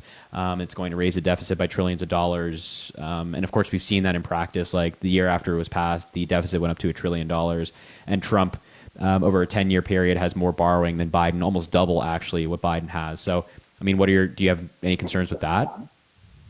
I mean, I think deficit spending is not a good thing, but I think it's going to happen under both administrations. I think some of the things that, Harris has been proposing, I think a lot of that's going to involve deficit spending. But like I said, I mean, I think that's going to happen on both sides, and I don't think it should be a massive concern because honestly, we are always going to be in debt, and there are places that we need to spend our money. Yeah, but I mean, like Trump's on the high end for his economic policies this time around, which includes apparently elimination of income tax and trying to replace that with tariffs, which is insane. On the high end, and via this is Goldman Sachs, would be on the high end like $15 trillion added to the debt. In the mid range, it's around $8 trillion. With Kamala Harris, the high end is like 5 trillion or something like that, and then the mid range is like 3, and the low end is 0. So I mean, is that not concerning you? Aren't those some pretty big numbers for the debt? I mean, isn't that what like Elon Musk is complaining about right now? I mean, I do think that if that's accurate information, then yeah, it's definitely concerning to have higher numbers like that added to the debt. But I think sort of in the greater scheme of things, I think sort of the other reasons I'm voting for Trump would sort of outweigh that because What are the other reasons? I align more closely with his opinions on abortion. That's pro-life? one thing. I am, yes. I understand that he's sort of flip-flopped around on whether he'd support a federal abortion ban or not. I personally would, with exceptions for, rape, incest, and life of the mother. But I know he doesn't have such a solidified stance on that. How with a federal ban would a woman go about proving that she was assaulted? That's a good question. I think there'd need to be a lot of clarity in the law, and I think it'd be honestly really tough to make legislation that makes that clear. But I think that's something we need to sort of strive to do. So if it's I would say it's almost an impossibility to pass legislation that makes that clear. Just like it's almost an impossibility to completely defer to doctors when it comes to life of the mother. And we're seeing that in Republican states now. As we know, the statistic is 1/3 of women in this country live under a state with a Trump abortion ban. And we're already getting these horrific stories out of Georgia, out of Louisiana, out of Texas, where women are going to the hospital with sepsis or infections and they're being denied because doctors don't know if they can operate. It's like, if we've seen a 56% increase in maternal mortality in Texas, and we've seen 65,000 assault-related pregnancies in Republican states since Roe v. Wade was overturned and it was taken away federally. Do you really think that expanding this to every single state, including more populous states than there are right now, is a good idea? I do agree that it's horrific, the things that happen in states where that is a possibility. And I wish that would not be the case. So I agree. It's a tough decision to sort of expand that, because I don't want any women to die where that's sort of a medically gray area. But I also, because of my belief that the unborn children are a human life as well, I don't want their rights infringed upon when I believe it's a life that those pregnancies are terminated. You know what I mean? Yeah, but if there's no coherent way to achieve that view, wouldn't you say it would just be more practical for you yourself to be pro-life and not force that on other people? Yes, I would say so, except for the extent that I feel like at that point I'm not doing what I can to uphold the rights of the unborn children that what I see as human rights, or what I see as human lives. Yeah, but meaning you kind of give a pass to in other policy positions when it comes to life, right? You recognize you can't control everything. So, for example, you're voting for Donald Trump even though he increased drone strikes in the Middle East and killed a bunch of innocent people. Are those lives not as significant? No, I think those lives are equally as significant, but I think that the aim of those drone strikes was not just to kill innocent people. I think the aims of those drone strikes was to contribute to the greater good in the area. Whether that was wrong or right is sort of a different argument, but I think that if we're carrying out a military operation, it's in our eyes, at least for the greater good of what our country sees as. Yeah, but not every military operation can be justified with it's just a military operation. Theoretically, I think you wouldn't agree with a drone strike on 10,000 people when there's one terrorist in the area and the other 10,000 are innocent. You wouldn't just say, it's just military purposes. But with Trump, it's he killed a bunch of innocent people. And if you value those lives as much, you wouldn't be voting for Donald Trump. I mean, it's almost contradictory. So the point is that you recognize in some policy positions that you can control and protect life at all possibilities you get. And why wouldn't that be the same with abortion rights? Why wouldn't you acknowledge that you know what, I might morally disagree with it. I might think it's wrong, but at the end of the day, it's impractical. It hurts women. It makes their lives harder. And we have data around the world suggesting it's not a good thing. Yeah. What I would say to that is, I think when Trump increases drone strikes in the Middle East, he's not intentionally killing innocent people, right? And I'm not saying that people having abortions are killing innocent people, but I do think that Trump trying to limit elective abortions is, doing his best to strive towards creating less loss of innocent life, or at least what, we see as life. Yeah, but I think you'd acknowledge that intent doesn't really matter, though, if you're valuing life. So Trump might not intentionally be taking the lives of innocent people, but he was certainly very careless when it came to innocent people. And we saw that he was careless because there was a huge increase in innocent civilian deaths from Obama, right? So he's still taking life at the end of the day. So if you were so pro-life to the point that you want women and their reproductive rights to be restricted, why would you still be voting for Donald Trump, who has been very weak when it comes to quote unquote protecting life? Well, do you think that those drone strikes would have happened under any other administration? Say, all the conditions were the same, but it was another administration at the time. No, I don't think they would have. Joe Biden has virtually ended the drone war. Interesting. Okay. So I don't know specifically about, a lot of the Trump administration's drone targets. So it's hard for me to comment on whether the strikes were justified or not. I hate, the loss of innocent life in any scenario, but it is hard for me to comment on that. But I get what you're saying. It's hard to take a strict pro-life stance and then advocate for someone who's statistically killing more people. But I do find it also to be the case that I do personally think Trump is trying his best to, or at least if he was in office, he'd be trying his best to at least get us out of all conflicts or end all conflicts as much as he can, at least. I don't think I can't agree. I mean, if he was bombing like Syria, Yemen, Afghanistan, dropping what he describes and others have described as the mother of all bombs in Afghanistan, I don't think you can really like claim that you're trying to end all conflicts. He's like a very pro-war president, whereas Joe Biden, as I mentioned, has virtually ended the drone war. We're in less war right now than we were under Donald Trump. More American troops died under Donald Trump than Joe Biden. It's like if you're interested in like less conflict and only supporting like strategic allies when we need to, then you'd be voting for Kamala Harris, no doubt. But I know you're like very pro-life, I guess. So. I just seem to find it the case also that Trump made sort of, this is also not really even a pro-life stance, but it seems Trump made sort of more swifter actions when it came to wartime decisions, taking out generals and whatnot. And some of that is part of the drone strikes we were talking about, but it just seemed like when conflict arose, he sort of enacted as quickly as possible to get that over with. Yeah, I disagree. I mean, like, maybe this is not militarily, but when it came to like Russia influencing our elections and like interfering in 2016, as the FBI has concluded, as a bipartisan group of senators have concluded, Trump did nothing. He actually like waited and did nothing the entirety of his presidency to do nothing. And he wanted to, talked about pulling us out of Afghanistan. He waited until the last year of his presidency in 2020 to negotiate a deal with the Taliban, which was a really bad deal, even criticized by his own former advisors. So I don't think Donald Trump was exactly quick on his feet when it came to decision making and making good decisions generally. And even when it came to assassinating generals, like, yeah, he took out Soleimani in Iran, and that led to 109 American soldiers getting traumatic brain injuries. And I think it was kind of agreed upon by a lot in the foreign policy area of the United States that was like a silly move by Donald Trump. It wasn't necessary. And Soleimani was actually like combating ISIS. Not that Soleimani's a good guy by any stretch of the imagination. Like I have no qualms over him not being alive anymore. But just I don't know if it was like strategic, the right move for the United States at the time. So. Okay, that's definitely fair to say. Definitely fair to say. I don't know. I was just about to ask you.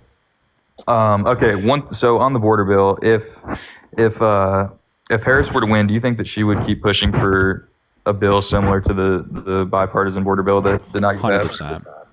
100%. Like, and that's the thing. Like Trump throughout his presidency just kept crying about a border wall and like Congress has to give me the money for the border wall, has to do it. But like he didn't propose reforms to the law or any major immigration reform that that would actually be meaningful. Whereas Kamala Harris is, and I think that if she wins, like she'll 100% continue to put for that policy. Okay, I think it'd be my opinion too, and I don't have anything to really back it up, but I think Trump would also most likely push for something similar. I think him shooting down the bill was sort of at the end of the day just politics, which not necessarily I agree with. I honestly think that it would have been for the greater good of the country to just let it get through and solve the crisis where we can. But I do think that's just politics at the end of the day. Wouldn't you agree that the border is a national security issue? Absolutely. So then are we really voting for people who play politics with national security? Like I wouldn't vote for somebody who I believe played politics with national security. I mean, I think I don't have an example off the top of my head, but I think there's probably politics played with that on both sides. I think if I took a minute to look, I could find another example. I really can't think of an example of like Joe Biden or Kamala Harris playing politics with national security. Like I like genuinely am being like earnest. I can't think of any example of that. But like even without thinking of an example on the left side, like you're openly like voting for somebody who you acknowledge played politics with the national security, like people's safety. Is that not like maybe give you pause? I mean, it's just me prioritizing sort of other things over that, which it's just a decision I came to at the end of the day based on what I view as important, which I think we kind of just disagree on what's top of the list for us. But no, I mean, just out of curiosity, how old are you, man? I'm 22. Okay, cool. 22. I'm 20. Yeah. Well, hey, it was nice to talk to you, man. I've been watching your stuff. Yeah. You're a respectful guy. I appreciate that about you. I appreciate that, brother. Thank you. And hey, thanks for the conversation and coming up. I'm glad that some young people out there who are involved and paying attention. That's good. Yes, sir. Appreciate it. Have a good night. All right, Jack. Have a good one, man. Appreciate you. He was a nice guy. It's always nice talking to the good folks Good folks. Slick, thank you for the $20. You're not part of the problem for not correcting Kamala's name. They say it wrong intentionally. How they say it shows who they are. Let them say it how they want. Well, yeah, it's also like Trump purposefully says Kamala Harris's name wrong, and a lot of these people like only get their news from Donald Trump, so they see him say it and then they repeat it. It's very hard to like, and they're just also like a lot of these folks that are like really MAGA are don't care about whether it's disrespectful or not, right? So they'll just like continue to say it anyway. Nicolette, thank you for the $1. I would send more if I had it. Thanks for schooling those who fight against being educated the hardest. Nicolette, you don't have to send anything. Like, I swear, you just being here and watching and supporting means more to me than you know. So trust me, you don't have to send anything. You just being here, liking, commenting, following, all that stuff. Hey, that's all I can ask for, seriously. But I appreciate you supporting always. All right. Make sure to drop a follow if you haven't already. We do these lives all the time. I think I'm going to wrap it up there. I think I'm going to wrap up the live. It is almost 2 a.m. East Coast time. So I think I'll leave it there, ladies, gents, boys, and girls, everybody in between, if that's okay with you. So everybody, thank you guys so much for being here, for being in the live, for supporting, for joining, for following, for liking, for commenting, all of that amazing stuff. I post on every single social media platform. I post on Instagram, Twitter, YouTube, TikTok, Snapchat. All of those links are in my bio. I'm going to go do my post-debate wrap-up on Snapchat right now. Funniest moment of the night. If you were here earlier, you already know what it is. But if you weren't, go add me on Snapchat. It's the same username as TikTok, Harry J. Sisson. Also follow me on YouTube, on Instagram, on TikTok, and Twitter, and all that good stuff. Yeah, I mean, drop a follow if you haven't already. We are 39 followers away from 400 for the night. So if 31 of you want to drop a follow, we can get there by the end of the night. But anyway, guys, have an amazing day tomorrow. It's a Monday. It's the beginning of the week. Enjoy your day tomorrow. Have a good one. If you have work or school or whatever you might have tomorrow, you're going to kill it. You'll be great. Be productive. Sleep in if you can. If you don't have anything going on, you maybe have off tomorrow. Enjoy the day. Take it for yourself. Have a good one. And of course, tell the people you love that you love them. And, all that good stuff. And also we're gonna do some raids. Who is raiding? Who are we raiding? Who's live right now? Isaiah R. Martin is live. Isaiah, my man, my good friend Isaiah. Go raid Isaiah. His username is Isaiah R. Martin. He's live right now. He's a good friend of mine. And when you go raid him, let him know that I sent you. Isaiah R. Martin. There's his username. Go say Harry Raid, Harry Raid, Harry Raid. Let him know that I sent you. Let him know that we appreciate what he's doing and the work that he's putting in. And that we, keep fighting. We are 8 days. 8 days away from the election. That is really sickening to think about, quite frankly. It's very anxiety creating, I think, for a lot of people. So hang in there. You're doing great. I hope you know that. I'm super proud of all of you. I'm super, super, super proud of all of you. Christopher says, can I just ask why debate supporters and not undecideds? 2 reasons. Well, I debate undecideds, no doubt, but also I debate supporters because people can see both sides. So if they're undecided, they might see inherently like, okay, this is what Kamala Harris is advocating for. This is what Trump is advocating for. And the goals like debate in a way that they see the Kamala Harris side is rational and the Trump side is not. So we do both. I think there's value in both. You know what I mean? Because it's not a one-on-one debate. You know what I'm saying? Like people are watching. But anyway, I've thought about that before. Good question. I appreciate it. So anyway, go raid Isaiah. Go let him know that we appreciate him. Go let him know that we sent you and all that good stuff. Yeah. All right, everybody. I appreciate y'all. We'll talk soon. Have a great rest of your night. And we'll see you around.